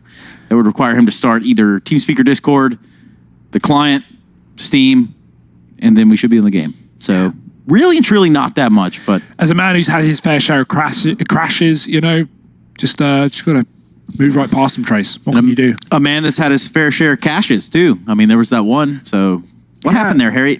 Now that wasn't scripted. You actually got cut live on stage. So what happened? Yeah, so we played the pistol and I made the decision to buy dual Berettas and a flashbang, like any good teammate would on Dust 2, right? Nitro does it all the time. Exactly. I bought the flashes, and then we went to push B. I think it was Yanko who called that idea to go B. What a bad call. And I threw a flash that I thought was sick, and it blinded all of us, and didn't blind JKS, who was in window. And so he proceeded to kill everyone. Next thing I know, Henry starts yelling, "We'll play with 4. Get Harry off the stage." Suddenly, I hear a very familiar voice of Mr. Stewie 2K. And we all know how the rest of that went. He's got that famous line. What is it again, Harry? I think Hugo just said it, actually. Oh. Yeah. Sup? Sup, Boomich. I think it's something like that. Sup, Boomer? So we're just waiting for this blue screen of death to fix itself. Now, an alternative situation here is to crowdfund a new PC for K&G if this doesn't pan out. Now, that'll be Harry Russell in charge of that little venture because I want nothing to do with that. But yeah. I like to think, K&G probably has cutting edge technology in his PC, Trace. Yeah. Probably. And I also like to think that we are just a few seconds from getting back in here. At least that's what I'm told in the transfer of information between League Ops and us. There's a couple different degrees of separation there just to make sure, because those guys are wild. I don't know if you guys know that. They're a wild bunch. And there's a reason that these tournaments start on time. Yeah, I mean, we've got our cans with string going through them that goes into the other room. And so that's how we pass information along. Yeah, there's always that weird thing. We can't pull it tight enough, but it is what it is. Sometimes a bit of dangle is okay, Trace. That's what I'm saying. Speaking of dangling, we're looking at this second map and potentially the series, knocking MIBR out on Furia's agenda. And now we're back at it. We're back into the game itself. You can subside the Keck W's and we can begin to focus on what is another round here where we've seen a bit of a force from the side of Furia. This is interesting. They've gone for back-to-back forces on Furia's side of things. So, yeah, I'm interested to see if this works out. It's a bit of a risk. It can give MIBR the lead in this game as they can go 11-10 up if they win this one round. You would assume, of course, Furia eco after that. I mean, you would also assume Furia would eco this round, but they haven't. So maybe assumptions are not the safest play when you are, in this kind of matchup. The normality goes out the window and into the wall. Keserato flashed in the connector, will smoke himself off to hold on to this position. MIBR are coming in though with a Molotov, and a player in the T-spawn does actually catch wind of aggression towards the ramp side for Furia. They're going to flash it, but they're not going to fight it. Keep Taco in this position, don't give him the advantage, don't give him a pick, and MIBR are starting to realize that Furia have forced into this round. So what is their solution? Maybe B, that would be the answer with no one there for Furia. I'd like to see someone go B for Furia. I'd like to see a rotation, but the idea here is give up B. If MIBR go there, you save. If MIBR come A, well, you have a very good chance of winning things. And, well, Vinny's going to just force a fight, taking down KNG early. MIBR setting up for a cat to B play, and now you want to rotate for Furia, because now they're actually in this round, and they don't have a kit for retake. So losing B would likely put MIBR on top. Yeah, and that's the start of that right there. That first kill coming into the window room is going to open up Catwalk and a whole new set of problems here for Furia. Somehow, K. Serrato catches Taco looking to the connector with this SMG, and that's... Ooh, look at Art. He's ran all the way through T-spawn. He was the guy pushing Palace, and so he's coming in on this lurk very, very quickly. MIBR, they are prepared for a man coming in on this lurk, but Fallen, who had his eye on the angle, gets shut down immediately, and now Fur and Maya. This should have been MIBR's round to win, and Fur at least closes the gap a little bit more, but now he's the only man left here in the back of the site. Fur in with a double. Still 2 players left to find. K. Serrato now knows he's here, and they've got him trapped. Defuse comes in for Furia. Wow. And they're going to salvage that 4-spy round. 11 now on the board.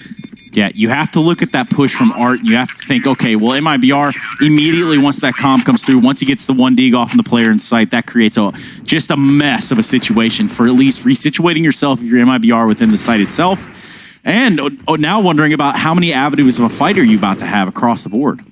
Yeah, sick round for Fury, though. I mean, the Force was risky. And that's why they were playing 5A, because they thought, if they just get B-Rush, they'll just save it, and it's not a problem. They get essentially, back-to-back force-buy rounds for the price of 1. Who doesn't like a discount? But instead, they get upgrades. Krieg's given over, an AWP for Henny as well, and now Fury really in control of this second half. MIBR, of course, still have cash to buy in, but that could quickly deplete. Yeah, I feel like Furia as well are a team that you really, and this applies to pretty much any team on the CT side, but I don't know, man, like Furia feel like they've got a special way. They're not a team you want to be giving that Krieg over to. And, I think when you look at these second half victories and how in this series it's usually been flawless for the team that starts to win in the second half, I feel like the Kriegs could tie into that a hell of a lot, right? Like it makes sense. If you're on the CT side and you're finding success, you're keeping that Krieg count up, you become like a real wall. We do see a man drop from this server. Trace, you got any news as to what's going on there? That would be Fallen, and they're going to try to pick up, or at least make that all work out. We're not too far from getting back in the game, so don't you worry. You don't even have time to really go anywhere, not to the kitchen, not to the restroom. You could wash your hands. That is probably about the only acceptable form of vacating your seat at this point. We were just roughly 30 seconds. Now we should just be about ready to get it back underway. Fallen was a DC player. And now we're going to see a buy coming out here for MIBR. 3 Kriegs. Will it be a 4th? Nope. An AK. Respect. Yeah, Fur likes to keep it classic. And, he's normally the top performer for MIBR. So that's all I'll say.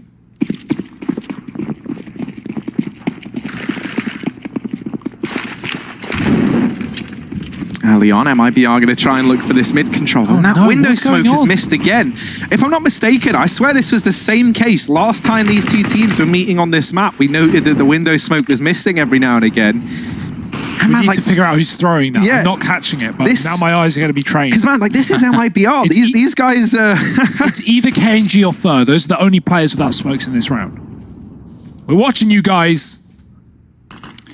Really have narrowed it down. We got our best detective on the case. He goes by the name of Agent Hugo Byron. New miniseries coming out soon. Not so true detective. Not so true or detective. Not so detective. Life of Brian. Life of Byron. Yeah. Either way, look at this. Art has pushed all the way up to jungle right now, and, well, little does he know, a lot of presence from MIBR. In fact, KNG's in the window itself, so that could prove to be a problem. Does set up that of MIBR to hit the A site. Or even for him to find rotations. Now they're smoked off the connector, so just waiting it out. Art, having been very influential thus far, now finds himself in the losing end of a smoke. He's going to tuck and try to stay alive, but it's not going to last very long. Vinny, putting some respect back on the name of Furia. Wow. He's going to keep delivering from Catwalk. Knocks down 2, drops the bomb. Timer starting to tick down ever so low, too. 25 seconds. It's like they're trapped in the connector. Look at this. Vinny. He's on his 3rd kill in the round. He's looking to get the last one first. Real hurt. The shot does go in the way of first, so it's done. It's over with. Yeah, there's no way he can plant. Nothing he can really do. He does die at the end of it all. So good stuff there. Vinny really holding that round there for the side of Furia. Yeah, 2 of those kills are through smokes. He couldn't even see the first couple of players, just spamming the jungle smokers. MIBR set up well to take the A site. They got a boost in window. They came through jungle. They got a kill onto, from Mayon onto Art. 5-on-4. About to commit to A, and then the Krieg rattles from behind. And Furia get back on the board. Is there a window smoke in this round? Mayan does have one equipped. Well, if it was in this round, it was Mayern that went for it. It's a safe smoke. Yeah, just the top of Catwalk. Art's going to reply with a grenade. No one's home, though. The bomb being dropped over here back of A ramp. We got 3 deep for the side of MIBR currently inside of these B apartments. And only pistols in their pockets. Which should never be how you carry a pistol, so. Holster that bad boy. Or hold it. Yeah. Henny, he holds the line. Takes down Taco early on in this round towards... Oh dear, that's a bit of a boost. Kenji catching Art as well out of bounds. He's going to move towards the A site. That's where the bomb is coming through ramp. Yuri has to deal with that. He's the only man here right now. Deep inside of it, at least. Henny is supporting the spawn, and Yuri getting dinked. Now the pressure could come through. Player up ramp. Henny misses his shot, but that's a bomb spotted. That's information that can draw a full rotation, and the kill is all that Furia need to find this round. It's a 4-on-2, and these pistols are being made quick work of. That is the case. Furt now has something to say about it himself. Gets himself an M4 after landing a deagle shot, so... Oh! Uh-oh. I love this. Oh, dear. The Glock. Nah, not quite. If only Fallen went for the kill, I think he dropped under to look for a gun, but if he went straight for the kill, he probably would have had it. The player on the site wasn't watching Palace. Or he went to check under, too. I mean, they're... Yeah. Well, there was a gun under there, so it looked like he was trying to grab it, but... Yeah, he had a Glock. That's why he went with his knife out. Safe decision. If someone's holding you and you swing out, even if you have a Glock in your hand, you're dead. So Fallen's just trying to disrupt their, their... How would mojo. Yeah, their mojo, their cross-up placement. Catch them off guard, make them look the wrong way. Mojo, baby, yeah. Well, Furia, they are in high supply when it comes to the mojo. 13-9 up, looking to storm over this second half. 3 more until a 2-0 series, and of course, a chance in this bracket to still get to those finals, to take on the loser of Liquid EG. That match will be tomorrow. Yes, it will. In fact, it'll be the only match that gets covered tomorrow, and we should be there. We should. Harry, maybe we'll show up. Maybe we won't. We'll think about it. Harry better be there regardless. Yeah, I mean, we don't have to, but... I'm actually staying here tonight to make sure I'm ready for the game tomorrow. Nice, man. You need some water or anything? You just kind of... I got plenty. You got plenty of big corny bars? Yeah. Corny for breakfast, corny for lunch, and a corny bar for dinner. Just kidding. Well, with the big corny, it's a little lunch. And with the big corny, it's Hugo Byron. Some of the finest dining you can get in Germany. I've only found them in Germany and Denmark, and those are the only 2 countries I've stepped foot in since. I'll be honest, I never really have looked for one of those after I had the first one. Never really, Don't talk to me, Trace. Okay. Fair enough. We'll talk about the game instead. We'll talk about how this situation is do or die here for MIBR. Yeah. What happens if they lose this round? Well, they've got some loss bonus banked up at least, but you're really hinging on a bomb plant here for MIBR to be able to buy. Looking forward, and Art getting that kill is a good way to start this round. He's able to get out. Well, Vinny's just wrecked him, hasn't he? And Art burns the last guy. That happened so fast. Yeah, I want to see Vinny's kills. I kind of love it there. Like, Bastion's trying his best to observe, but he stays on the guy that gets all the kills. But, they just come through on the Molotov, and Art does it so smoothly along with Vinny there, that the round is over in the blink of an eye. And so now MIBR, that kind of horrible scenario we were talking about, we're heading into this. They've got next to nothing to work with, up against 14 for Furia, and this is the buy. That's it. This is as good as it gets for MIBR. I think Vinny might have even wallbanged the wood. No, surely not. The first kill wasn't a wallbang, so ignore me. But yeah, he got 2 kills in 1 bullet. Yuri can't see Taco through the Molotov. Those flames have a bit of incandescence, you could even say.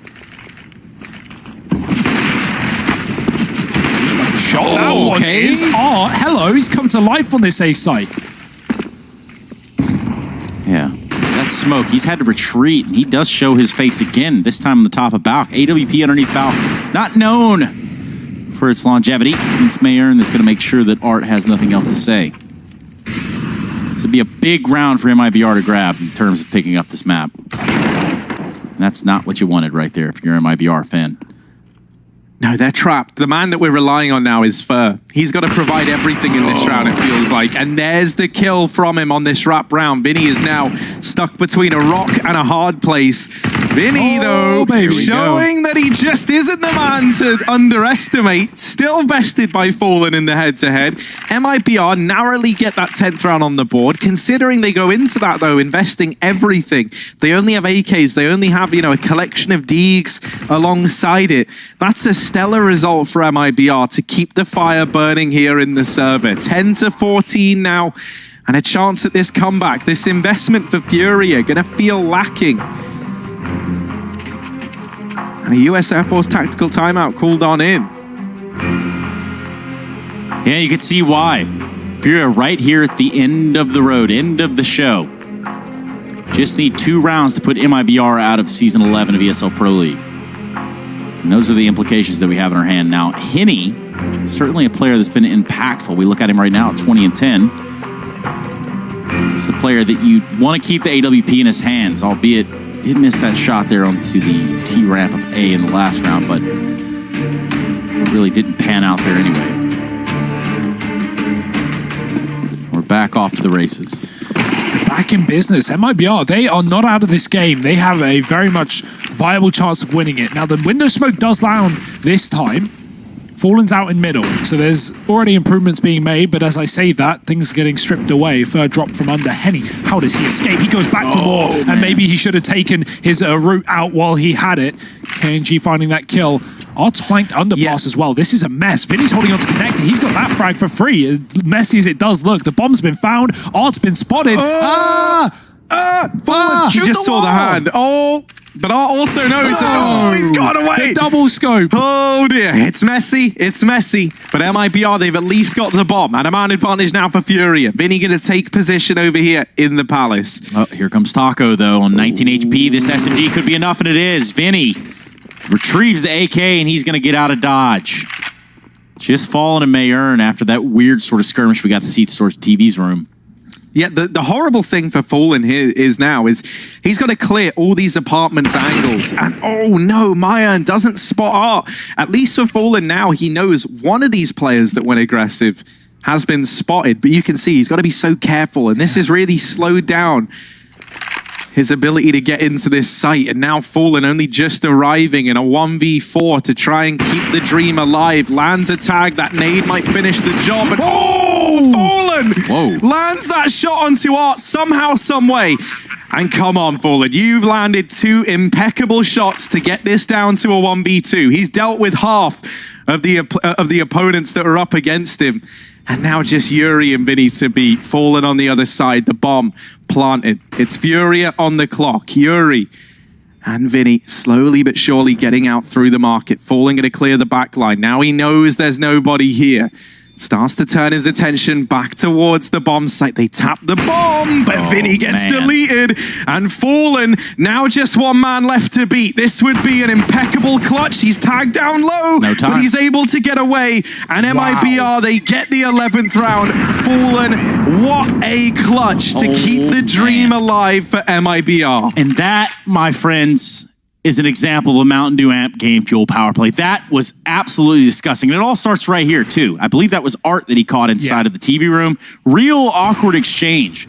But then he just takes it into his own hands. Here you go. He gets the tag. He finishes the job with a grenade. He falls on the head of a man inside of the site. I think that was Art as well, and does the dirty. I love the cat plant as well. Fallen plants 4 catwalk and then runs up to the apartments. He can just see the player on the defuse there. And MIBR, they have been given a lifeline. They have been given a chance here. Yuri wants to take it away. He's got that safe gun, and he's gifted one to Art with the Palace push. MIBR, they're not out of the hot woods yet. They're still in hot water, rather. They cannot afford to lose this round. Yeah, that would break the back, I think. Henny's trying to peek up on Catwalk. He does have the USP. But the trade is there. Aaron takes Henny, Art into the fight as well. And it looks like Fur wants to get himself some real estate out here on the B side. We've recreated a 2v2, and it looks like it's going to end up on B. Both players are already here for Furia. Fallen's going to have to repeat what he just did in this B bomb site. Oh, the strafe, he's seen it, and he spots a second player as well. The info is here for MIBR. They can tuck tail and run towards A. They gone. Now, Quesarado looks towards Catwalk thinking, hey, you know what? This other player might swing from there. Lilies know they've already traversed back towards A. He's going to peek off Cat. Can't find the initial shot onto KNG. It's a Creek versus AK battle. Comes down to a reload. It's Quesarado the lesser. So, MIBR still in the game. 12 rounds to their name. Can they do it? We've seen this happen too many times at the Pro League, Trace. It's true. We really have. 14 rounds is not a one game. A half buy here is a really good decision. Furia, it'd be very easy to justify a full buy in this position with 4K a player, but they want everything. They want the orbs, they want the Molotovs, and they most importantly want those kits for the retakes that they have so often been in this map. Fallen getting boosted for the ramp fight. Nothing crossing though. Furia, with a late cross. They do throw a player over. KNG gets tagged down. The grenades are good, but Fur does find a kill in the meantime. It's underpass, and he will pass under. Art finds a trade, and B has been cleared. MIBR all outside of the A site and middle, and Furia know it. Yeah, so it's back towards this B site late for MIBR. They've had a lot of success here. And they're looking to replicate that again. This would be the right call to make. Furia, they've stacked everyone over here towards A. And this is with like next to nothing being shown for MIBR at this side of the map. This is Furia attempting a bit of a read. And you understand why. With Art aggressing into the apps, clearing it out, he anticipates this isn't going to be the B play as a result. And now, only just starting to go back to B, MIBR are already here. Art's going to spot that, calls for the rotation. He's just got to buy time. If he can get so much as one, there's still a chance for Furia in this round. KNG deals with him immediately. And now Furia on the back foot, 3 on 4, and they are saving. They are out of here. It's 13 for MIBR. They just might have this comeback in them. It's 4 in a row now for this T-side squad. You could be sweating if you're Furia. This looked like a one game. This looked like a done deal. They had a 1-on-4 locked in, and Fallen made it happen in the B apartments. Since that point, it's been MIBR on the board. And like you say, Harry, a 4th in a row, up to 13. Furia, they half bought in this position to enable everything in the follow-up. They have everything but their last 2 rounds.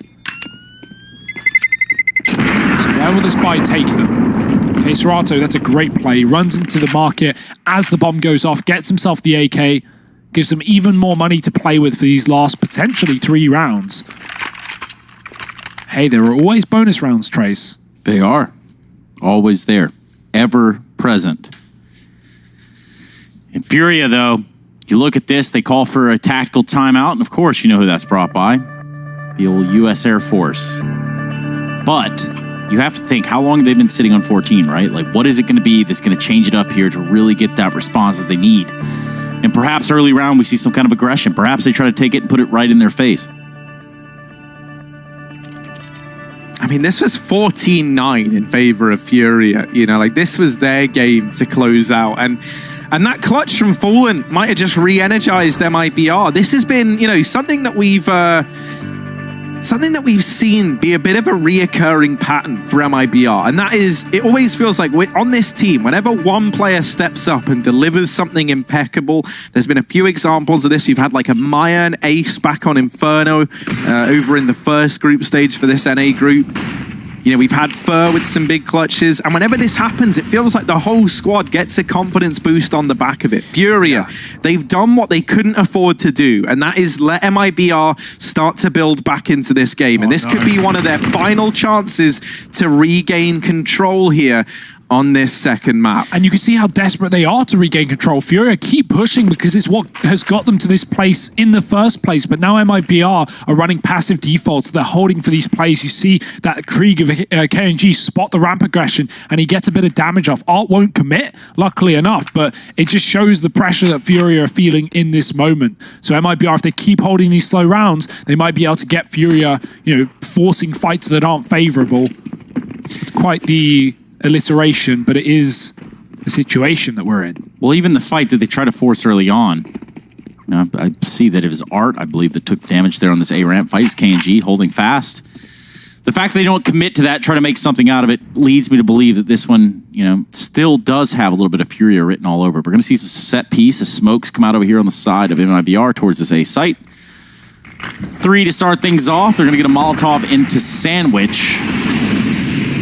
So far, there's been a little bit of damage the other way, though. Oh, no, through the smoke, through the flames, into the firing line. Yuri's got 3. Bomb drop. Taco does trade for 2, but the AWP is going to hold him off from doing much more. KNG has got to pull out a classic clutch with only 18 seconds left. He's first got to get the bomb and only 1 flashbang. He's looking to force kills. He's not even thinking about the plant. And at this point, it might just be done. Where can he even plant safely? It's a fake. He gets tagged. He fires back. He's down to A. There's a repeat, but no ammo. Has to stick the bomb. He will get away with it, but Serato spams in through the wall, and that was a must-win round. Furia had nothing left in the bank, but they have just saved their own lives in this map. 15 rounds, and they've broken MIBR with it. Yeah, they've guaranteed themselves at least overtime should MIBR be able to push it those remaining 2 rounds. Really, just 1 for Furia will do it. It will knock MIBR out of the ESL Pro League Season 11, and Furia will be able to march on here in the slower bracket. This is going to be heartbreaking for MIBR as well. You know, like this is a game that they've clawed their way back into. A series that it felt like was written off after a dominant victory back on Vertigo. Fallen has delivered a hell of a lot. Fur's been looking good all series long, and the rest of the gang are even arriving. To see it all fall apart now would be heartbreaking. Fur put up into the window, looking for an opening, and there's nobody here. For the Furious side, Yuri is spotting it. He saw him. Fair, yeah, gets the information that there's a man under. Problem he's going to have is with the MAC-10 here, struggling to find engagements. Taco will take the first man down. A man advantage now. Myernin with another. Yuri's got to step up, and he's got to deliver because he's lost everyone else here inside of this A site. Serato now the only man remaining, and he gets put in the ground. It's 14 for MIBR. No money left on the Furia side. This game has overtime written all over it. MIBR... They're making it look doable. And we got those 30 rounds that we promised you. We got them right here. We got them right now at the Pro League. 15-14, as Harry said. It really is a do-or-die round for MIBR within the confines of this tournament. Maybe more. Who knows?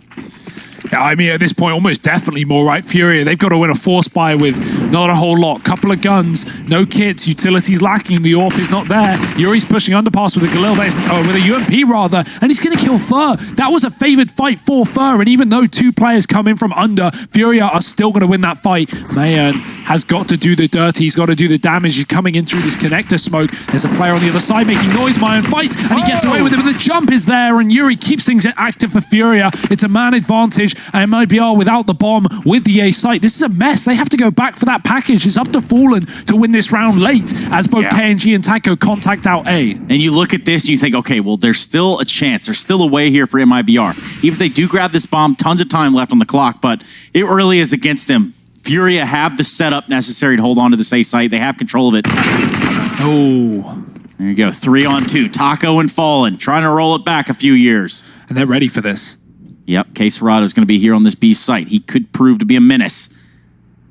Will Fallen peek out first? Yes, he will. Serato sees his shoulder. Also sees the kill go his way on the kill feed. Yeah, Taco all alone to try and keep the dream burning. 1v3. And a hard round for Taco. Tries to Molotov a player out into the open, and he gets his wish, but he also gets bid farewell by Furia. 16-14. We go the distance on Mirage, but in the end, Furia send MIBR home. Furia, they take it 16-14. It goes the distance, but they've locked in their spot to play versus the loser of Team Liquid versus EG. Furia looking good, and a heartbreaking loss for MIBR. We'll be back after a quick break to talk about what this means in the grand scheme of the NA group of ESL Pro League.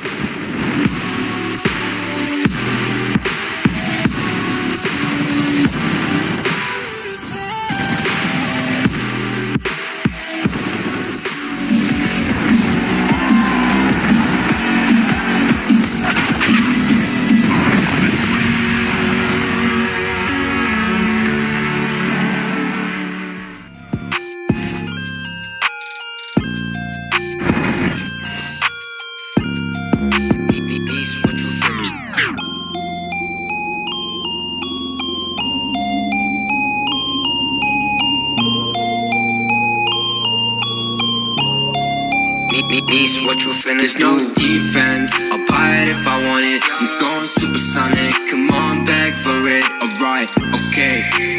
Running out of luck, too much in my cup. Nishi, run it up. Why you always tripping like you top? Cause you not my team pop. Shawty, I know. Why you always tripping like you top? Cause you not my team pop. My team pop. Who really got the block, sipping to rock in a cop car, They say they wanna party with us, 12 asking how much be that boofy, it's a la, My feature price bigger than your bank account. You talk about it, but don't show us that about. These boys only flexing with that allowance. We swimming in the shower. I'm only f***ing you if your toes cute. Brown skin, goddamn, that's my soul food. I'm winning for the record, check your memo, bro. Generation of destruction, you'll remember us. LSD used to do promethazine. Only THC, NSC is minor lean.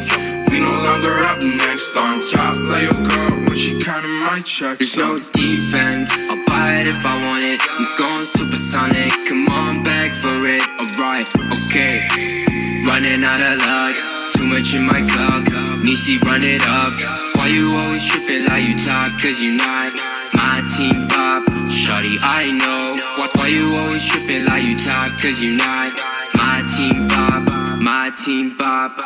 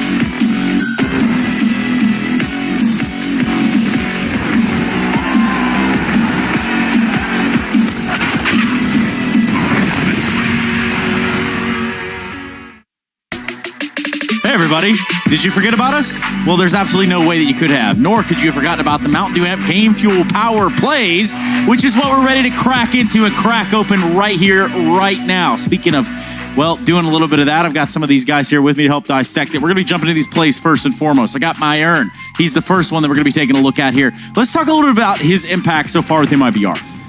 Yeah, you know, I mean, I think he's someone who's only looked better and better as times have gone on, and he gets off to a slow start on Vertigo. That round there were his first 4 kills in that entire game, despite being 11 rounds deep at that point in time. Still a stellar 4K from Mayan, and he obviously picked up the pieces over on Mirage, so, you know, it wasn't like a case of starting slow and continuing in that fashion. He did recover, and I think a lot of it is on the back of that 4K. Yeah, and there's several players that we can identify through this series. Yuri's going to be the next one that we talk about. Hugo, I want to kind of walk through this clip and talk about the position that he's playing in. Yeah, this is a great spot. He had support from short as well. He played this a few times in the map, even flanking. It feels like, you know, pushing toilets on overpasses and CT, coming in on that backline, walking around the ramp side, getting a backstab. In that round, he just shuts him down from his position. He doesn't even need to move, Trace. He's like a turret. Yeah, and there's something to kind of remember about that spot, at least. Maybe we could put that in the back of the book somewhere and just use it at another time. Now, this next play is something that you could have learned from. It's going to be from falling over a Mirage on the A ramp. Now, notice, he has the AWP in hand, has the shot, but if you look at the timer at the very top of the screen, he waits just a second to shoot the bomb planter and hitting. Now, somehow, someway, he hits another shot on Queserado, and that's just another story. But him shooting the bomb planter wins that round. Ultimately, MIBR have lost the war and really are out of it in terms of the ESL Pro League Season 11. But he's not our last candidate. We're going to have a fallen 3K op over there on the B site. This is something where he found himself, again, trying to stop a defuse. Yeah, and everything about this is nuts. Like, oh, it's just that one. That second shot is gross. And he plays everything about this so well. Just leaves it down to time. Uses that bomb like a second man almost. That's like an expression that we throw around quite a bit. Obviously, knowing it's the CTs feeling the pressure to defuse. Yeah. And he just waits for those fights to come to him. Fallen looked great in that series. Yeah. And that's why it's such a shame that MIBR weren't able to long it out. It really was unfortunate, but MIBR are now out of the ESL Pro League Season 11. But you are still able to head over there to @ESLCS and get your votes in, rather, on Twitter. Right now, you can take a look at these candidates and really head over there, run it back, and get your vote in as to who you think deserves it. I think Fallen makes an excellent candidate for this day's Mountain Dew Amp Game Fuel Power Play, which ultimately leaves us to our own devices to kind of put a head on this one and talk about MIBR's performance and at least what they've shown us throughout this Pro League season. Yeah, I think, for MIBR, it was a bit of a slow start over on Vertigo, right? And it felt like finally when we saw the MIBR that we were waiting to see, it came in that Mirage game and they were able to get it so close. You think about that being Furia's map pick, a map that they've looked good on versus MIBR historically. And I think, MIBR, they do a great job of getting it so close. But in this instance, it does just feel like over on Vertigo, they started so slow that it was that classic case of too little, too late for MIBR. They just couldn't keep up with a fire-looking Furia squad. Yeah, and we look at these stats, you're going to run these numbers, they're going to tell you everything you need to know, but one thing you certainly need to know is a player like Art coming in here doing what he does. Moreover, I mean, surely there's a lot of stars on this team. We're talking about players like K Serrato who goes 61-36, but the impact that we're seeing from Art, that is what I want to hone in on. Yeah, especially back on Vertigo, right? He was so aggressive, had those opening kills, he was 6-0 by the end of things, up on short side, just being a nuisance, even in this map as well. When Art's not having a great game, it certainly shows, but even when he doesn't frag, he makes these heroic plays that get information, that set his team up and allow them to finish off the job. What a roster this is for Furia. What a time for them to be reaching new heights. And now with 5 series in a row from Furia, all beating MIBR this year, well, these boys are certainly the best in Brazil. Yeah, there's absolutely no denying it at this point. Twice over, they beat MIBR, which is that Made in Brazil lineup. Right now, they are out of the tournament, and there's a little bit of magic going on here. Does anybody know any magic words? You guys know anything? Maybe like Vinny Vidi Vici. Oh, there we go. I'm done with you guys. Let's go ahead and bring in Vinny right now. We're going to talk about him and what's going on over here on the side of Furia. Big smiles, and obviously so. Congratulations for staying alive. How did you find this matchup on Mirage, man? It looked like it got pretty sweaty. I think it just came pretty hard, like when we shoot the 4v1 for Fallen. But I think it was a really comfortable match for us on the CT side, Yeah, well, something I was wondering, Vinny, is we've seen you start to use the R8 quite a bit. Now, it's great to have you here to ask about it. Are you just throwing that in as like I don't want to say like a bit of a meme, but obviously, it's like a gun that gets a lot of flack, or is it actually something that you're kind of repping in the server as perhaps one of the OP guns of the future? What gun did you say, the R8? Yes, the R8. Okay, yeah, it's something that I'm practicing, like, I don't know if it's going to be the new meta, like the Krieg was, but who knows in the future. I want to ask about your next matchup, Vinny. Of course, you're facing the loser of EG Liquid. In history, at least, your matchups versus Liquid have been better than your matchups versus EG, but at least in the rankings, Liquid sit above EG. What are your expectations for that game, and who do you hope to face moving forward? I think we're not choosing anyone because we want to be champions, so we're gonna face both teams, like whatever happen. But I think we just need to prepare more like a CG because we had that match in control and we just threw some mistakes. And one final one. I want to talk about Vertigo as well. It was the first map of this series. It was MIBR's pick. Recently we haven't seen you guys play it that much. You were one of the first teams to pick it up, even back at Rio and DreamHack when Vertigo finally joined the map pool. Have you guys been doing a lot of work behind the scenes there? Because that one looked easy. Oh yeah, for sure. The last two maps that we play on this Pro League as well, we kind of mess up our city side, and we just talk after matches and figure it out. Hey, so I just want to make sure I'm getting this right first and foremost. Is it Vinicius? Did I say it right? Yeah. It was kind of like give or take. Your first name, obviously. Yeah. Okay. Vinicius. Yeah. You had me scared there for a minute, man. I thought I was about to get left out to dry. You said like Vinicius, and for me it was weird. Yeah, sure. Yeah, sure, man. Sounds good. Hey, if you don't mind, there are a ton of people in Brazil that speak Portuguese. They'd probably love to hear what you have to say on the other side of beating MIBR again, or at least kind of the state that Brazilian Counter-Strike is in. Can you kind of give them a little something? Falar para todo mundo do Brasil que torce pela gente que a gente trabalha todo dia para trazer resultados como esse e que esse campeonato vai ser nosso. Cool. Thank you for your thank you so much for your time. Obrigado, my friend. We'll be seeing you around Vinicius. Did I get it right that time? See you guys. Yeah. We're getting there. Well, I'll work on it. Thank you so much, man. We'll see you later. Okay. See you. Good guy. He was having a good laugh out of that at my expense, and that's completely okay. I mean, I did say it, so there it is. All the Brazilian players are so smiley, man. They're all such nice guys. Yeah. Like, in the server, things may get hectic, they may get crazy, but at the end of the day, they're all mates. It's all good. It's all fun and games. Yeah, and I mean, for Fury, I think they're going to be very, very happy with this because in a lot of people's eyes, this has now solidified them as the Brazilian team to beat. And I don't think there's any arguing with that, They take this 2-0 over MIBR. They actively improve over the last time they met this team earlier on in the Pro League. I think things are looking good for Brazilian Counter-Strike. Maybe not for MIBR, but for a team we could start calling, BIBR, the best in Brazil right now. I think Fury are feeling good. Best in Brazil. I guess that has some sort of ring to it, but not as good as a ring as, say, like the Mountain Dew MK Fuel Power Play. That's right. Here you go. Right here on your screens. Locked and loaded. I got 4 plays, 4 nominations, and they're coming your way right here, right now. Let's go ahead and load them right in. We got Mayor with a 4K on Vertigo. Yeah, 0-10 goes up to 4-11. Certainly the round for him. Finds 4 kills, finishes the job. Yeah, Mayan, he's looking good. He's building into this roster. Here's our next one. Yuri with a 4K on a ramp. Now, again, we talked about this position. Harry, what's up? Yeah, great little angle. Yuri was using it all Vertigo long, and he used it to devastating effect in this round. Then we have the Fallen AWP bomb denial. This was a classic. He waits for that clock to tick on down, solidifies it with 2, and then, oh, look, Fallen again. Another 3K this time over towards the B side. This second shot, you don't get better than that. And then he goes ahead and wins the round on the back of it. So stellar stuff from Fallen and a great series from a great second map from MIBR, but sadly not enough to cross the line. Let's be honest. Yeah, it was just that second map that was really something else. It's something of a spectacle, a 30-round burner. We're going to be talking about those results, or at least taking a look at that poll that was over at ESLCS that I asked you to vote, and here are the numbers. Fallen up 3K B site. We're going to watch it again, but you have to consider the flashiness of that second kill. He just drops down, looks over, gets the shot off, and before you know it, he's done what he's had to do. Yeah, dominant stuff. It's a shame to not see Fallen anymore in the Pro League with MIBR now being gone, but we know what this man can do, and hopefully he'll be back next season for more madness on that AWP. MIBR, though, falling short of this one right now. Furia heading into pole position. They will take the win today, and boy, oh boy, this Pro League season is shaping up, Trace. What do you guys, we look at this and we say, like, okay, these are heroics from the side of Fallen. We've seen some flashy plays, but now you look at what happens to MIBR going forward, and I would love to know your thoughts.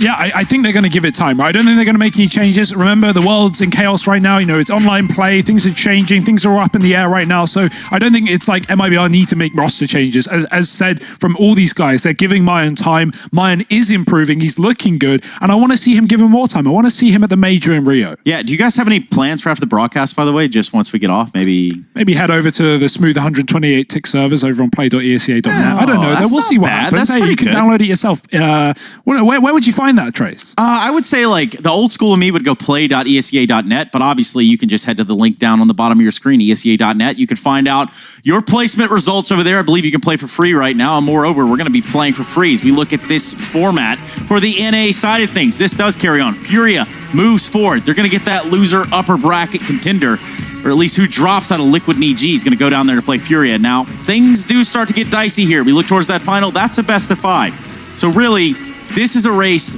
for the end of ages. Yeah, and I love what we heard from Vinny in the interview. Up until now, Furia have been like kind of sat back and going, oh yeah, like we're playing, we're expecting a lot, but the other teams are good. Like, they kind of give like this nice answer where you try and keep things even. But now Furia are saying, no, we want the championship. We want to play both of these teams. We want to beat EG or Team Liquid, and we want to beat both of them, including in that finals. And it would be credit to them because they're going to be a map down through having to go through this lower bracket. Yeah. Obviously, the winner of the upper bracket game gets that 1-0 advantage in the best of 5 grand final. Harry, you can't have that many spoilers in one broadcast. And the spoilers are this. Here's your schedule for tomorrow. It's long, it's exhausting, it's grueling, It's Liquid taking on Evil Geniuses right here, right in front of your eyes. You're going to be seeing that as we do look to progress forward in this bracket, rather, and see who's going to be jumping forward into these finals. Again, the best of 5 confines that we talked about, a 1-map advantage. That's pretty something serious right there, Hugo. Yeah, we saw the rankings just there, the ESL World Rankings next to those teams. Liquid coming in at number 6 and EG coming in at number 7. That's kind of cool. You know, you got the head-to-head there. We just had that in Furia being ranked 13 and MIBR being ranked 14. So holding their spot as the 13th best team in the world. Maybe even better, Trace. That is enough CS for one day. We're going to be back tomorrow with this best of 3 EG and Team Liquid right here at the ESL Pro League Season 11. Sooner or later, we are going to have a victor. We are going to have a champion. And there's no better place to catch Counter-Strike than right here at the ESL Pro League. We'll see you there. Good night, everyone. Today is meant to be a day of victory, time for history. Reverse the tendency, fight the entropy, channel your rivalry. You're praying for fortune to come. You're hearing the sound of the drums. It's too late to backtrack, but back your back now. Keep your feet on the ground and stand up. You've got what it takes to fight back. Don't stop until you black out, out, out. Stand up, up. You've got what it takes to fight back, back. Don't stop until you black out, out.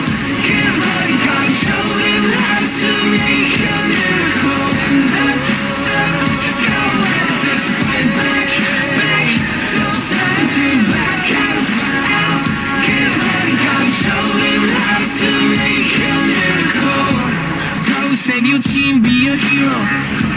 Take home the cup, be a star. They're waiting for you, take aim, shoot your arrow. It's your time to shine, show them who you are. Stronger, gotta go faster, gotta get better, gotta work harder. It's fight or flight now, get out now. Go with the move, go for the goal, lead up the stadium, you know how it's done. Stand up, up, go what it takes to fight back, back. Don't stop until you back.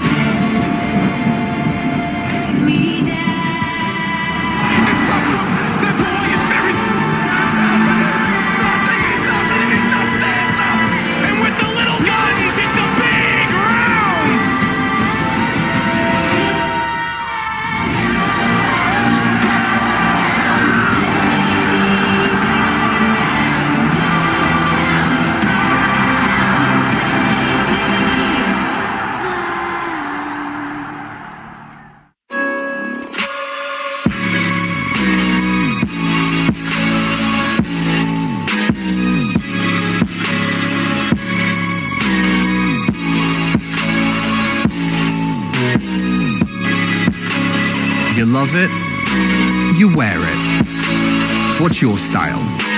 Get your merch at shop.eslgaming.com.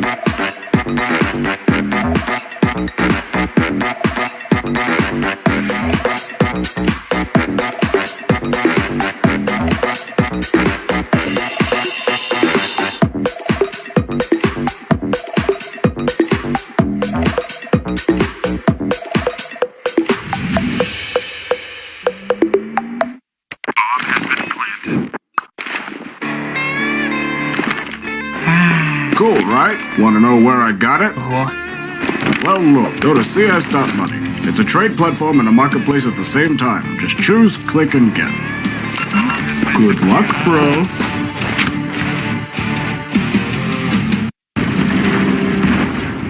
Everybody loves an underdog. Who needs to be liked? Mountain Dew Amp Game Fuel. Victory in a can. Charge up your game with excitement. Highest odds on the market. Take what's rightfully yours with GG.bet. My name is Jordan Gilbert, aka Nothing. Hi, my name is Sue Lee. My handle is Snix. I think it's important for these initiatives to happen. Empathy really, really goes a long way, and it always means so much to us, and I think that's where initiatives like this really help. I encourage everyone in the community, anytime they see bullying, anytime they see someone getting called names, or I encourage you to step up and say something. Good luck, have fun. Good luck, have fun.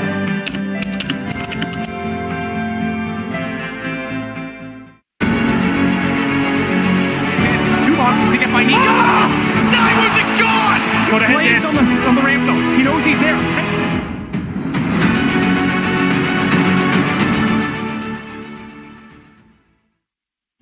Now it's my lead for the match. You thought that I was blind, but to be honest, I don't mind, cause I don't feel the same way I used to do. Every time I see you, know the truth, cause baby, every f***ing time you've played me, you should know that I don't give a single f*** about you and your words. All the times you lied to me, I took notes. I don't know what to say. I thought you loved me, but you ran away.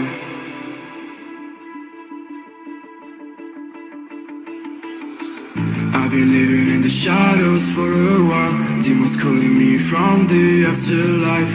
Dark doesn't faze me anymore. I came to my tears into gold. Yeah, yeah. I don't care, no, I don't care. Yeah, yeah. I don't care, I said, cause